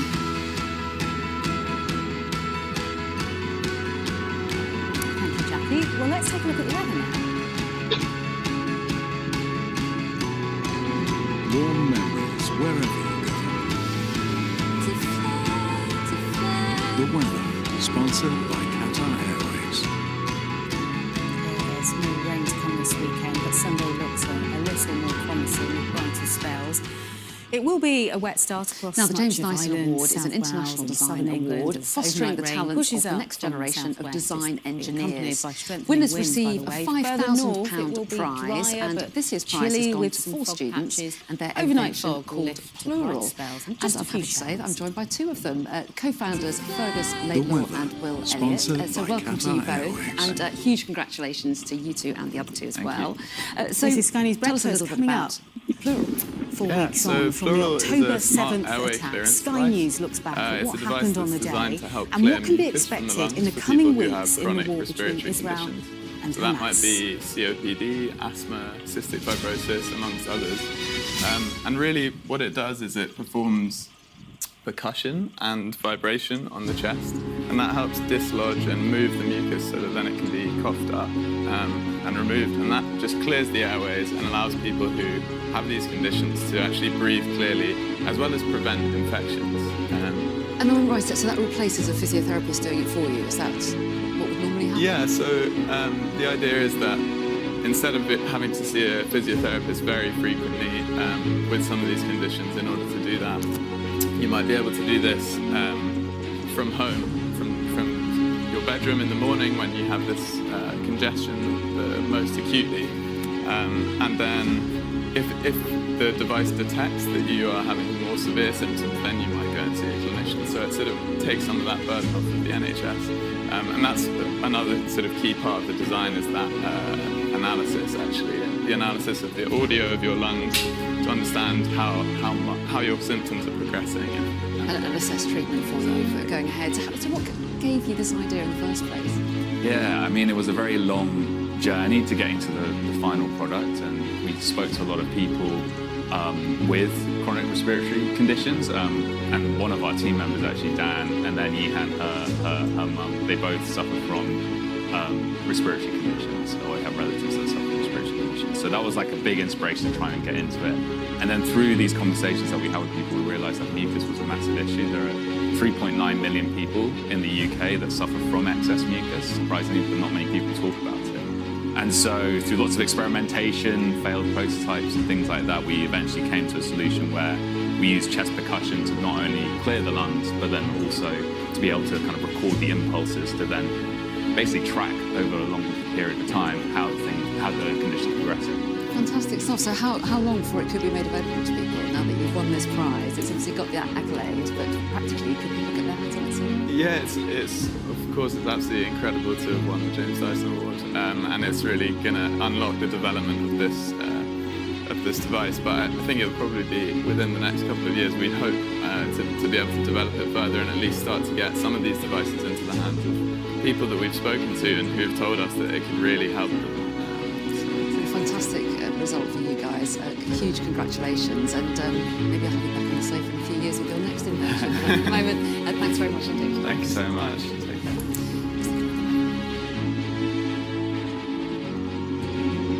Warm memories wherever you go. The weather, sponsored by Qatar Airways. Well, today will bring rain to some, but over the weekend it will become more widely unsettled with increasing heat and humidity. It's mainly found across southern Britain, northwest Ireland and northern Scotland, but most other places do have some rain. Much of Ireland, Northern Ireland and southern Scotland will stay dull and wet At least 15 people have been killed in an Israeli strike on a convoy of ambulances in Gaza. The United Nations warns that nowhere is safe. Strong winds over Shetland will ease. This comes as 88 British passport holders have been added to the list of people with permission to leave Gaza and could cross into Egypt today. The weather, sponsored and an by earthquake Qatar has killed more Airways. than 100 people in Nepal. The tremors were so Do stay with us powerful they here were on felt Sky in News India's Breakfast. We'll capital bring you all the 500 latest miles from away. Libya, where catastrophic floods have known to have killed now 11,000 people. We'll have the It's latest. exactly 4 weeks since Hamas attacked Israel, killing more than 1,400 people and taking over 200 hostages back into Gaza. And many are still struggling to come to terms with the atrocities they witnessed and the loved ones that they saw killed. Others remain desperate for news of those taken. As our security and defence editor Deborah Haynes reports, and her report contains a detailed description of the attack. The gunmen look almost relaxed as they roam freely in this Israeli town. It's just gone 7 o'clock in the morning, so the streets are quiet. But death awaits anyone who approaches. Another security camera captures more Hamas fighters on the back of pickup trucks. No route to safety in a killing spree on the 7th of October that officials say left 45 people dead in Sderot alone. Everyone here has been touched by this tragedy. Abraham shows us a roundabout where his close friend and neighbour was murdered.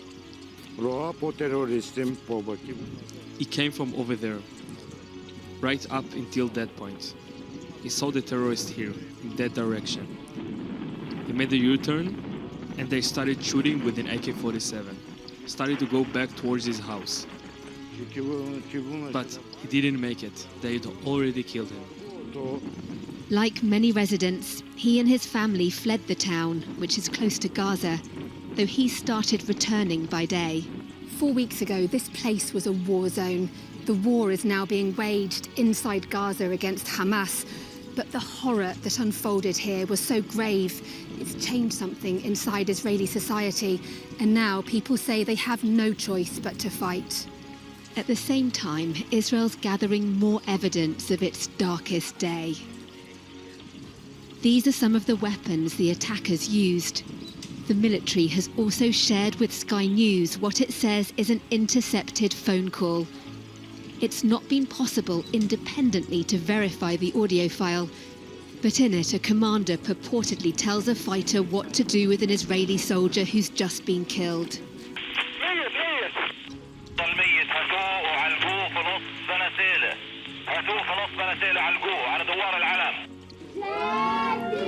No mercy either for this 74-year-old grandmother, pictured with loved ones in happier times.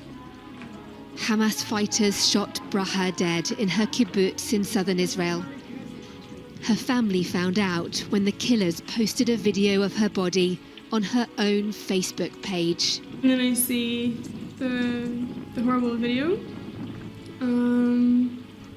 of, you know, just her lying on the floor with a pool of blood around her head and gunmen, terrorists holding their guns above her. Then I called my cousin and she picks up, she's screaming, she's crying, she's saying, "Did you see how they murdered Grandma?" They burnt the house to the ground. Her remains were only Hello everyone, formally it's 9 o'clock. identified You're last watching week. Sky News Breakfast. More than 11,000 people are now confirmed to have died in Libya in what's the worst flood disaster in Africa's recorded history. It's Friday, the 15th of September. It was too big to understand. They're now desperate for news about a family friend who And also I'm lived inside in the Derna, near the Oz worst kibbutz. affected town in Adina eastern was Libya, where kidnapped they by are Hamas going through and her building husband by killed. building, trying to She's find some among of the more than thousands still 230 missing. hostages. We're waiting for you here. We're at the site of the We dam want that you to come collapsed back. and Stay unleashed strong. a catastrophic Stay flood strong. on the Libyan city of Derna. Deborah Haynes, Sky News, Southern Israel. The United Nations has said that most of the deaths could have been avoided if there'd been an adequate early warning system. With the Middle East and North Africa. Also ahead, the father, stepmother and uncle of 10-year-old Sarah Sharif very good morning with her to you murder. both. We're in the news game here. President We Biden's often son don't have Hunter a chance to faces pause criminal and charges reflect, over but this is allegations such that he a lied different about his story, use the of horror drugs what people while buying saw a gun. play out on the 7th of October. And I'm but I about wonder, to join we'll an start with you, enormous Yossi, plastic your cleanup in reflections Norway, where scientists have the a month first on. evidence that cleanups really work for the environment. Obviously, watching this horrible In sport, the images Manchester from United winger United Jadon Sancho some is weeks ago, training alone it's very after a row dramatic. with his boss Eric Ten Hag. Looking at And the such hosts the level France of survive a scare killing, to beat murdering, Uruguay at the Rugby World Cup. cold blood. It's difficult, but we have also to think and start reflecting how we go beyond the conflict. Because right Hello, now, a very good morning. Libya's Red Crescent says 11,300 people are now known to have died in the coastal city of Derna. The scale of the humanitarian disaster is unprecedented. This is the worst flood disaster in Africa's recorded history. People desperately need help. They also want answers about why there was no adequate warning system in place.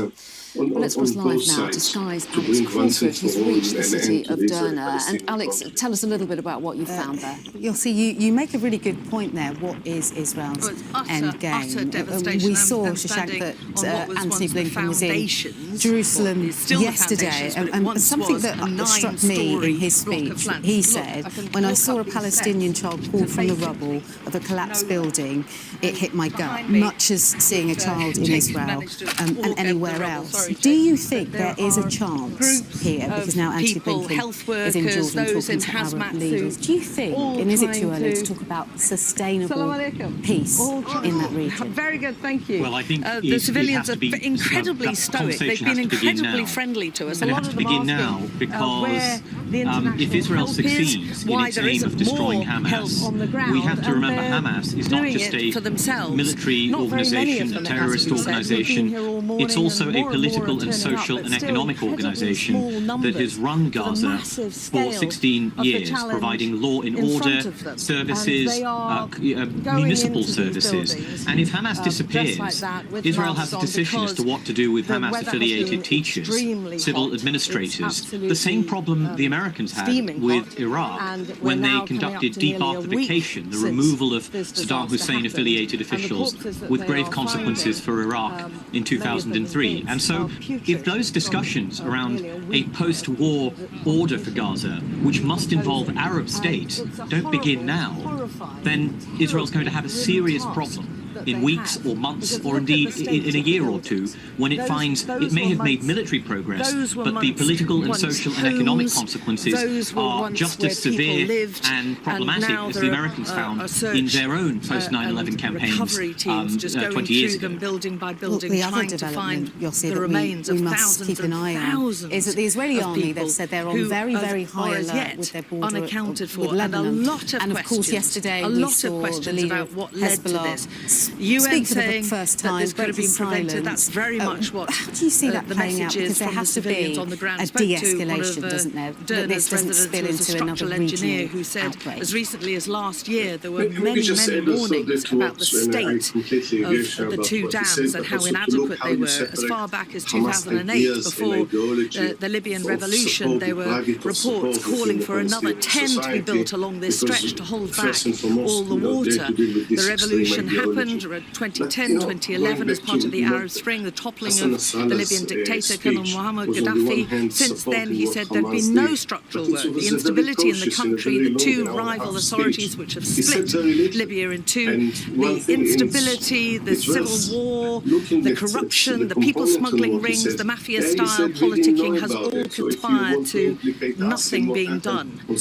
And this structural engineer was among a number of them who said this was all down to negligence. Storm Daniel was well predicted. We saw it ripping through a number of Mediterranean countries before it hit this one. And the people of Derna are saying, why did so many thousands need to die? Why wasn't something done so much earlier? And Alex, just looking at the scene around you, the scale of destruction is unimaginable there. people's needs must be huge. What are they saying to you about what they need most? We wouldn't like to get to a point in which this war in Gaza that's a long list, and it really is. Across the region. For a start, everyone here who has survived, and there are many who've survived, now doesn't have anywhere to live. There's no electricity, there's no water, there are no roads around here. We're having to walk over. But at the same time, we have to look at all these That's one of the main big issues, is that there are thousands of people who've been displaced now who have no homes. Other needs, our attention then back we've seen onto Gaza, Egyptian group leaders who around the world, appear to be the United Nations, they are calling for a ceasefire, or at least a humanitarian that doesn't seem to be nearly enough. Bearing in mind that of Hamas still have specialist teams who are trying to help capability, the is a Libyans ceasefire suffered the right thing to do? A huge Is trauma, a humanitarian pause the right many of them have had a humanitarian pause, I think, is inevitable. Now that we've seen not just the European Union, but also the Biden administration call for it, and suffered and lost members, very difficult for the Israeli government to resist American calls to open up the border to allow more fuel in. They're not allowing fuel in at the moment. They're inspecting all shipments of aid and stopping many some vehicles getting in. So there's not enough but a pause is inevitable, I think, and it is necessary given the scale of damage done, the level of civilian harm. A ceasefire is a different thing. Drinking water, and I think the challenge for the Israelis is, instead of going for an all-out full-scale offensive, they have opted for a slower, more gradual offensive on the ground, focusing on northern Gaza, focusing around Gaza City, moving methodically, quite carefully on the ground. And so they see themselves at the beginning of this operation. They have a long way to go. They will not agree to a ceasefire, I think, under almost any conditions, unless Hamas releases all the hostages, in which case we may be looking at a slightly different picture here. But the challenge, the fundamental challenge here is, even if there is ongoing fighting for 3, 4, 5 months, and no ceasefire until next year, from one of the last standing that is not going to be enough to destroy Hamas. So we still have a fundamental tension between Israel's political aims and the reality of what can be done on the ground, even over a period of 5 or 6 months. After what has been days really interesting of recovery work, not just pulling people out of, because it's true, the sift that was laid by the torrent of floodwater, but also trying to recover people who have suffered very severe injuries, because it wasn't just the people that were drowned and swept away, it was also the people whose houses collapsed on top of them, people who could have been rescued. But there are very few. As we arrive, there were body bags being put in the back of a truck to be taken. These are the pavements where we saw bodies lined up in the first 24 hours of the war, after Derna was unreachable by any sort of emergency services. Immediately we saw in the next 24 hours those bodies. It was a shocking sight, and it happened here. Much of those bodies have now been cleared and buried, but again, the search is on for other people who need to be laid to rest. Well, yes, and Yusra, tell us a little bit about the dam as well. You were at the site of one of the dams near Derna this morning. Tell us what you saw there. In some peaceful arrangement based the scale of it is just unbelievable. I mean, when you see that the structure itself has just collapsed, it's been torn apart, the road connecting the two sides of the valley has been completely shredded. But also it was the second dam that unleashed that gush of floodwater that swept so much of the city into the Mediterranean Sea. And it happened in a moment's notice. Residents said that they heard an explosion after just one day of rain, and it happened in the middle of the night. And many people had fled the rain because Cyclone Daniel was incredibly intense, but didn't expect this. They didn't expect the dam to just unleash on them like that. And that was the real killer in this, that there was just no moment to do any damage control, to do any sort of prevention mechanism. It was just gone. The city was just swept away in very little time. Of course, we'll be joined by Jackie very soon, and also broadcaster Jim White to talk about all things deadline day and what he makes of the increasing presence of Saudi Arabia. The father, stepmother and uncle of 10-year-old Sarah Sharif have been charged with her murder. Her body was found at her home in Woking last month.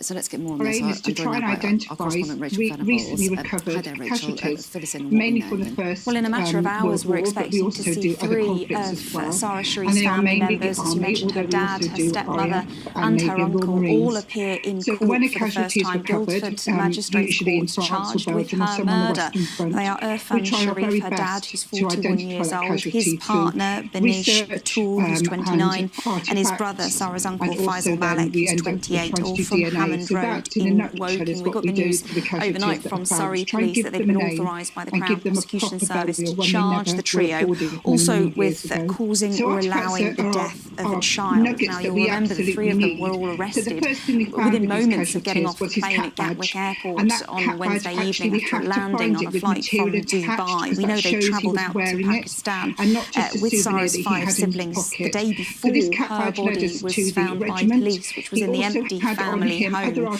in Woking in Surrey in the very early hours of the 10th of August. Now, post-mortem examination of that little girl has since found she'd suffered multiple and extensive injuries that had been suffered really over a sustained and extended period of time. Now, last week, footage was sent to Sky News, which showed Ms Batul sitting next to Mr Sharif, speaking publicly for the first time since Sarah's death. She referred to that as an incident, but she did say they would be willing to cooperate with the UK authorities and fight their case in court. The trio, since their arrest, have been remanded in custody. We also got additional information from Surrey Police saying that Sarah's mum has been informed of the developments of these charges, and they say she's being supported by specialist officers. OK, Rachel, thank you. Because there's hope. I mean, that was 106 years ago. Let's take a look now at some of the day's other headlines. And the policing minister, Chris Philp, has told this programme that the government is making it quicker and faster to dismiss officers who shouldn't be wearing the uniform.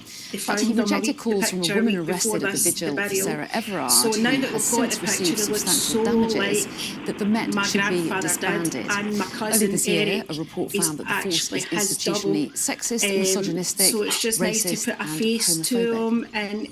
He's back in our lives again. Safe in the Metropolitan, that is the Metropolitan Police's job. I've got confidence in Mark Rowley's turnaround plan for them. I was at a meeting yesterday with him and the Mayor of London. The Mayor of London, Sadiq Khan, of course, is responsible for overseeing the Met politically. I think the turnaround plan is so far making progress, and I don't think disbanding the Met would help Londoners.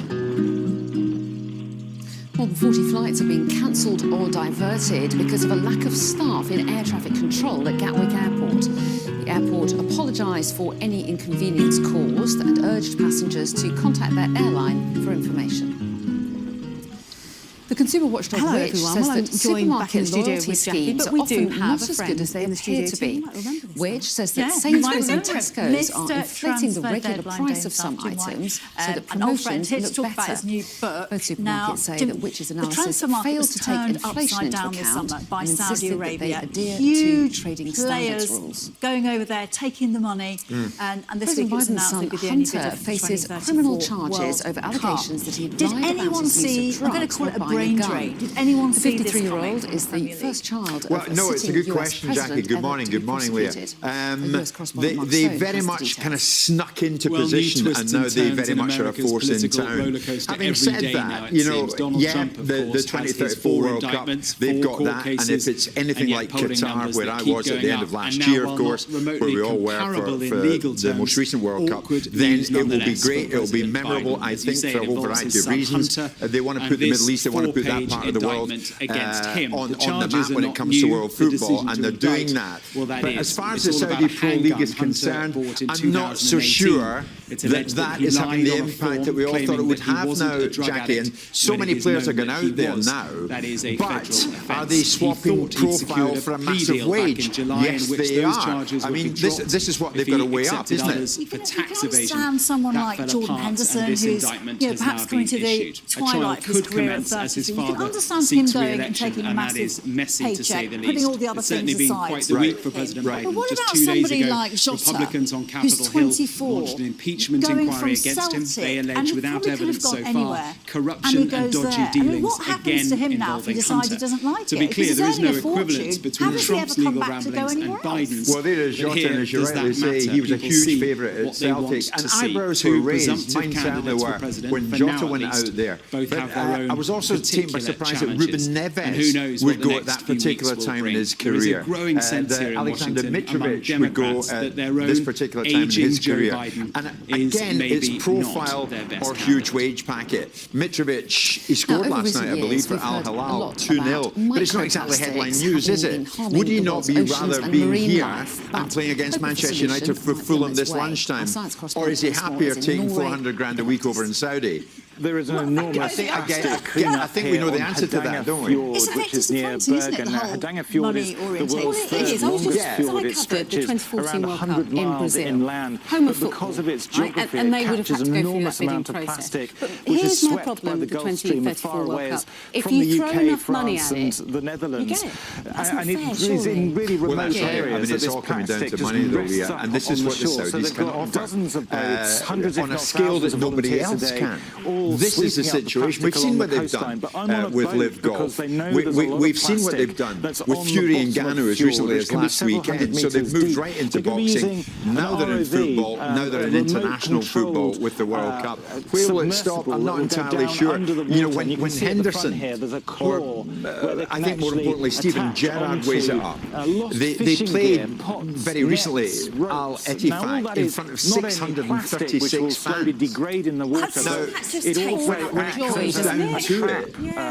What is the decision they have made? They've got the money, of course we know. We know. They're not trying to further the game in another part of the world, because out there, when you get an attendance like that, then that tells its own story. Yeah, the interest isn't there.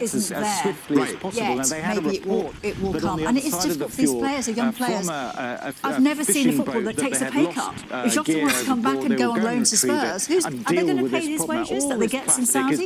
Probably not. Talking about the transfer market, which is so synonymous with transfer deadline day and the yellow tie and all the rest of it. Do you think the biggest success in recent years has got to be the transfer of Erling Haaland to Manchester City? And given that he didn't really go for that much money in the great scheme of things, what, 51 and a bit million? Well, that's right. I think for Erling Haaland, to be honest, Jackie, read Jude Bellingham. People have been looking after these players from the word go. When Haaland moved from Molde to Salzburg in 2019, his agents made sure that he had a €22 million release clause in his contract. And of course, shortly after he goes to Germany, Dortmund activated it. They moved on it. So that is why it's all kind of pre-rehearsed as to where he would go next.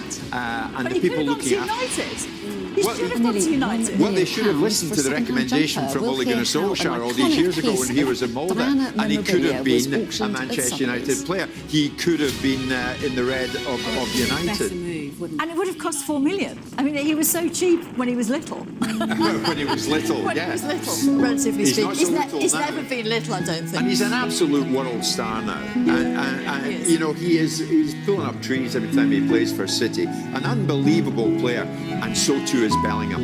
Yeah. Bellingham could be the difference between England winning the Euros next summer and not winning it. It could be down to him. He's that important. Well, transfer deadline day is not the same without you and your yellow tie, which has been retired, hasn't it? And it's not really the same without Harry Redknapp either. No. Out his car window. Yeah. Do you miss that? Do you still see him? I keep in touch with Harry. He is in the book. He plays a part there. That was him and I. No. We were down at the Queen's Park Rangers training ground. He looked at the tie. That's him saying to me, Jim, I like the yellow tie, of course and I'm Sky's chief correspondent. A better makeup tie than that. Do you know, there, Leah, Mourinho was like, thank you so much. This is an iconic yellow tie. You've made it so famous. We were live. As soon as we went back to the studio, he turns around to me and said, here, take that tie back. We could talk all morning. What a slap in the face. Thank you. 2 characters in the game, as are you. Thanks, Shiv. Thanks so much for having me. Thanks so much. Let's take a quick look at the weather. Warm memories wherever you go. The weather, sponsored by Qatar Airways. Yeah, There's more rain to come this weekend, I'm afraid, but Sunday looks a little more promising with brighter spells. It will be a bit of a wet start across much of Ireland, South Wales and southern England. Overnight rain pushes up from the southwest. That will be accompanied by strengthening winds. The weather, sponsored by Qatar Airways. Well, that's all from me and the Sky News Breakfast team. We're back tomorrow from 6. We'll see you soon.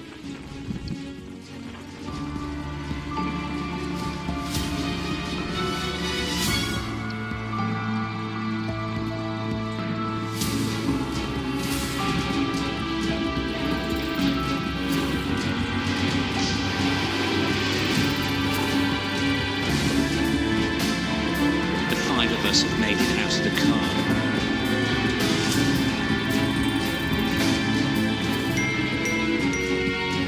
Welcome to Backstage, the film and TV podcast.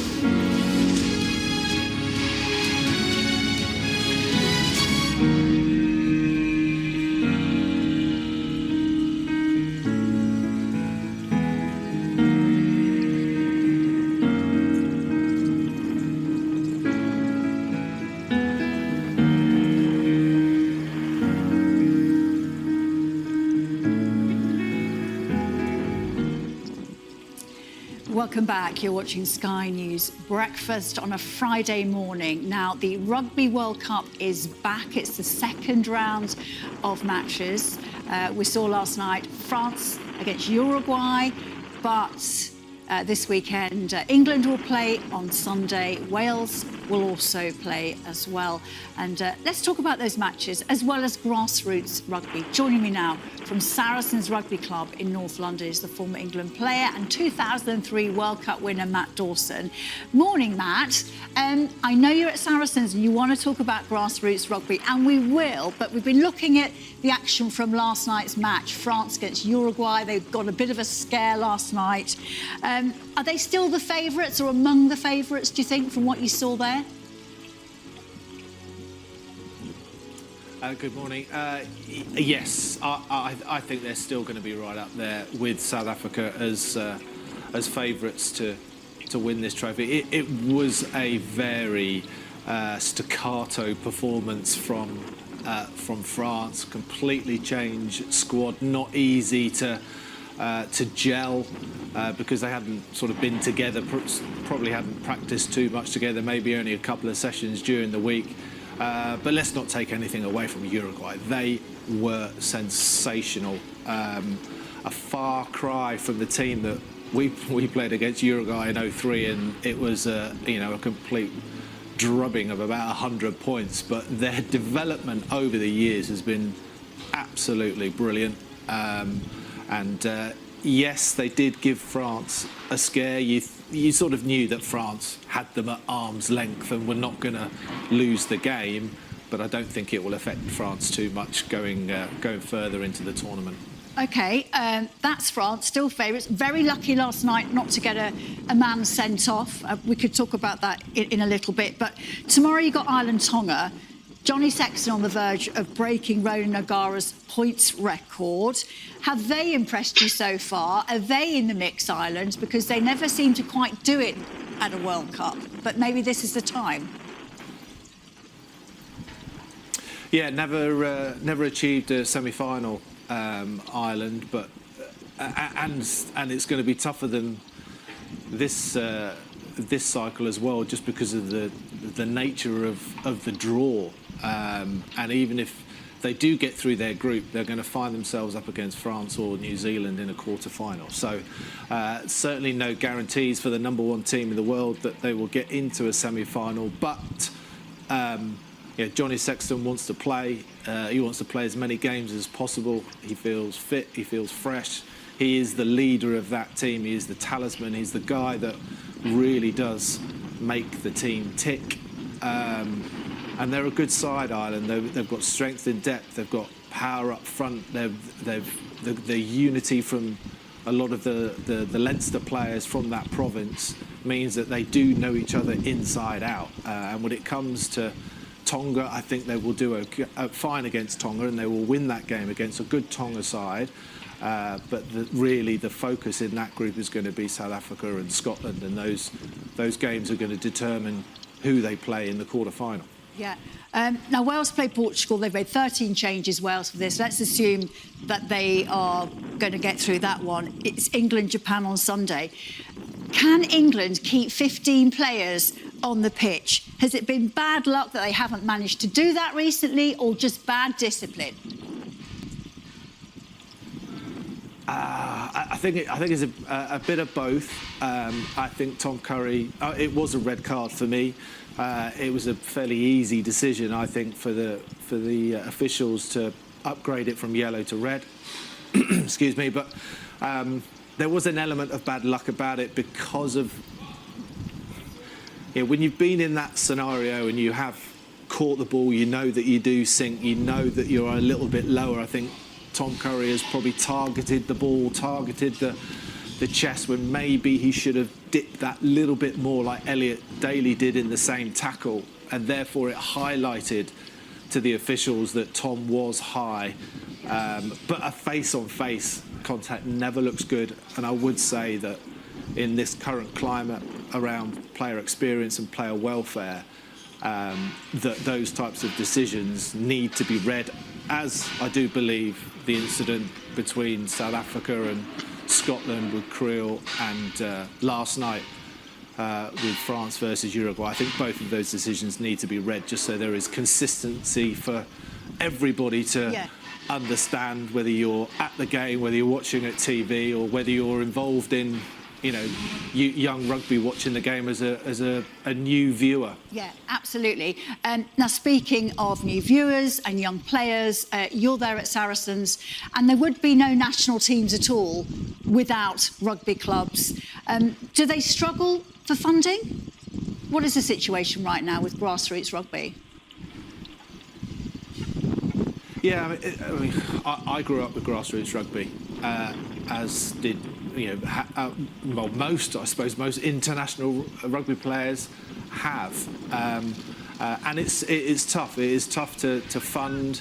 It's tough to find the individuals, the superstars that bring to life rugby, mostly on a Sunday morning or at schools, I guess, as well. But what's fantastic for me to be able to sit here at StoneX Stadium, the home of Saracens, where they themselves have got plenty of players playing international rugby that have come through their academy, and that in itself has been funded over the years by the National Lottery.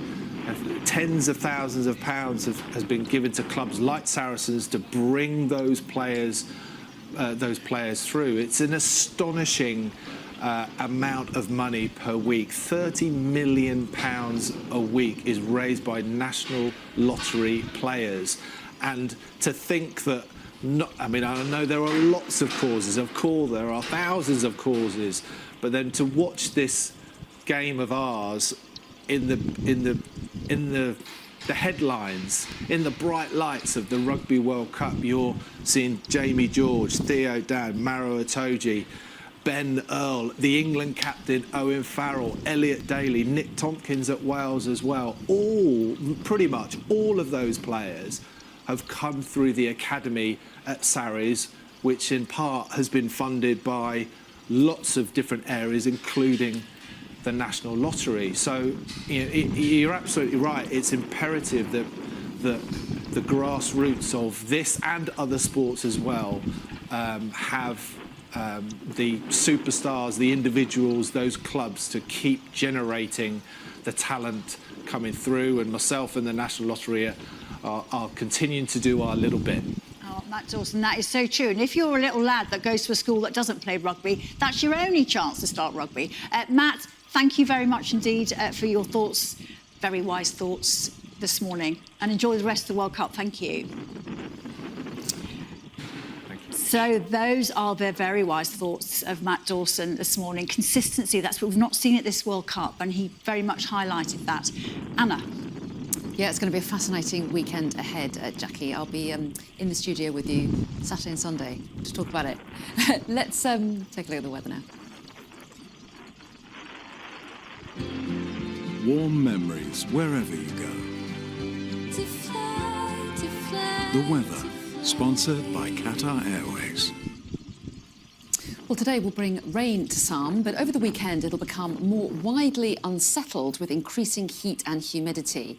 It's mainly fine across southern Britain, northwest Ireland and northern Scotland, but most other places do have some rain. Much of Ireland, Northern Ireland and southern Scotland will stay dull and wet through the morning with localised flooding possible.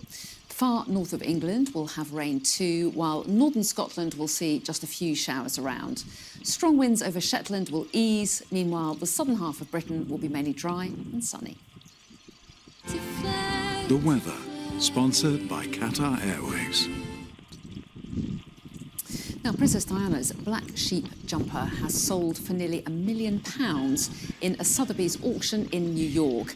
The red jumper, which was famously worn by Diana at a polo match in June 1981, shortly after her engagement, far exceeded its estimated value of between £40,000 and £70,000. Discovered in an attic in March by designer Joanna Osborne, the sweater is amongst the initial designs by Osborne and Sally Muir for Warm and Wonderful knitwear, founded in 1979, and the winning bidder's identity remains undisclosed.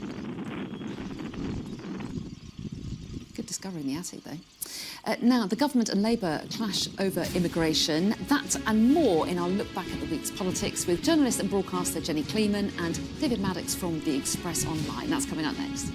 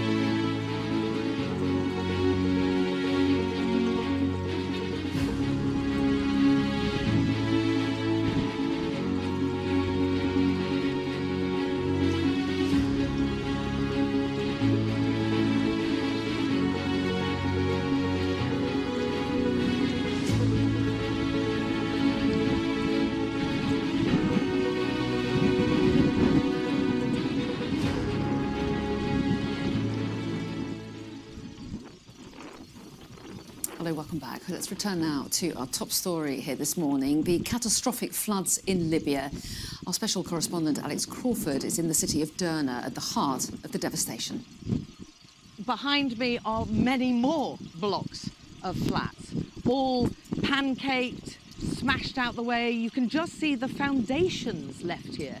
The force of the water was so strong from the two dams that collapsed that it actually sounded like, the locals saying it sounded like explosion after explosion after explosion. Massive tons of rocks, whole apartment blocks just swept away. You can see the foundations of an entire bridge. There are 3 bridges that have just been swept away. Tons of rocks have been lifted up and moved. Part of the bridge has been moved, some 700 metres. The whole of the road has been swept away. There are building after building which has been levelled or smashed through. They had, according to those who survived, about 20 minutes to get out of the way of this torrent of water. You can see again another bridge, just the foundations sticking up out of the way. That is, to the left of the bridge, is the Saba Mosque, one of the most religious sites in eastern Libya, certainly the most significant religious Islamic site here in Derna. The whole of the front has been upended. You can't see it anymore, and it's been moved about 50 metres to a completely different location. And we're finding vehicles upended in trees against buildings. The number of people who have died here is still just not known. Now, Labour and the Conservatives have been clashing over one another's plans to stop illegal migration to the UK. It follows a trip to Europe by the Labour leader Sir Keir Starmer to negotiate a potential deal with Europol if his party wins power at the next election. Well, joining me now to look back at the week's politics are the journalist and broadcaster Jenny Kleeman, along with David Maddox, who's political editor at The Express Online. So welcome to both of you. So, David, let's kick off with talking about Labour introducing its own small boats policy were they to come to power. Are they on the right track as far as the public's concerned with this, do you think? Well, I think they actually are on the right track in the sense that the Conservative government's left a massive vacuum on it. When, you know, they spend the summer just arguing about where they're going to house illegal migrants, then, you know, they've got a problem. But they're on the wrong track in terms of their actual solution, because they appear to be, Keir Starmer appears to be handing control of the whole issue back over to Brussels. And, you know, there's a lot been going on over the last 24 hours about, is this the beginning of a kind of reversal of Brexit if they get in? And, you know, and it looks like we would end up with, you know, not less, but more of these illegal migrants. And Jenny, of course, Labour say that that's not true. They say that the government's line on this is nonsense. But are they opening themselves up to that criticism that they're handing over some control to the EU? Well, whenever anybody in this country says they want to cooperate with our European neighbours, there will be a faction of people who say, oh no, we're betraying Brexit. The fact is, one of Rishi Sunak's 5 pledges is to stop the boats. If we're talking about stopping the boats, we're going to have to cooperate with our neighbours. We're going to have to re-enter into some kind of returns agreement to get their help in stopping the boats. If this is about immigration and stopping the number of people who are legally in this country, that is another question. But the fact is we have a crisis with people dying in the Channel, and I think everybody in this country can agree that has to stop. We have to pull all the levers we possibly can in order to do that. So, you know, having these discussions is very useful. But of course, there will be people, particularly in the Conservative Party in government, who will say this is an example of a betrayal of Brexit. And it reminds us of the pledges. You mentioned them yourself, David. Yes. One of them was stop the boats. Chris Philp, who was on the programme earlier, the policing minister, said he thinks that the government will fulfil that pledge in the fullness of time. What that means, I don't know. He didn't give a complete time frame on that. In the meantime, though, the government has also, Rishi Sunak has admitted that it's going to be hard to meet the targets on NHS waiting lists as well, bringing those down. But he's blaming strikers. So how will the public view that, do you think? I think there's, in the next few months, there's going to be a lot on this. It's going to be a big argument over who's fault this is. I mean, first of all, it should be said that it looks like they're going to struggle to get any of his 5 pledges over the line, which is, a disaster, really, politically, for the Prime Minister and for the Conservative Party. And the NHS waiting list arguably is the biggest one, actually, even more than the small boats. And I think, there's a lot to what he says about the strikes, frankly, and I think it was virtually impossible to bring the waiting lists down once the strikes got underway. We've got another big one next week. And of course, this is really hitting people where it hurts most. I have friends who have missed operations. I had a close friend who actually had a heart attack because of a missed operation, and and there are thousands of these sorts of cases around the country. Lives at risk and all the rest of it, and but. The political argument, I'm afraid, is going to dominate more than I suspect the human ones. Well, yes, and where do you think people stand on this, Jenny? Because a lot of people are affected because there's so many on the waiting list. It may be them, it may be a family member. So a lot of people understand the pain of this. But will they look at doctors walking out and thinking that they're the main problem, or will they blame the government? What do you think? Well, I think there was a lot of goodwill for the nurses and paramedics when they were striking, particularly because a lot of them were striking. The paramedics were saying it was to do with dangerous conditions as well, that they were worried the public was at risk.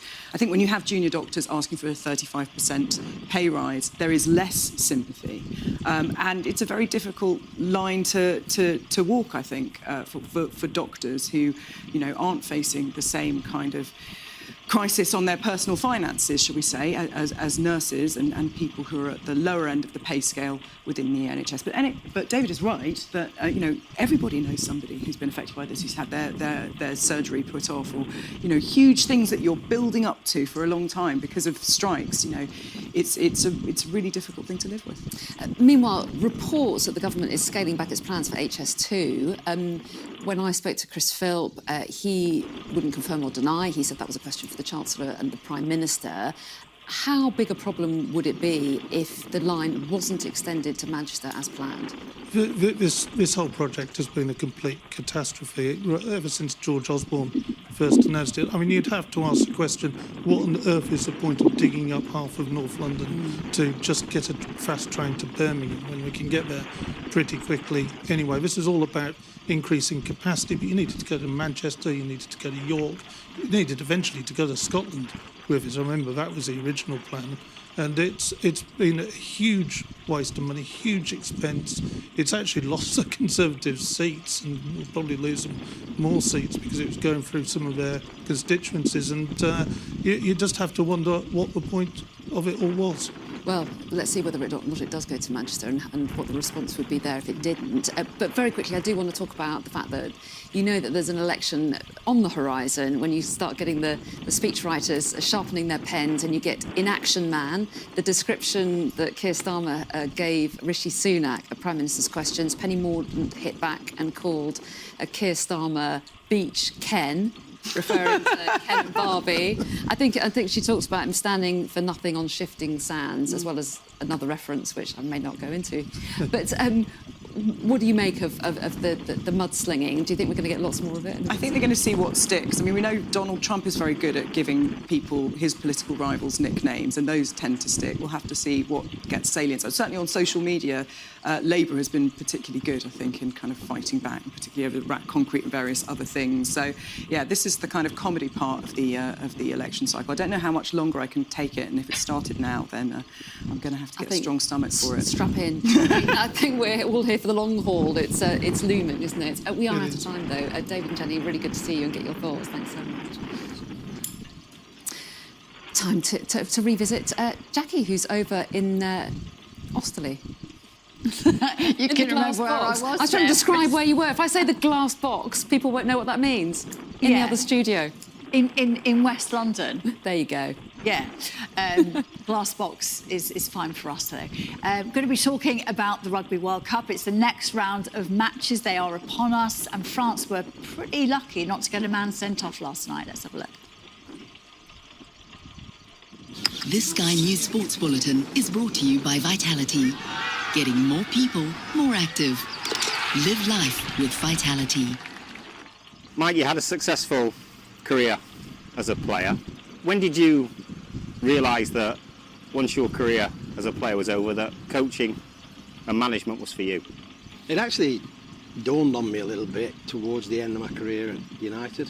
I got an offer from Norwich City to go back through Gary Megson, and would I take the sort of the reserve team. Things developed for you at Manchester United. You ended up working with Sir Alex Ferguson. How was that experience working so closely with him day in, day out? He took me there as a player and gave me 5 great years as a player and achieved so much in 5 years as a player with a great bunch of players and a really successful time. And then obviously I left, did a bit of coaching, or he released me, and then I moved on into the coaching side. But you know, I just got a phone call one day. I was being released from Stockport.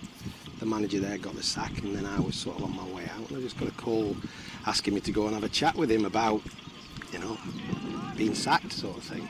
Never in my wildest dreams did I think he was going to offer me a job, but he did, and he asked me to come in and work with, again, sort of what was then the reserves, which I jumped at the chance really, and that lasted a year, and then I got promoted up into the first team setup. How was that relationship with him? Was he the kind of manager that liked you to challenge him?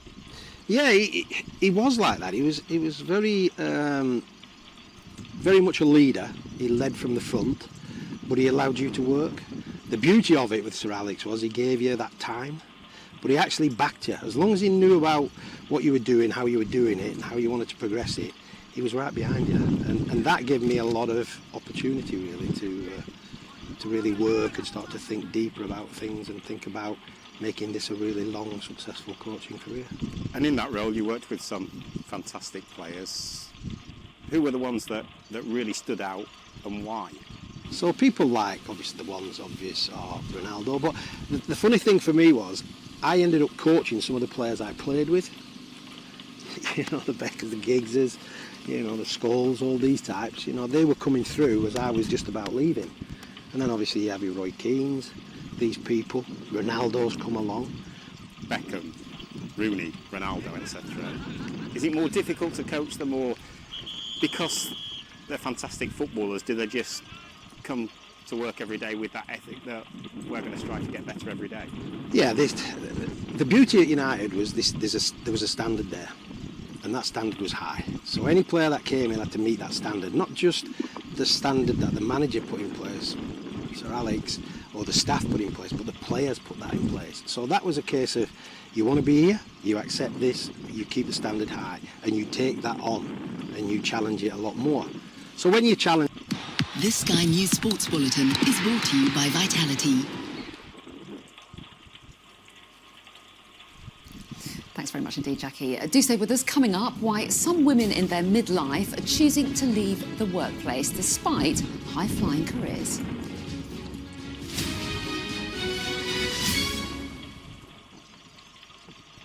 In 2016, I was at a very stressful job, and I noticed that I had pain in my left side, in my abdomen, and I thought it was related to stress. Also, could it be my cycle? But then the pain persisted. I went to my doctor. He said, it's probably something to do with your cycle. So I went home. About a week later, I thought, no, this persisted. Went back to my doctor. Again, he said, something to do with your cycle, go away. I then went to see a female doctor because I thought there's something not right. You know, in yourself as a woman, something's not right. So I went to see her, and she said, oh, it's probably a cyst on your ovary, but I'll send you away for a scan. Which sounds terrifying, to be frank. Yeah. It's probably just that. It's just probably just very blasé, but, you know, I knew at some point I'd want to have kids. So to hear that was just awful. I went for a scan, ultrasound scan, and they found that I had 2 fibroids. So the lady said to me, what, 2 fibroids? I thought, fibroids, what are those? So she said, go back to your doctor and he will explain to you. So I went back to the same GP, and he said to me, you've got 2 fibroids, they're very common, there's nothing to worry about, just take an ibuprofen for your symptoms. So I had 6 years of pain where I literally had to plan my life around my periods. So I told you that I had pain in my abdomen that spread to the right side, so it was continuous pain. I had back pain, I had leg pain, I had extreme bloating, I had a protruding belly, and the irony was, because I wanted to fall pregnant, I was actually infertile. Fibroids are non-cancerous tumours. So if you look on the NHS website, that's how it is described as. And 2 in 3 women, they suffer with fibroids. They will suffer with fibroids in their lifetime. And this is a very common problem. I used to have I still do, have a fibroid clinic at St Mary's, where women would come in, they're very, very frightened, their lives are debilitated by their pain and their very heavy bleeding, and the bump that they see, as Dawn had just explained. It really is, it's very distressing, because people say, oh, are you pregnant? And that was what she wanted to be, but her fibroids were preventing her.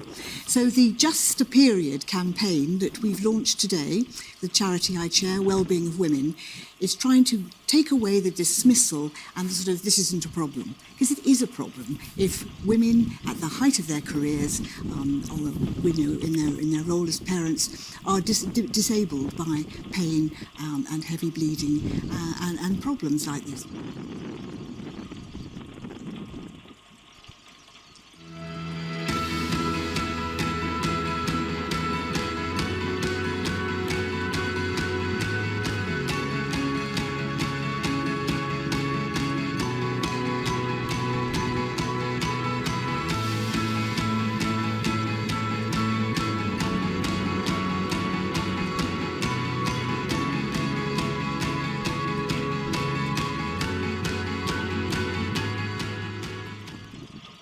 Fly Emirates, fly better.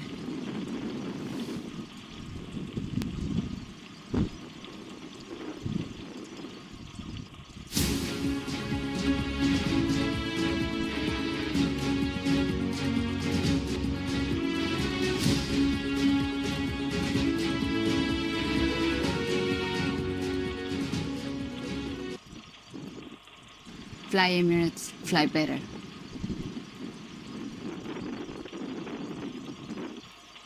Now, why are some women in their midlife choosing to leave their jobs, particularly when they're at the top of their game?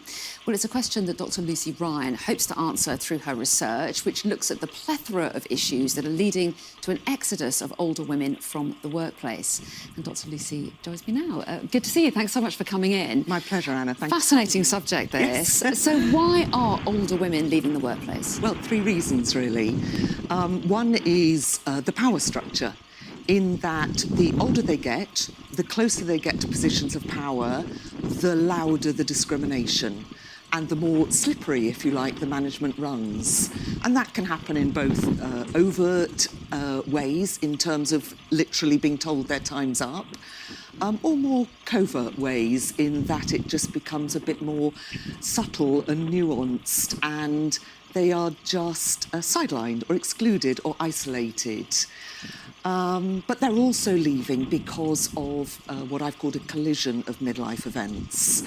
It's quite unique at midlife that women suddenly face, menopause with parental care, with often our older children with mental health challenges.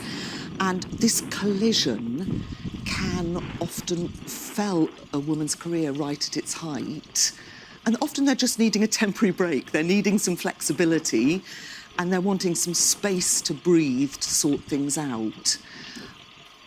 But that space isn't given. So they exit, and then they can't get back in.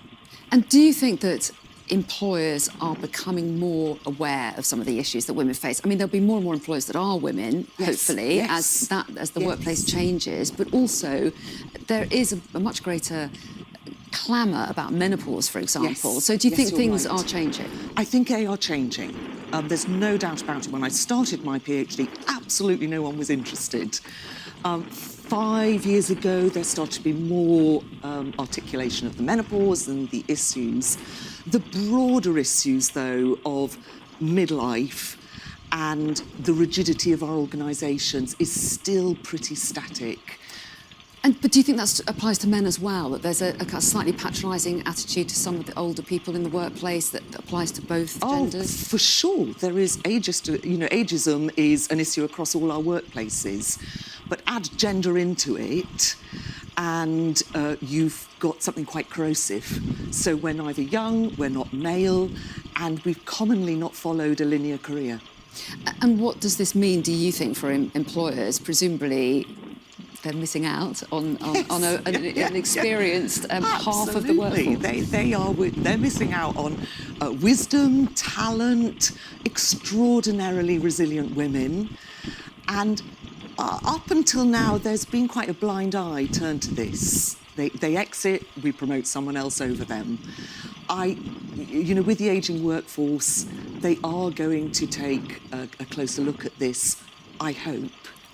And there is a need, isn't there? Oh, there is a need. To fill jobs. There is a need. Not only to fill jobs, but also to retain talent and to retain wisdom and to have our role models in our organisations. Our older women are our role models, so we want to keep them going. So do you feel any optimism for the future that things are changing? That wasn't a very optimistic response. I'm definitely optimistic. I have to be optimistic. I've spent 10 years looking at this. So I am optimistic. The tide is definitely turning. It's not turning as quickly as I'd like it, but it's turning. And the more we get research like this out, hopefully the more organisations will turn around and ask what they can do about it. OK, well, Dr. Lucy Runn, fascinating to talk to you. Thanks so much for joining us this morning. My total pleasure. Thank you for having me. OK, see you soon. Let's check on the weather now, shall we? Warm memories wherever you go. The weather, sponsored by Qatar Airways. Well, today will bring rain to some, but over the weekend it'll become more widely unsettled with increasing heat and humidity. It's mainly fine across southern Britain, northwest Ireland and northern Scotland, but most other places do have some rain. Much of Ireland, Northern Ireland and southern Scotland will stay dull and wet through the morning, with localised flooding possible. The weather, sponsored by Qatar Airways. That's it from me, but do stay with us. Coming up, Wilfred Frost will have all the latest from Libya, where catastrophic floods are known to have killed more than 11,000 people. All the latest up next.